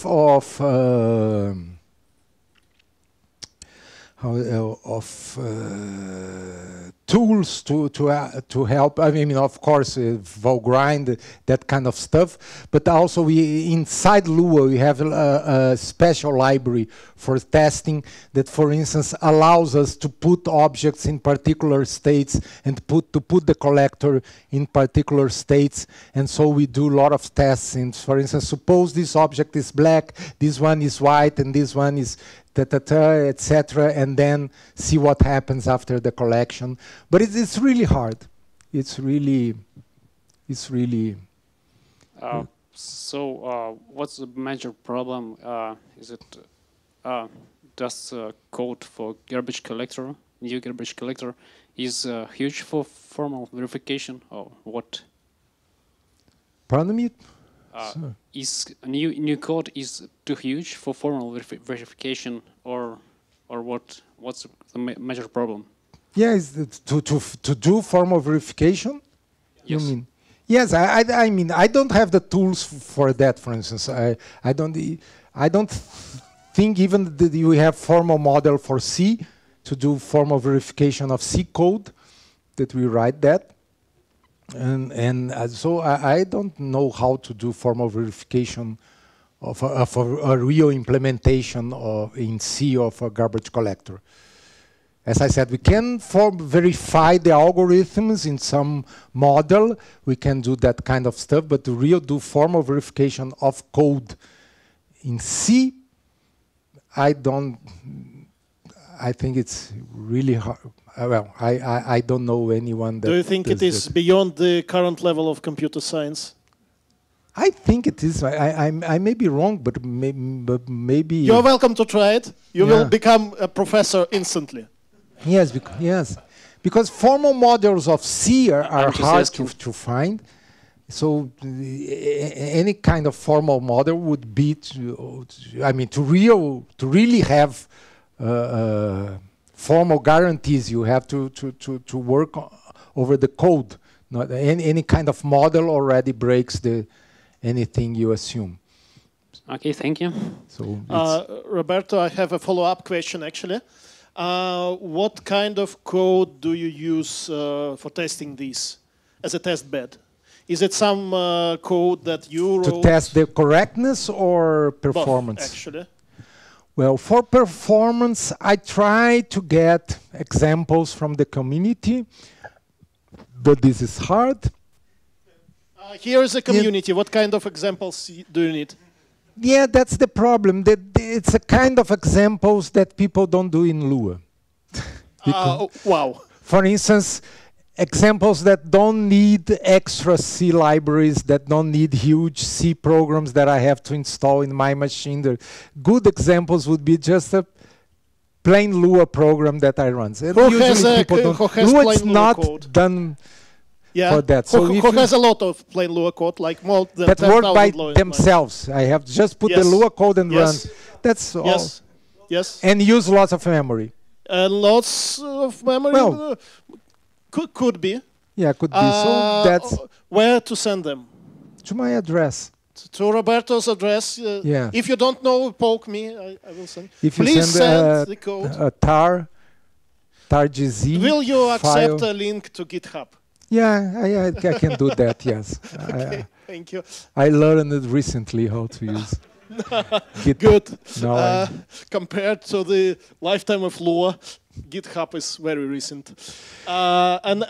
Actually. But for sorry to interrupt. For correctness, usually these programs are not very useful. And as I said, we try to do a lot of strange things and to control the internals of the collector. We have, for instance, a library function, this test library, that traverses the whole memory, checking all the invariants.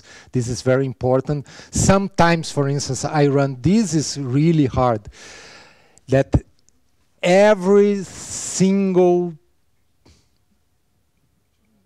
collection, every time we create an object or every time we any kind of memory allocation we check the consistency of the memory. And so it can take like 3 hours to run a test or 1 day to run a test, because we traverse everything. But it gives you some confidence that because it checks everything exactly, that all old objects are not pointing to new, everything are in the list they should be, etc., etc. Also, this test helps a lot. Okay, and one more question for me, sorry. The garbage collector you just described, is it Lua 0.3 or Lua 0.4 or Lua 5.3? 5.4. 5.4. Yeah, it is in the Git. So how stable is it now? What do you think? What do you mean stable? How release ready? Huh? How ready is it? It is. Well, I couldn't find any bug in what is available. And guys, it is on GitHub, so if you're interested, come and test. And the next question, please. Yeah, it should be ready. I mean, all new versions of anything so complex may have bugs, but it's as tested as I intend it to be. I mean, I don't intend to do. Was really heavily tested. Okay. Roberto, the algorithms you talk about are very interesting, but sometimes somehow what you talk about resemble what garbage collectors in other languages have. Yes. For example, we know that .NET garbage collector also uses the notion of generations, and it also have generation 1, generation 2, etc. Yeah. And the question is, did you compare your garbage collector to new garbage collectors of other languages? And can you say that Lua garbage collector has some prominent feature that other garbage collectors lack? No, I don't know how to compare because there is so much difference in other parts of the language. So it's very hard to, for instance, I'm going to compare performance of Lua versus, I mean, for sure other parts of the program would be much more heavy the difference. So I am more interested in improving Lua. I know that, I mean, all of this is standard garbage collections. I'm not creating anything new. I mean, even not productivity, Yes. but the strategy, the algorithms. Okay, you said that your algorithms not new. They share ideas of what other. They share ideas. No, they are copies of. Okay, I see. Thank you. I mean, there are some. It's a good thing with garbage collectors. I mean, there are some details, for instance, those heuristics that I did, but the algorithms are just, I mean, are completely standard. The three-color algorithm, the generational algorithm. This is not adapted. This is just creativity is selective thievery. Yes, Okay. exactly. Yeah. Yes, I'm not doing research here. I'm trying to improve Lua using standard techniques that other languages use. Thank you. Next question. Can I ask you one? Thank you again for presentation. You have talked about pure Lua, but the C API is also a source of memory allocation because of new user data function. For example, I have a real-life example when in our code we very frequently from Fortran call Lua, and during the call we allocate memory, we copy arrays to and back. And in the 5.1, I have measured the memory performance. It's excellent. So the question is, do you measure also memory performance not only for pure Lua but also for CAPI, the new garbage collector? I'm not sure I understand. What would be the difference in I mean, you are allocating memory in Lua anyway, in the end. The specifics related with user data is maybe. Yeah, but it shouldn't be any. I do some tests with C code, but I don't see that should be any difference whether you allocate memory in C or in Lua. I mean, it does make a difference if you allocate user data or you allocate tables.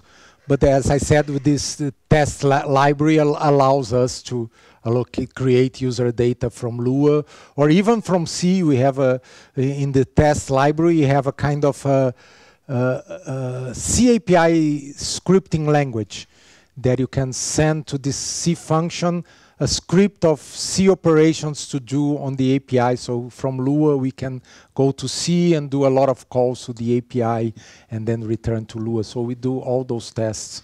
We do tests from the C point of view. I mean, too.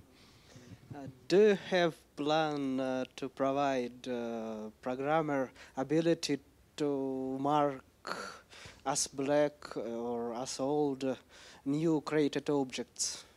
So if a programmer know it's a long-lived object. Yeah, maybe. I didn't think about that, but it's yeah. He's saying some people in the back are suggesting that's not a good idea, but yeah, but We have enough likes, guys. yes, yeah. Yeah, it wouldn't be. We really wouldn't help much because you have to because it may have pointers to other objects. You do have to traverse them anyway into collections, so it doesn't. It would be like to go from new to that old zero state, and the difference would be practically. Yeah, you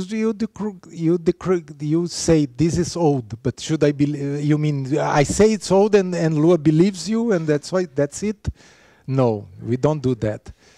As I said before, whatever you do in Lua may have undefined behavior in Lua doesn't imply crashes or memory corruption unless you use the debug library. May I ask the next question? Sure. Thank you again. And could you explain, please, what's the purpose of weak tables? To break cycles. Mainly cycles through C. This is very common. Actually, weak tables were created specifically for that. You may have a proxy in Lua representing a C object. So it has a reference to the C object as a user data, or it is a user data. And the C object has a reference back to the Lua object, and for that it needs the registry to keep the object alive. And so when you run the finalizer of the C object, it breaks the reference to the Lua object, and the Lua object can be collected. If you destroy the Lua object, it runs, it automatically the user data will be collected, becomes garbage, and so it runs its finalizer and removes the link in the registry. But these two objects are one pointing to the other through the register. So if there is no other pointers outside pointing to them, the registry will keep them alive. Okay, thanks. So the solution is for the proxy to point to the user data through a weak reference. And so it solves everything. You still have unbreakable cycles in Lua. Okay, and but sorry. Yeah, sorry. You cannot, Roberto. but you cannot create them in Lua. You can only create them with C code. Yeah. Okay, guys, I'm sorry. It is time now for the roundtable. So, Roberto, while they are preparing, you can answer if you want a few questions privately, or maybe you can have a 5 minutes break. Guys, please help me with the equipment organization team.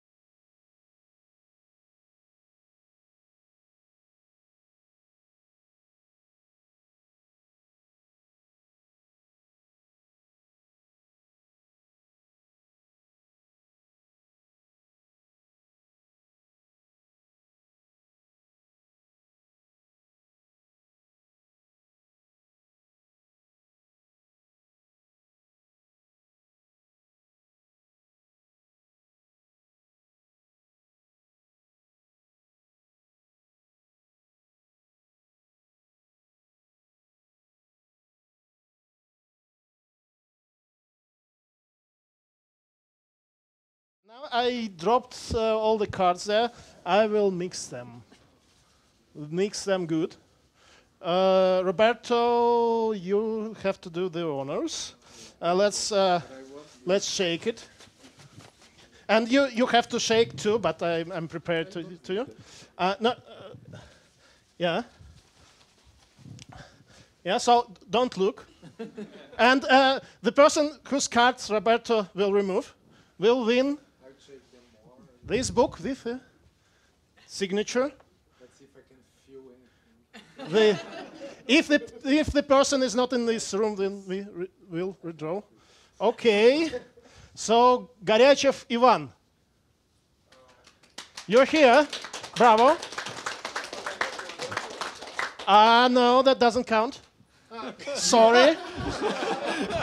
Okay, disqualified. Next one.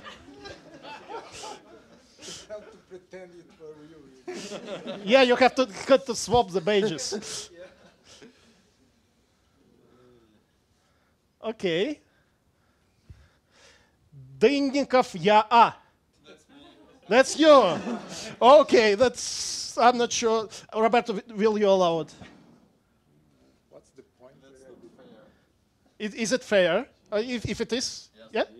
Yeah? Yeah, okay. Okay, so congratulations. And Roberto, can you please sign the book? And everyone, sorry, better luck next time.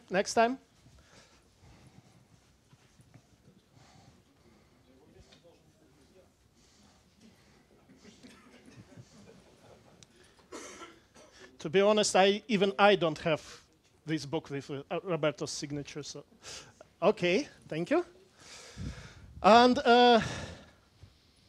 now, congratulations once again. And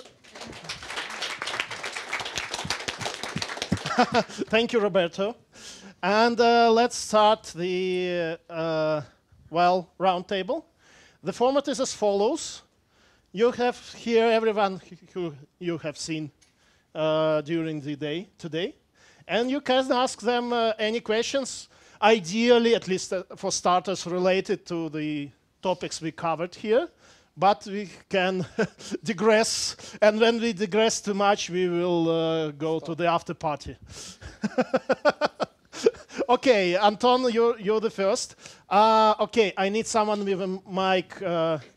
Yeah. So only one mic, though. Yeah, I think I can moderate and then pass the mic to the please audience. do. Yeah, sure. So I have several questions that I missed a chance to ask during the talks. One question at a time, please, and then the next. Sure, okay. And my first question is for Roberto. In your first talk, you had really nice slides with the priorities you followed when developing Lua, but I did not see such. You did not mention compatibility between language versions as your priority. So could you please comment on that? Is it not a priority, or what do you think about it? Well, I think you already noticed it's not a priority, but we are changing that. I think you can see in 5.3, Unbelievable was quite compatible, even with a big change of integers, etc. was quite compatible with 5.2, and 5.4 will be almost fully compatible with 5.3, unless you use like the C calls related to coroutines. There is one parameter changed in one strange C call, so we are getting more. This is becoming a priority, but it was not a priority. Even it's related to the way Lua was used, even today, that most people embedded Lua in. For instance, we have games running Lua 3.2 without problems today, and so they just got Lua 3.2 embedded. But of course, there are other problems. There are mainly documentation and programmers, etc. That becomes a bigger problem. I know Lua. Oh no, the Lua, it's not like you think it was. So we had. I found this piece of code in the net. It doesn't work anymore, and so So we are becoming more conscious about that. Yeah, thank you. Можно там водичка есть, ее сюда передать для спикеров. Okay, the next question, please. Anton, next to you. This one goes to Roberto too, but I think that other people can answer it then. So, are you happy with the way the Lua community is now, or do you think that something can be improved? For example, we can we can popularize Lua more, or invite newcomers and show them how awesome Lua is, and what can we do about it?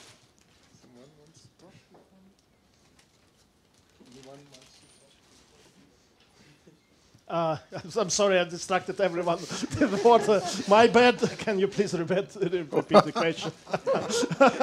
Roberto. I can answer that. Yeah. Pass the water. Sorry, guys, it's been a long day. Yes. Yeah, sorry about that. Sorry. Please repeat. Well, the Lua has, in part, I think, because of the language itself, Lua has a very fragmented community. I mean, this is related first of this stuff of being a scripting language. So it depends a lot of the host, and so it's difficult to share code because you don't use the same host, so each host creates a kind of different community. Second, because it's used in games, I think it's a very secretive community. And third, it's very used in embedded language that, again, it's the same problem as hosts. Again, it's very fragmented because each embedded system is completely different from others. So I think Lua has this main, I mean, it's not a web language. I mean, web language is what everyone wants to talk about, and this creates huge communities. And so this is a problem, but I don't know exactly how to solve that, because as I just said, that the problem is not how the community was created, but because really you have, for instance, people from World of Warcraft do a lot of this. They assume World of Warcraft. I heard there is a huge community of users, as I said, the huge libraries and the repositories, but they cannot share most of their code with other people. So I think this is I really don't know how to increase this sharing between the communities. I'm not very good at that too, but yeah. Okay, thank you. If I may add a little bit, I'm sorry. But Ilya's question was just to anyone can add, I think. So just.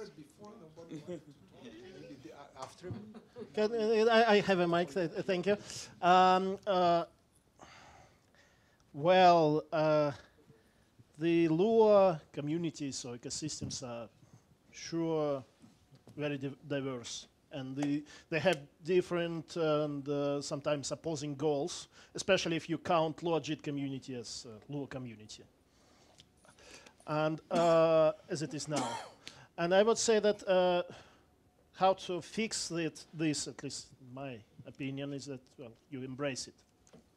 The things that the community misses is probably the strong drive to, well, if not unify, but to be a community. And well, I'm personally trying to fix that as far as I can do, one man or one team now, with our organizers. But this is something that, for example, Ruby had, I believe. Then before Ruby on Rails, they were unknown, much more unknown than Lua, a small fragmented language. And then someone came with a huge project. Well, we all know who was that. It's 37 Signals, the guys who were good at convincing other peoples to do it their way. This is one of the ways, I think, to convert Lua to something unified. But should we do it? I don't know, because it's a strength of Lua as much as it is a weakness. So, yeah. For sure, I not evangelizer. I mean, I am almost the opposite of evangelizer. I'm very afraid of convincing people of things, and then they blaming me afterwards. I just tell, for instance, as I said, I am the first one to say, "No, maybe Lua is not the best solution for your problem." And so I sometimes I really impressed at how other people are really convinced of.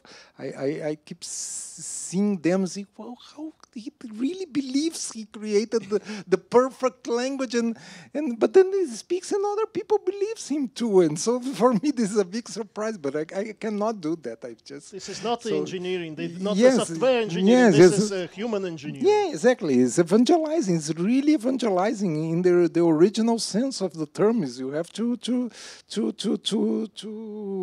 spread the faith in something, and I don't have faith. I have kind of headlines. Beliefs based on faith in Lua. Yes, exactly. Faith in the original sense of something irrational that you believe because you believe. I believe in what I see in evidence, and sometimes I can change opinion because I see new evidence, and this is completely contrary to faith. And so I'm not at all a good evangelizer. So Roberto is not a believer. He's a scientist. He knows. I'll try to. Yes, we everyone try does. to. Okay. What are some good ways to embrace Lua? What do you think? To embrace Lua, I would say don't be toxic. Not to use is in particular, but what means embracing this difference? Don't be toxic. Be it's I'm not sure of the proper English word, fertilize in a good sense. Create an environment where good things grow and bad things die with prejudice. Sorry, not just kidding. So create positive environment. I would say. And it's not only me. I mean, the two other guys in the Lua team also are not very.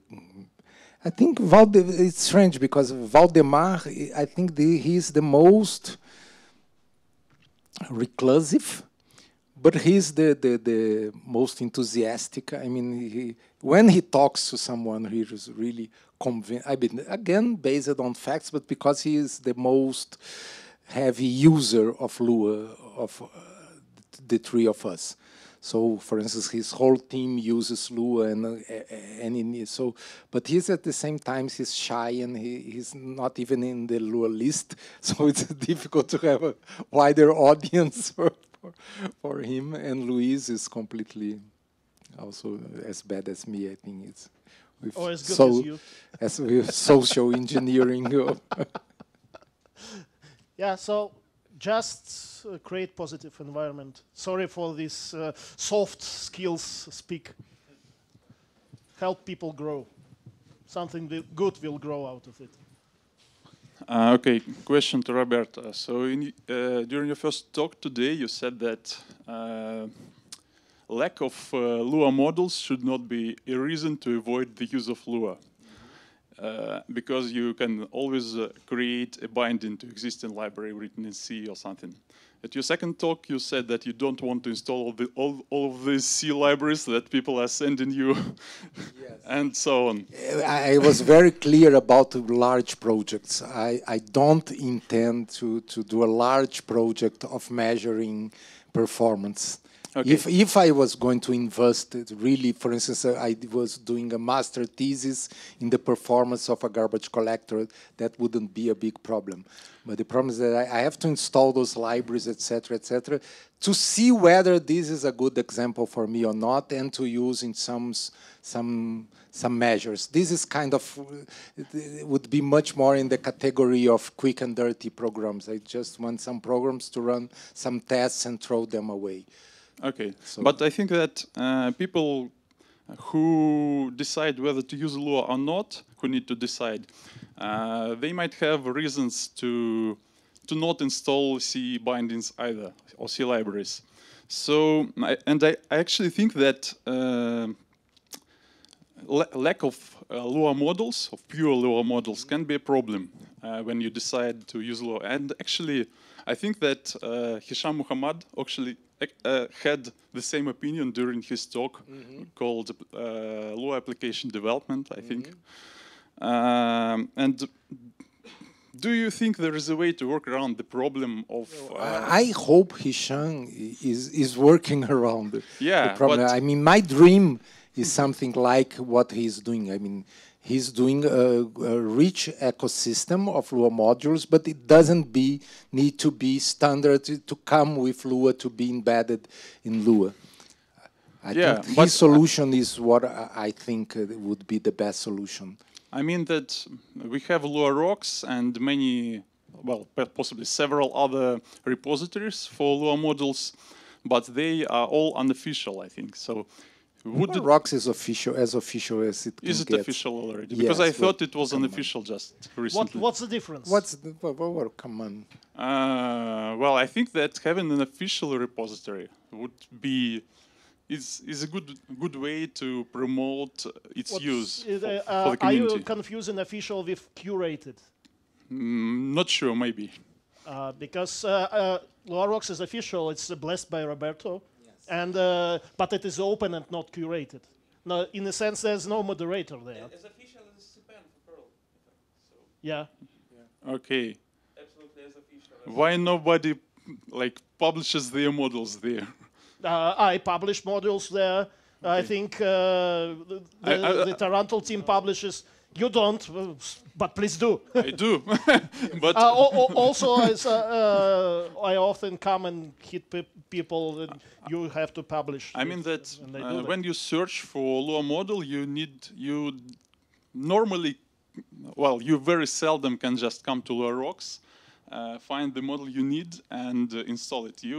Most often you need to go to GitHub, to Google, and find them to other big projects like Tarantul or game engines or anything, or big collections of libraries, and you need to install them from other sources, not from Lua Rocks itself. I would say that it's the same problem as with the community, because the ecosystems are so different, and maybe the people from gaming agent not even know that there's Lua Rocks, because all they do is live within their own ecosystem, which is quite isolated of all the other Lua. And all that they can do is not, I would not say evangelize, but inform them and motivate them. I think exactly. The problem is that the community is fragmented, and Lua Rocks is one piece of that community. And for a lot of people, it's not very useful because they have their own communities and their own specific needs. So, okay. Yeah. But I bless Lua Rocks as much as I can. And okay. If that is the problem, that's not a problem at all. Well, I think that something needs to be done. Sure the Lua team, to, the whole Lua team to promote the use of Lua Rocks, to promote publishing of models on Lua Rocks itself. Well, come to people and contribute rock specs. That's the best way. Well, I think that it's not the only way. That some like PR is needed. PR is needed, maybe. But how do you look? Well, come to people and knock to their doors. And what's the best way to knock at the engineer's door than to contribute a pull request? Come on. Okay. Thank you. Yeah, it is.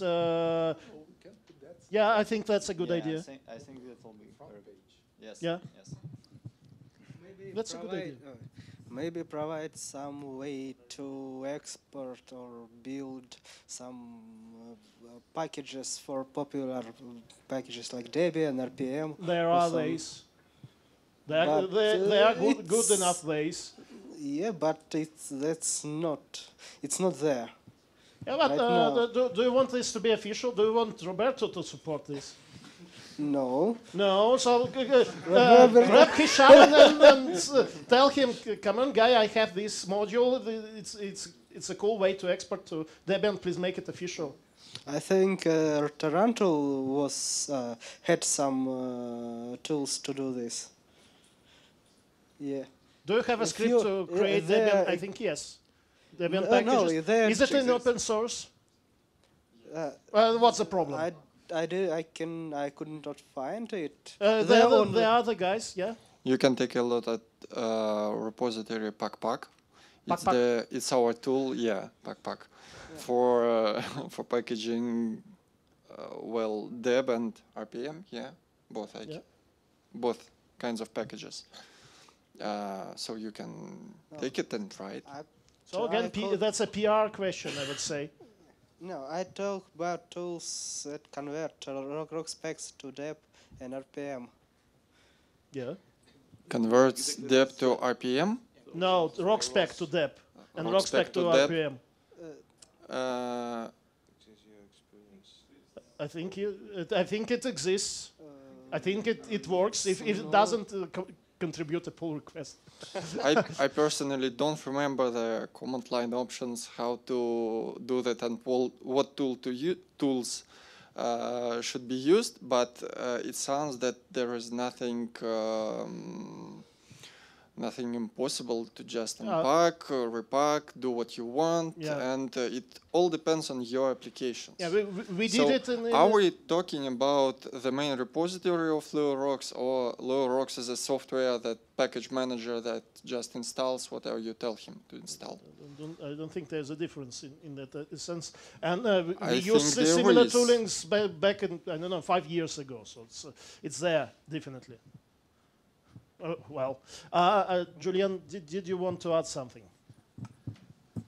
So yeah, I want to add that most of a fair chunk of the Lua community is either games or embedded, and in both of these environments, something like LuaRocks is impractical to use or not useful. So yeah, I guess that a lot of people don't bother. I worked a bit in embeddeds at some point, and LuaRocks was simply too heavy to run on the microcontroller, and if it has internet access at all. So yeah, that's the kind of thing I think that some people just don't bother. Yeah, I have actually a related question, Roberto. A few years ago, again, we discussed with you what's ideal ecosystem for Lua framework to grow in, to become popular. And I believe you have said that it is something that Lua excels, where it is important to learn to code quickly and to be really fast. Is it true? To do what? Sorry. To be fast, to learn to write code quickly, and for this code to be fast. Is it correct? I don't think so. Okay, please correct me. I don't remember what I said, but yeah. That's a long time ago. Then I will repeat the question. I think strange that I said that you should code fast. Not code fast, but fast code. Oh, write fast code. Yes. That's not standard. I mean, so the Lua is a fast interpreter, is it not? The performance is good of the Lua. Depends what you do. Depends but in general, against no, what. No? I mean, is Lua slow? No, but fast. Is it fast? Is it when I started with Lua in 2005, it was. It should be fast and not enough for your needs. Yes. But it is not as fast as a C, for instance. Okay, but there's a second criteria, which is, it's much harder to learn C than to learn Lua. Oh, yes, that's true. Yeah, so both of those criteria has to be true for a Lua project, for Lua to excel in a project. I think that was your point, but maybe No, maybe my point is that this is a point that I make frequently, so maybe that was my point, that often it's easier to write code in Lua that it's faster than in C. I mean, if you write just any code in Lua and in C, then you may get Lua code faster than C. I mean, C code is fast if you know a lot. If you don't know, you can do horrible things. And in Lua, it's more kind of like most scripting languages, more kind of a medium. So it's if you're really good programmer, you cannot excel. You will not build the brightest data structures in Lua or in Perl or in Python. But if you're just not that good or don't care, I just want to write something, you have a reasonable performance with very little effort. And in C, you can do some really bad stuff.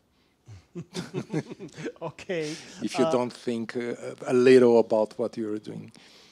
Yeah. Okay. Anton, did you have a question? There's yes, a question. I do. Yeah, on your left. Mm-hmm. There are several projects, as I know, that allows to interpret Lua or run Lua in JavaScript. Yeah. So you can use Lua code in browser. But there are no browsers that can use Lua directly. Actually, there is one. There's a one security-related browser that can do this. I don't remember the name. Is there a chance, is there a way that Lua will become another web standard like JavaScript right now? Or do you even want that? Or it's a bad idea, and why? I think it's completely out of scope to think anything but Java. I mean, JavaScript became people running C on top of JavaScript. I mean, JavaScript is the language of the browsers, and I don't think people tried the what's the name, the WebAssembler to put as a standard, and it's a nightmare. I mean, it doesn't advance, and it has a lot of incompatibilities with JavaScript, and it's better to keep with JavaScript. I mean, if we can convince Microsoft and Google and what else, Facebook, and give me more 3 or 4 names, Mozilla, that they should support Lua, maybe we. But do you want but that? before, Do you actually want that? No. I don't think. Well, it would be great to be much more famous. Yeah. But I wouldn't be allowed to touch the language anymore. I mean, if I want to do anything related to programming languages, I had to create another language because I would be expelled from the committee for sure. I actually remember the reason I asked this question. I remember our talk back in IPO on Web office. Then the question was, do you wish that initially Lua would be adopted instead of JavaScript because the age of the languages are more or less the same? And did you ever wish for that? So from the very start, there would be Lua in browsers and not JavaScript. And I remember that your answer was something along the lines that no, because then you would require all that backwards compatibility that exists, that kills JavaScript nowadays language. Yeah. Yeah, I would say something that it's not very polite, but it's true. I mean, I would be much more famous, but I would be famous for creating a horrible language. So it's a kind of, it's hard to decide what your ego wants. Not mine ego, for sure. Okay, more questions, guys. There's one in the back. You mentioned that Lua 5.4 is as stable as you want it to be. Lua 5.4. You said that it's as stable as you want it to be. Do you plan to tag a release? No, sorry, I said that garbage collection in Lua.4 was as stable as I wanted to be. So there is Lua 5.4 release isn't going to happen anytime soon, right? Define anytime soon. I just checked the version history, and it's been like 4 years since the last major release. And it's more than the previous one, so maybe we could hope for in the year. I hope they didn't see the interview yet, No, because no, I not answered yet. that yes. I answered that in an interview. Probably for almost for sure this year, maybe in a few months, if there is no big surprises in the way. We are planning to close the version soon, and then always take some time but hopefully in a few months. And can I ask the question back? Why do you want Lua 5.4 so much? Because of the new generation of collector, of course. Oh, of course. It's crazy to because the current is not good enough. Okay. But why? The most recent example that we had, and we, as far as you know, we are using LuaJIT, and it means the plain garbage collector from 5.1. And the most recent example that was that it swept through 70 megabytes of application configuration and just Lua state, and it took like 100 milliseconds, and it didn't erase anything. So I'm sorry you don't have a page on. But sorry. It's The version in the Git repository should be stable enough for you to use, for at least for tests to check whether it behaves, we're considering that. Yes. Yeah. So am I getting this right? That Tarantal is considering to migrate from LuaJIT to plain Lua? No, but there is a LuaJIT branch embracing the new changes regarding garbage collection from 5.4. Okay. So we're looking at it. Okay, Anton. Yes, my question is just, do I understand right? You have estimated the effort that will require to, say, backport the generational garbage collector back to LuaJIT? No.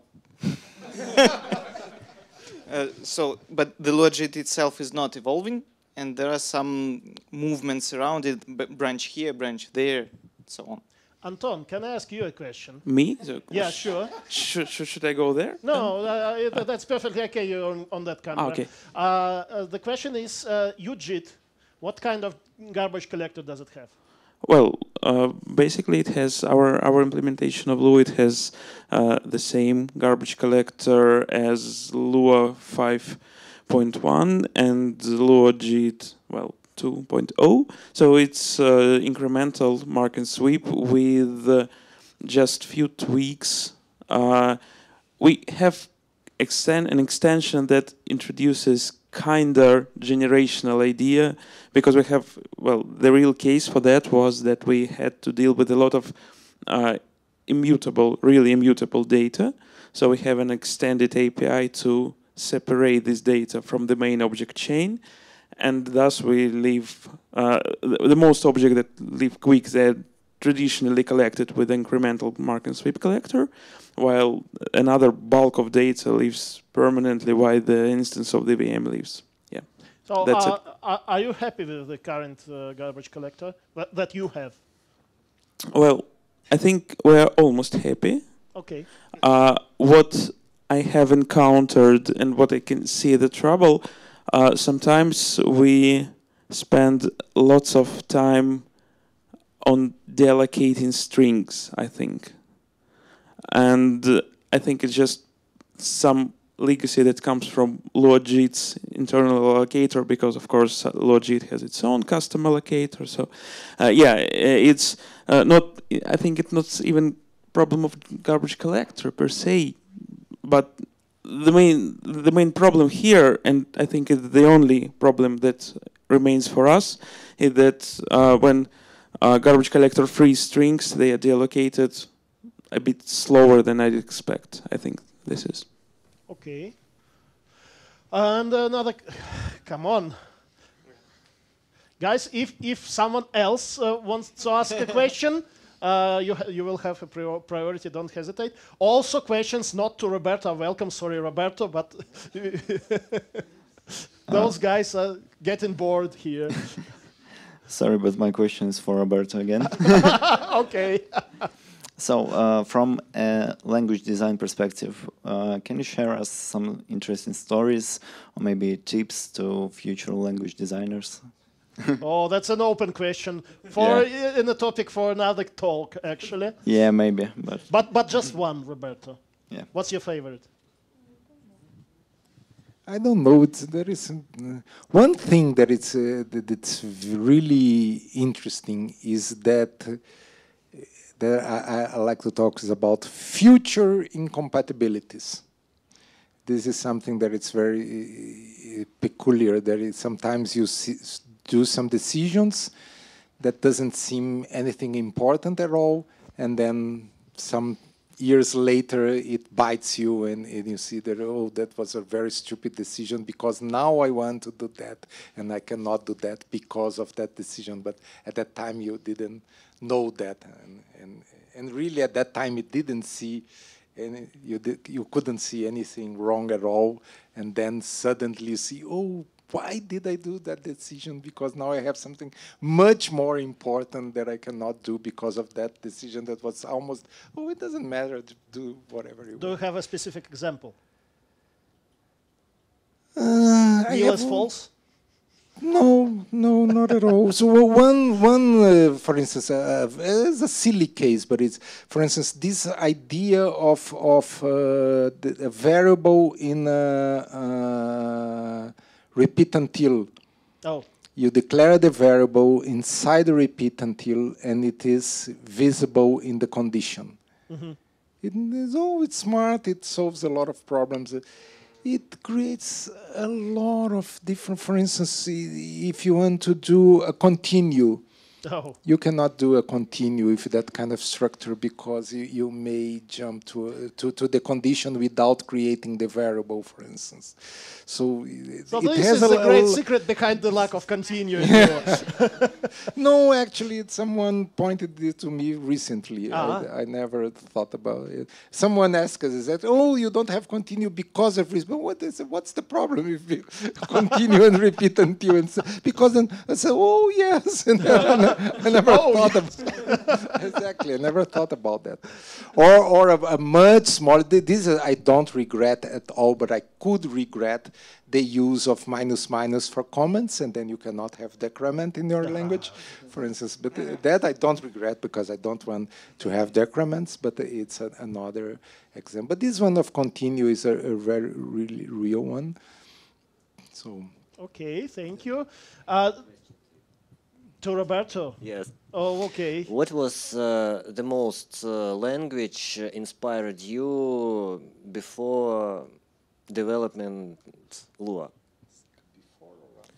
Before. Which language inspires you? Before Lua, actually one of the things that mostly inspired me was VDM. That is a definition language. It's a formal language for a formal definition of stuff. Also, was driven the creation of tables. So VDM was a main driver for the language.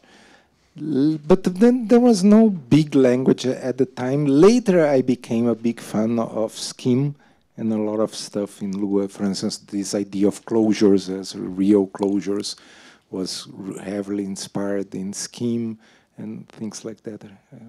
I think exactly following this idea of whether you create a very famous and bad language or a not so famous but really good language, I would dream of creating Scheme. Be very proud of. It's really well-designed language. Okay. Do you follow any modern languages designs like Go, Rust, or Dart? Do you steal something from them, like ideas? Can you even steal something from them for Lua nowadays? Beyond garbage collection?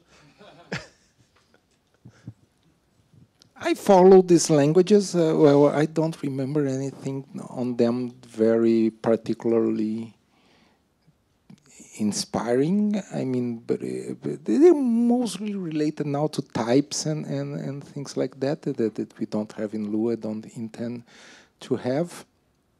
But I try to follow these languages. Yes, I have some basic knowledge of Go and Swift and Rust, not much. People say I should study Rust, but I still don't find. Okay, maybe not for Lua, but for Pauline. For Pauline, and as I said, we want Pauline to be simple. We don't want challenges. Nothing to steal then. Not yet. Oh, okay. Okay, so please, I want to have a question not for Roberto, from Anton, for example. You have a question not for Roberto? Oh, okay, bravo.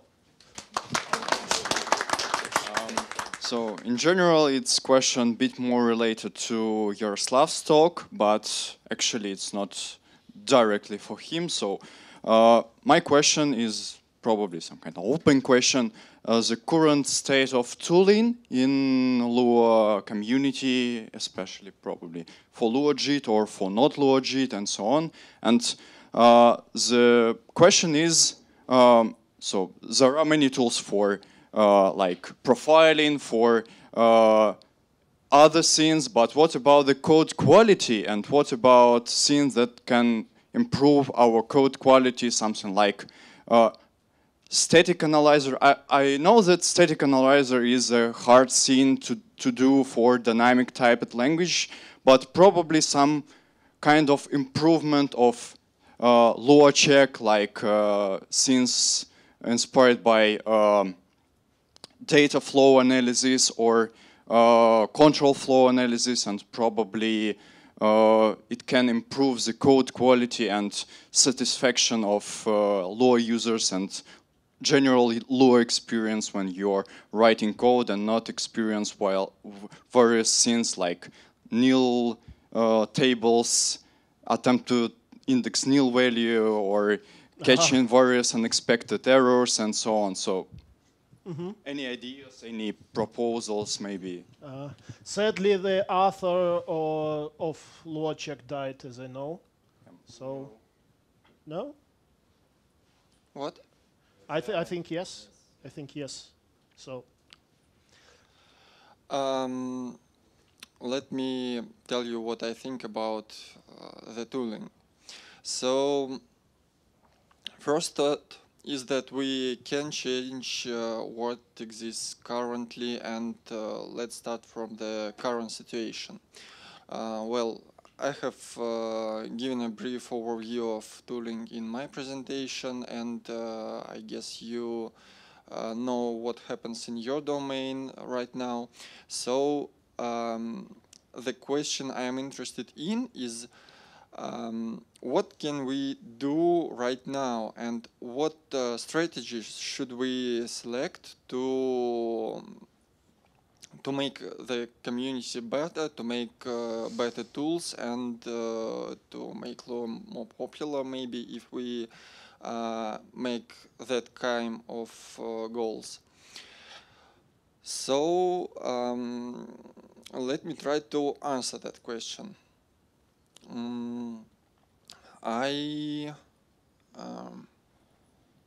For several destinations, for several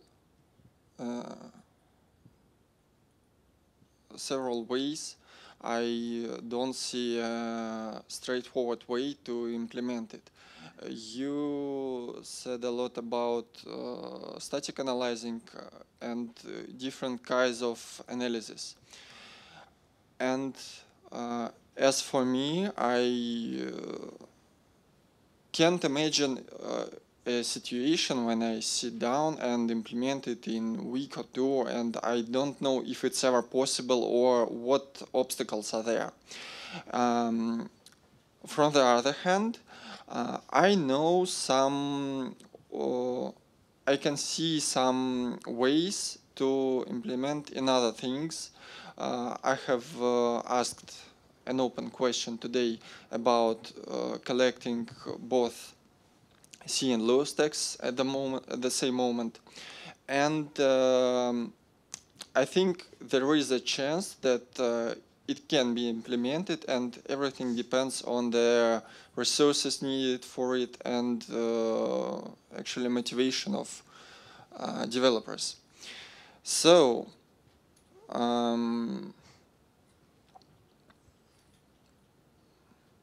can we affect it? Okay.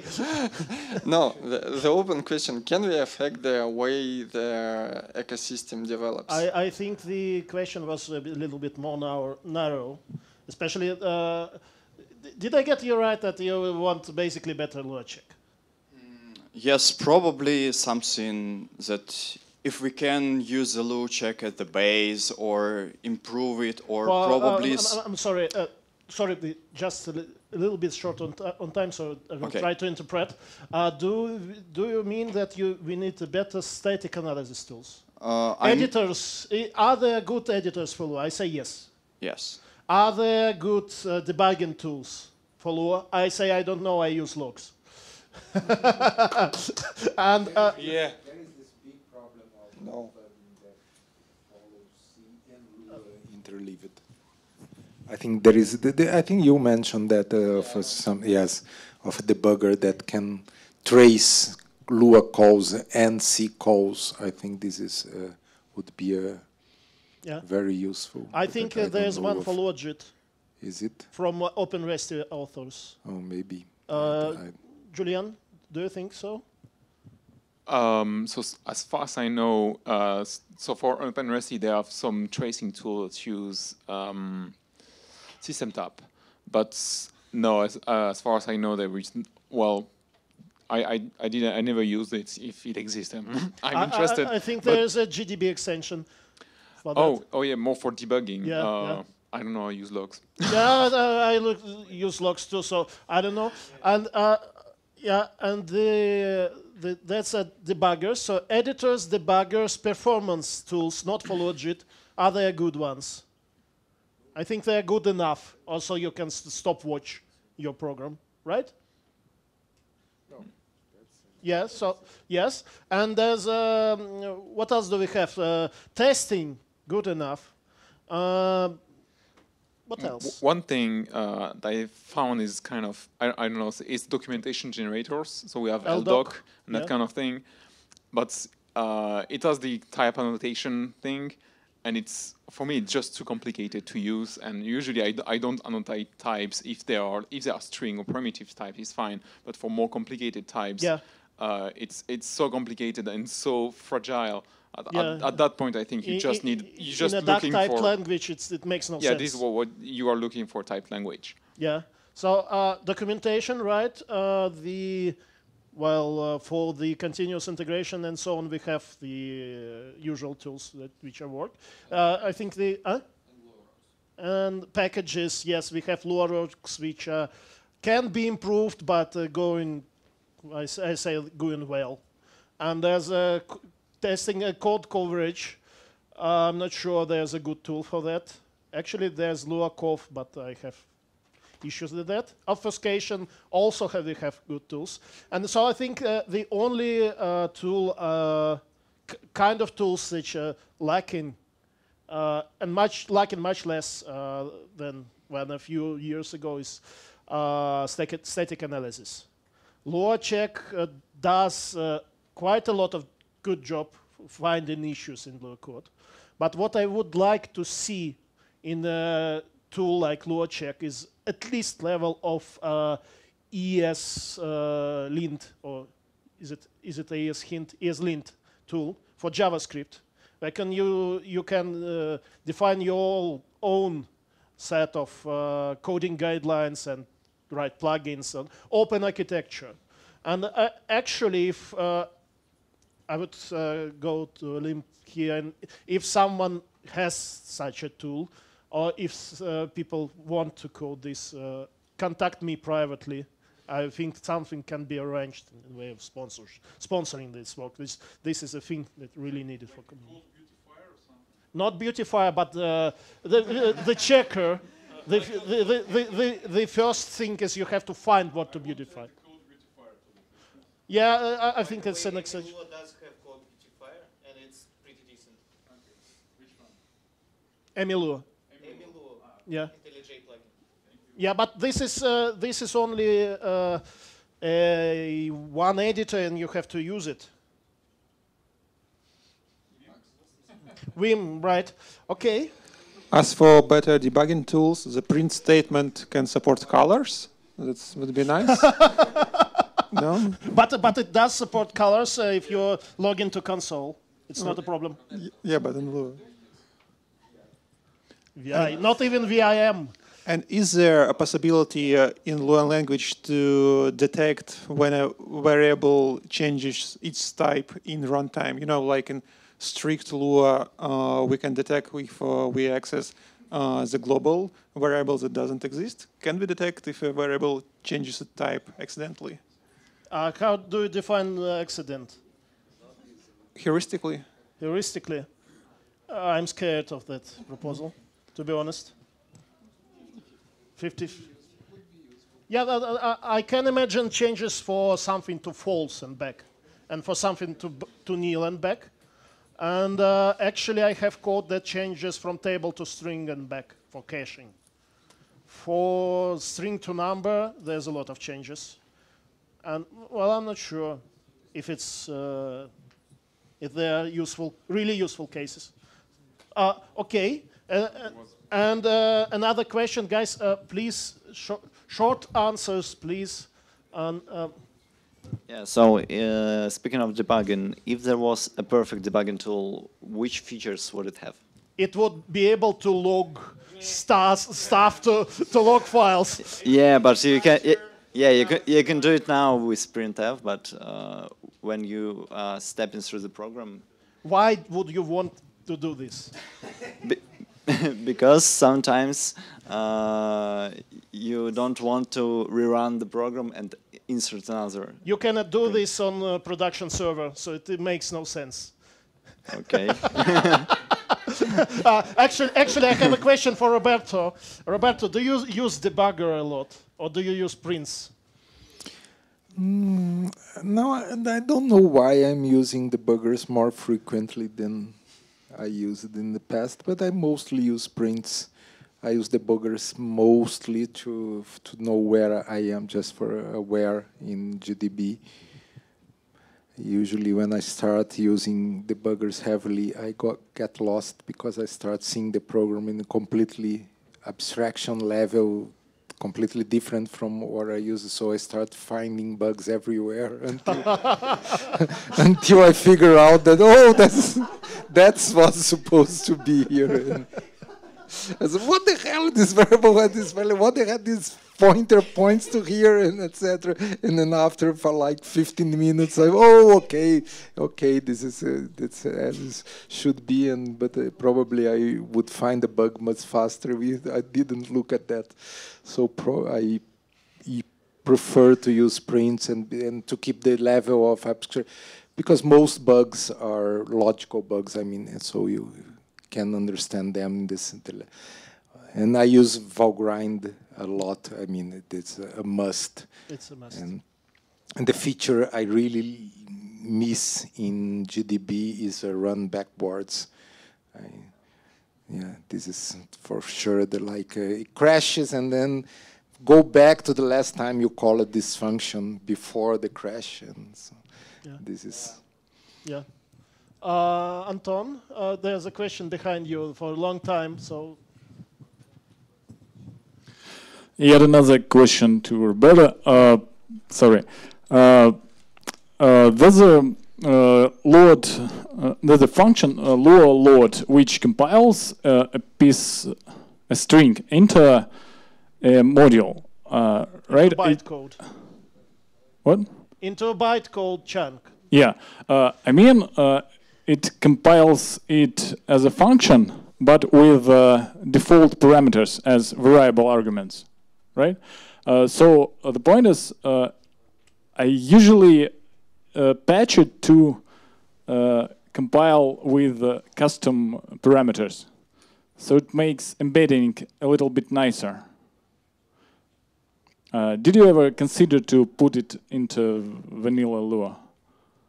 Yes, but I don't think it's that useful. I think it's kind of complicated because you have the problem of the name of the parameters, etc. I don't.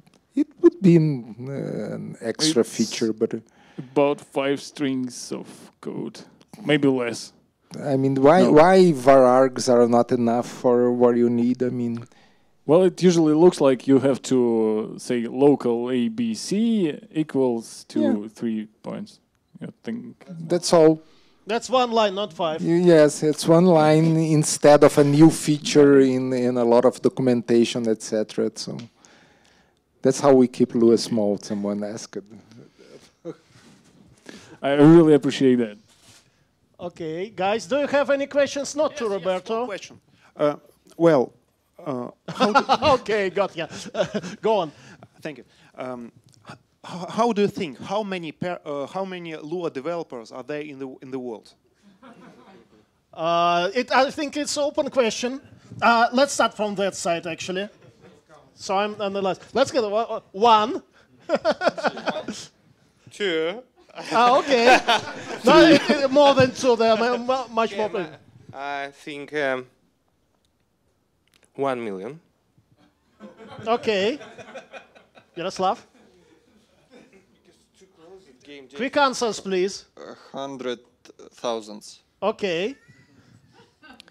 I think something between 5 and 10% of all the developers. And all developers. I don't know the number of. Make a guess. Firmi estimate. How many people on the earth? 7 billion. 7 billion. Okay, so let it be 7 millions of developers. So 700.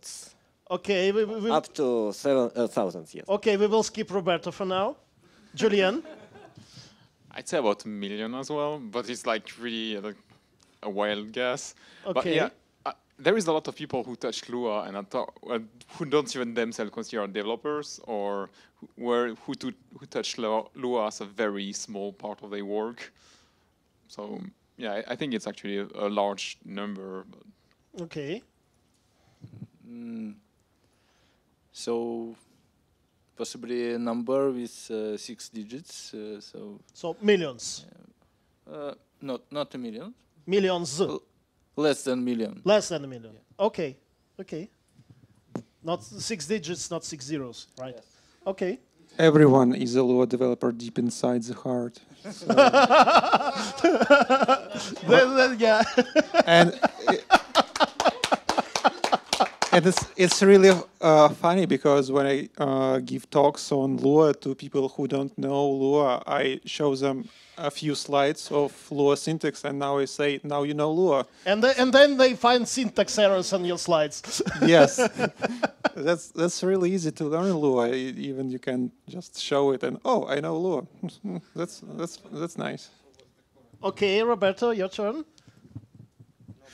I don't know how many developers they are, but I know that if each one of them bought a copy of my book, I would be rich. I don't know how much rich, but I would be. Richer. Okay, and well, my estimate is also millions, actually. Well, maybe low millions. And well, Lua is somewhere in the TIOBE index around the 20s. So like a 20th or lower most popular language in the world. I think that sometimes it breaks through higher. I'm not sure what sense does this index mean, but it's in some random number. So Lua is rather popular, actually, but not everyone who codes in Lua considers himself well, Lua programmer or programmer indeed. Anton, what's your estimate? Don't know actually, but okay, about around million. Okay, let it be. Yeah, 10%. 700,000. Seven. Almost a million, but it's more Yeah. exact. More Yeah. precise. 700,001, 700,002. Okay, guys. So one last question. Where are we going? Very good. That's I will answer that a little bit later. In a moment. Roberto, could you tell us about your work on grammars? On grammars? Yeah. Oh no. That's completely out of. Roberto, can you please say no to the mic? So say no to the mic. So what my work in grammars? I do some work in grammars, mainly with PEGs, or parsing expression grammars. I did an implementation for Lua. I do some basic research with that, but it's all written in the papers. There's nothing else to. So do you think parsing expression grammars have some properties that will lead to more expressive languages, or is it just an exercise in denotational semantics? No, I hope. I don't see that the current methods have problems to express languages. I mean, any language that has anything that it's hard to express usually should change the language, not the tool you are using, because people are usually weaker than tools to parse programs. And so anything that is hard to parse for a tool, it's harder to pass for someone. So my point of view is whether it's easier to write the parser, not that it's more expressive, but it's easier to write stuff, or it's more efficient and things like that. So PEGs, for instance, I got because I think it's a very good mix of it's something near regular expressions that you don't need to build something precompiled like in YAC and LAC that you have to precompile and create something, etc. It's just express immediately in your code and it runs immediately.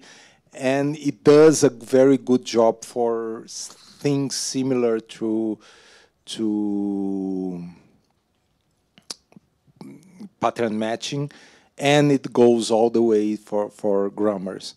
But my point of view is not that, oh, it's more expressive than context-free grammars, and I want that because I can write languages that I cannot write with context-free grammars.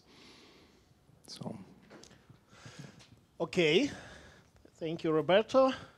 So I think, guys, this is it.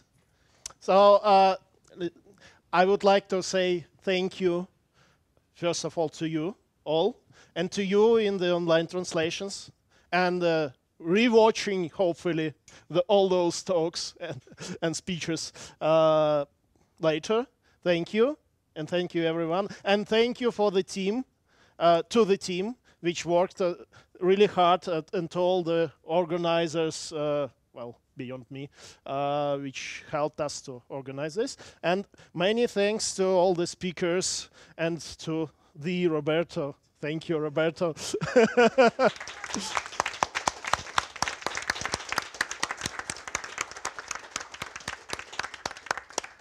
Also, I almost forgot, sorry, thank you to the sponsors. Brief applause, please. But thank you. Okay, so guys, we are going to the after party to Ferma Grill restaurant, real close here.